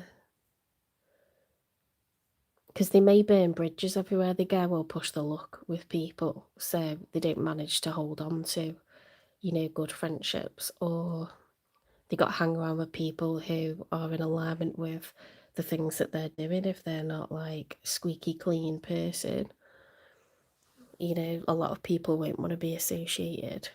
So, you know, they got fake friends for some reason.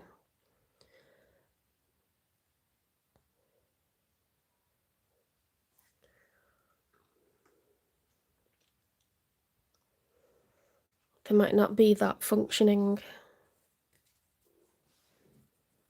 You know, like they've got to couch surf a lot, or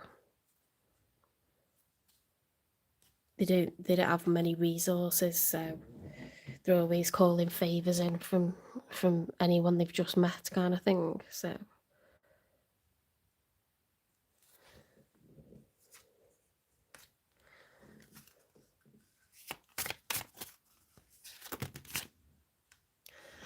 we've got mind games, immature, testing you, analysing you. So someone that plays head games. Egg on their face, ashamed, backfired, got caught. Okay, so this person's a bit sinister, guys. Broken mirrors, addictions, roller coaster, toxic connection. Unemployed, break fired, living beyond their means. Yeah, so this person's trouble because they're a bit chaotic. There's drama. They're always in trouble with money. They could be a toxic karmic if they're losing a lot of money to drugs or alcohol. If they're gambling, if they're spending it on prostitutes, you know, there's all sorts of ways people can, you know, they make crazy big purchases, loan money, borrow money from the wrong people, like loan sharks, or get into debt, you know, with people you don't want to be getting into debt with.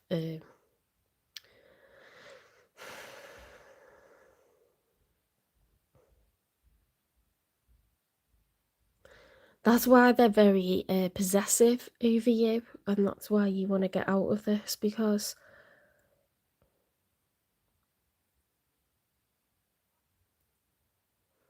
you made a bed with the wrong kind of person here, you know.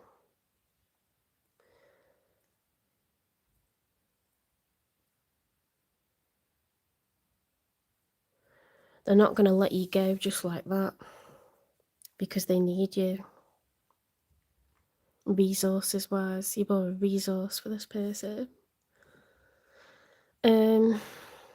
What's the unspoken truth? There are no real secrets in this world. Ooh. The mask has been, you know, the mask has slipped. You've seen what they're like. You want out. Why is this happening now?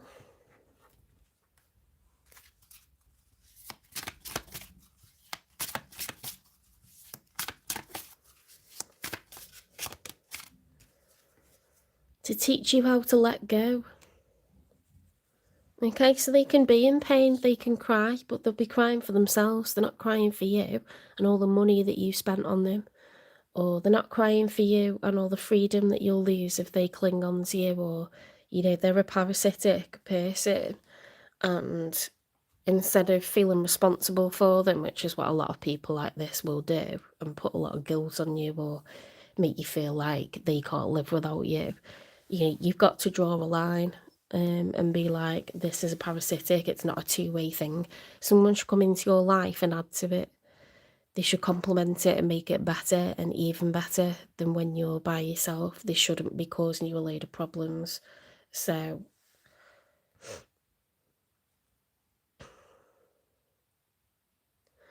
you're doing the right thing. Ending it, get rid.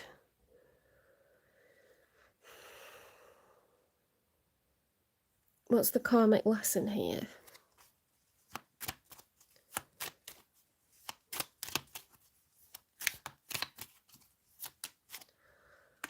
The mirror effect.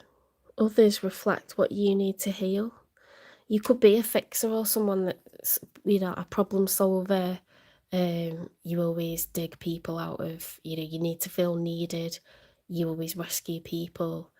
Or maybe you were kind of giving off I need to be rescued vibes and you attracted in a con artist, It's something like that. It's like this is the lesson that you needed to expose this person for who and what they really are so that you could heal a side of yourself. Do you know what I mean? Whether it's like realizing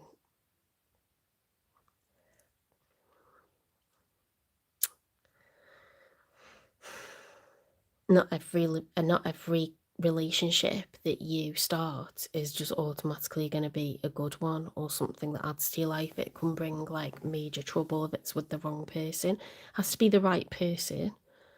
And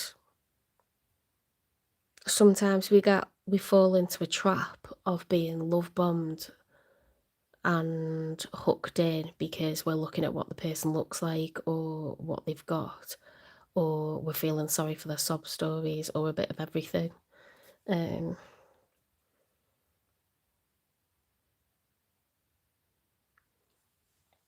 Sometimes we stay in stuff for too long, because we think, well, how are they going to survive without me?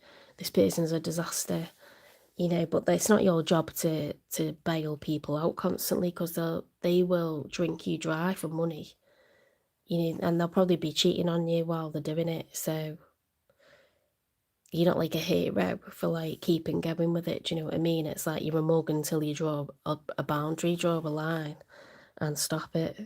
Stop the ride, I want to get off. It could be just a part of you empowering yourself after a period of putting up with and shutting up, or accepting less, or, having a false kind of future with someone. Just getting your confidence back. So some sort of like, some sort of lesson here. Let's get a message from the universe.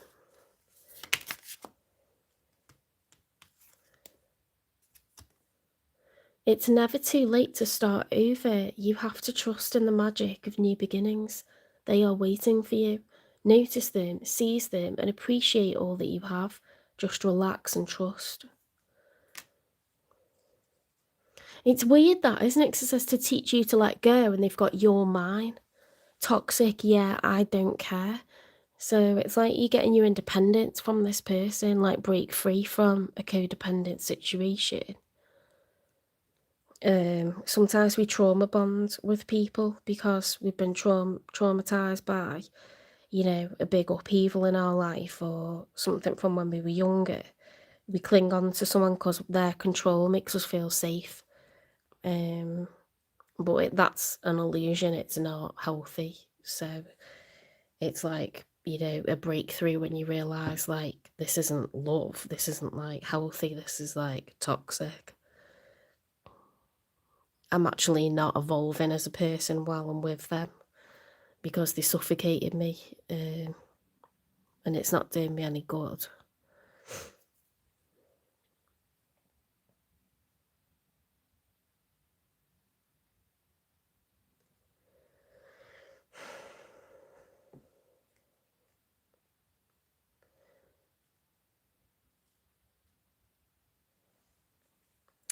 You know, sometimes we get involved with someone and it's like a really nice comfort blanket for us, and then we start to see red flags and we sort of stay doing it because we're like, I just really want to be in a relationship. This has made me feel focused.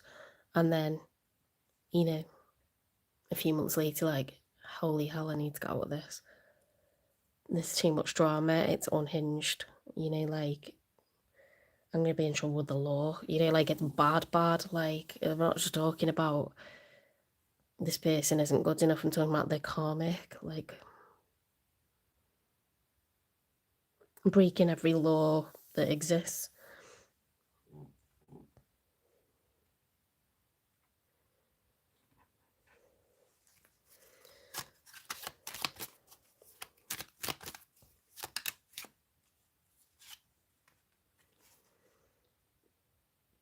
That's the instruction one. Let's pull that to the side.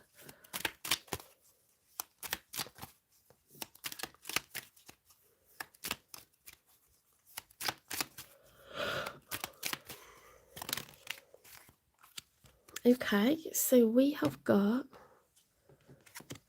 I act with courage and clarity, solar plexus. Okay, be assertive, be courageous, be brave. We get involved with karmics when we're not feeling any of that. Okay, I trust my inner tides. My desires are sacred and valid. Okay, so this is the sacral chakra. It's between your hips and your pelvic area. It's about your reproductive organs, your libido, your passion, your creativity. When, you know, that's all good, we sort of feel like nothing's a problem and it's hormone rushes, isn't it? But, you know, when you're relaxed as well, not just, you know, sort of away from sex and stuff like that, but when you're massaging, you're relaxed and you're happy and you're laughing and all these kind of positive feelings, you problem solve better because you've got reduced stress. You can see clearly, that sort of logic and reasoning and problem solving and working, finding different ways around things, improve. So that's when we become confident as well in our abilities. And don't let this like knock your confidence. Don't let this, you know, gain confidence from knowing that it's actually a lot harder when you stay involved with people who are disaster. You know, you're cutting the lead from your boots, aren't you? And you're grabbing hold of the balloon and you're going up with it because this can only like pull you down and do harm. So it's a no-brainer.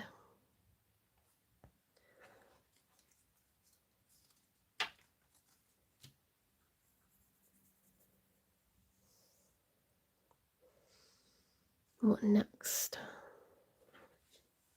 Let's get you some advice.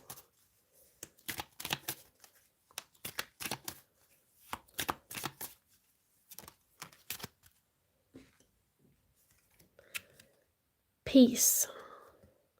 Just because some people are fueled by drama doesn't mean you have to attend the performance. Make your life a drama-free zone. We're talking about drama.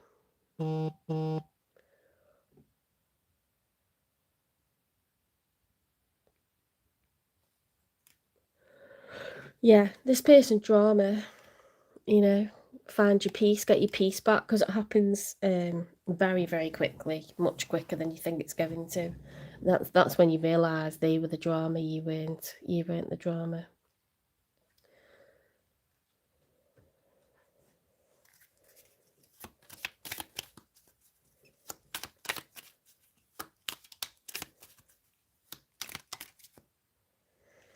I see my worth and my value every day. Invest in a small way to improve a skill or hobby.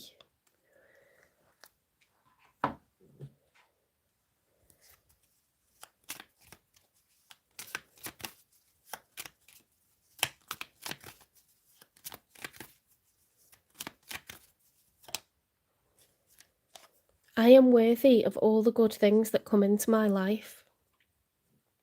And that's a nice positive affirmation. I am worthy of all the good things that come into my life.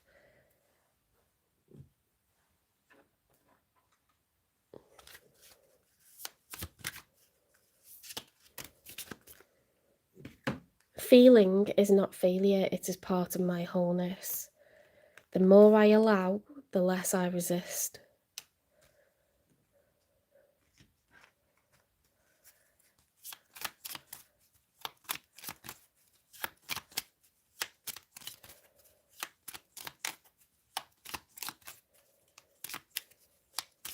Consciously unclench, you know, deep breathe, let everything drop your shoulders, let everything just flow around you, through you. Let things pass, let the storm pass. You know, don't hold on to shit, just let it move on, because it's time. Dark side, don't hide yourself away. Don't be ashamed, like when you've been involved with people like this that have betrayed you on multiple levels, if you have been dealing with a karmic or a user, you can feel like a shell of yourself. You feel ashamed, you feel embarrassed. It's so humiliating having to tell people that I got used for money, I got used for sex, I got used for this, I fell for someone because of what they look like. You have to admit a lot of stuff to people, but we've all done it, they've all done it, and a good person will listen. They will say, no judgment, you know, I've had it happen to me, there's nothing new under the sun, and you were a very stable person before this person came along. They're going to take the chaos with them when you get rid of them. You know, it's over now, could have been a lot worse, and you know, things will get back to normal ASAP. You know, we're not to really punish ourselves for coming across someone like this, because there's loads of people like this in the world, you know, but people will just be grateful when you do say, I know what this person is now.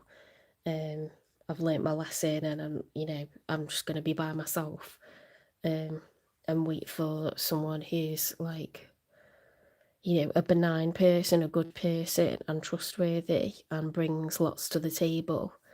This person doesn't bring anything to the table, they're a liar. That's why they had to lie, you know. I know what this person is now. People are just going to breathe a sigh of relief. Do you know what I mean? They're going to be like, thank God, because before they knew you didn't see it. So the fact that you're seeing it now, you're being honest, that's just going to be a relief to people.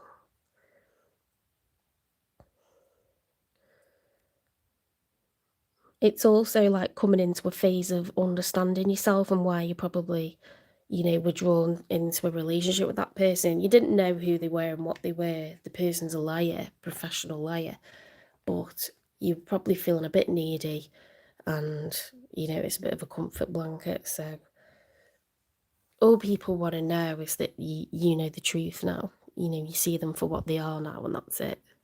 They'll be happy. The nightmare for them is when they think that you're like completely besotted with the person and you can't see them for what they really are. See, let's say there's anyone new coming in for you, Virgo.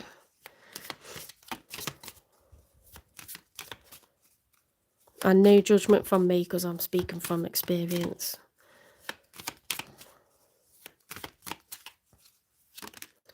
Obsessing over timing creates blocks, okay? So just give yourself time to heal and recover, get your dignity back. It'll happen so much faster. It'll honestly be a couple of weeks. It won't be, you know, the long time that you think it's going to be, because that person's not around you anymore. Alright, I hope this reading resonates. Please give it a like, share, subscribe, follow, repost, support the channel, hype the channel, and I'll see you in the next one. I will be doing the other 6 signs, not tomorrow, but Tuesday, Wednesday.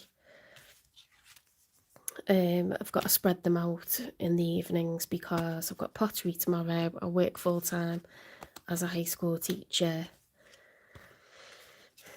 If you want a personal reading, they're £25. You can email me at jen3585@gmail.com.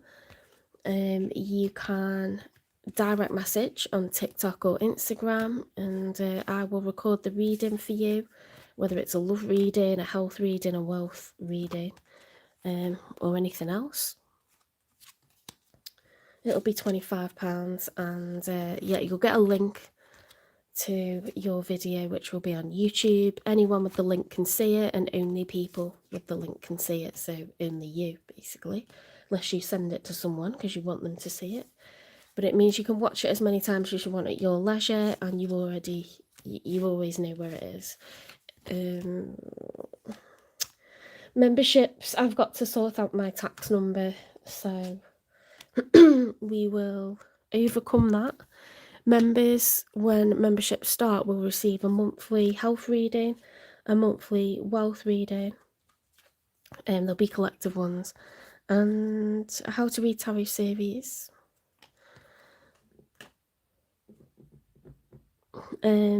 Love readings that are collective will remain free and weekly where possible. They'll always be free, but sometimes they might be fortnightly just because I get busier periods as well. Turnaround time for personal readings is 24 to 48 hours.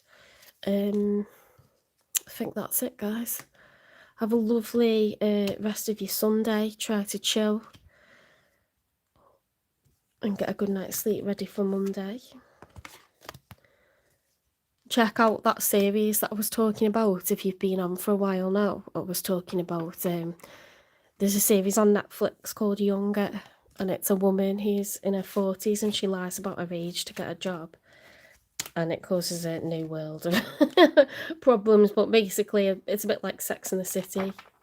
She has loads of relationships and it's quite fun. I've literally binged it for 7 seasons across like 5 days, so it's good. Hilary Duff's in it.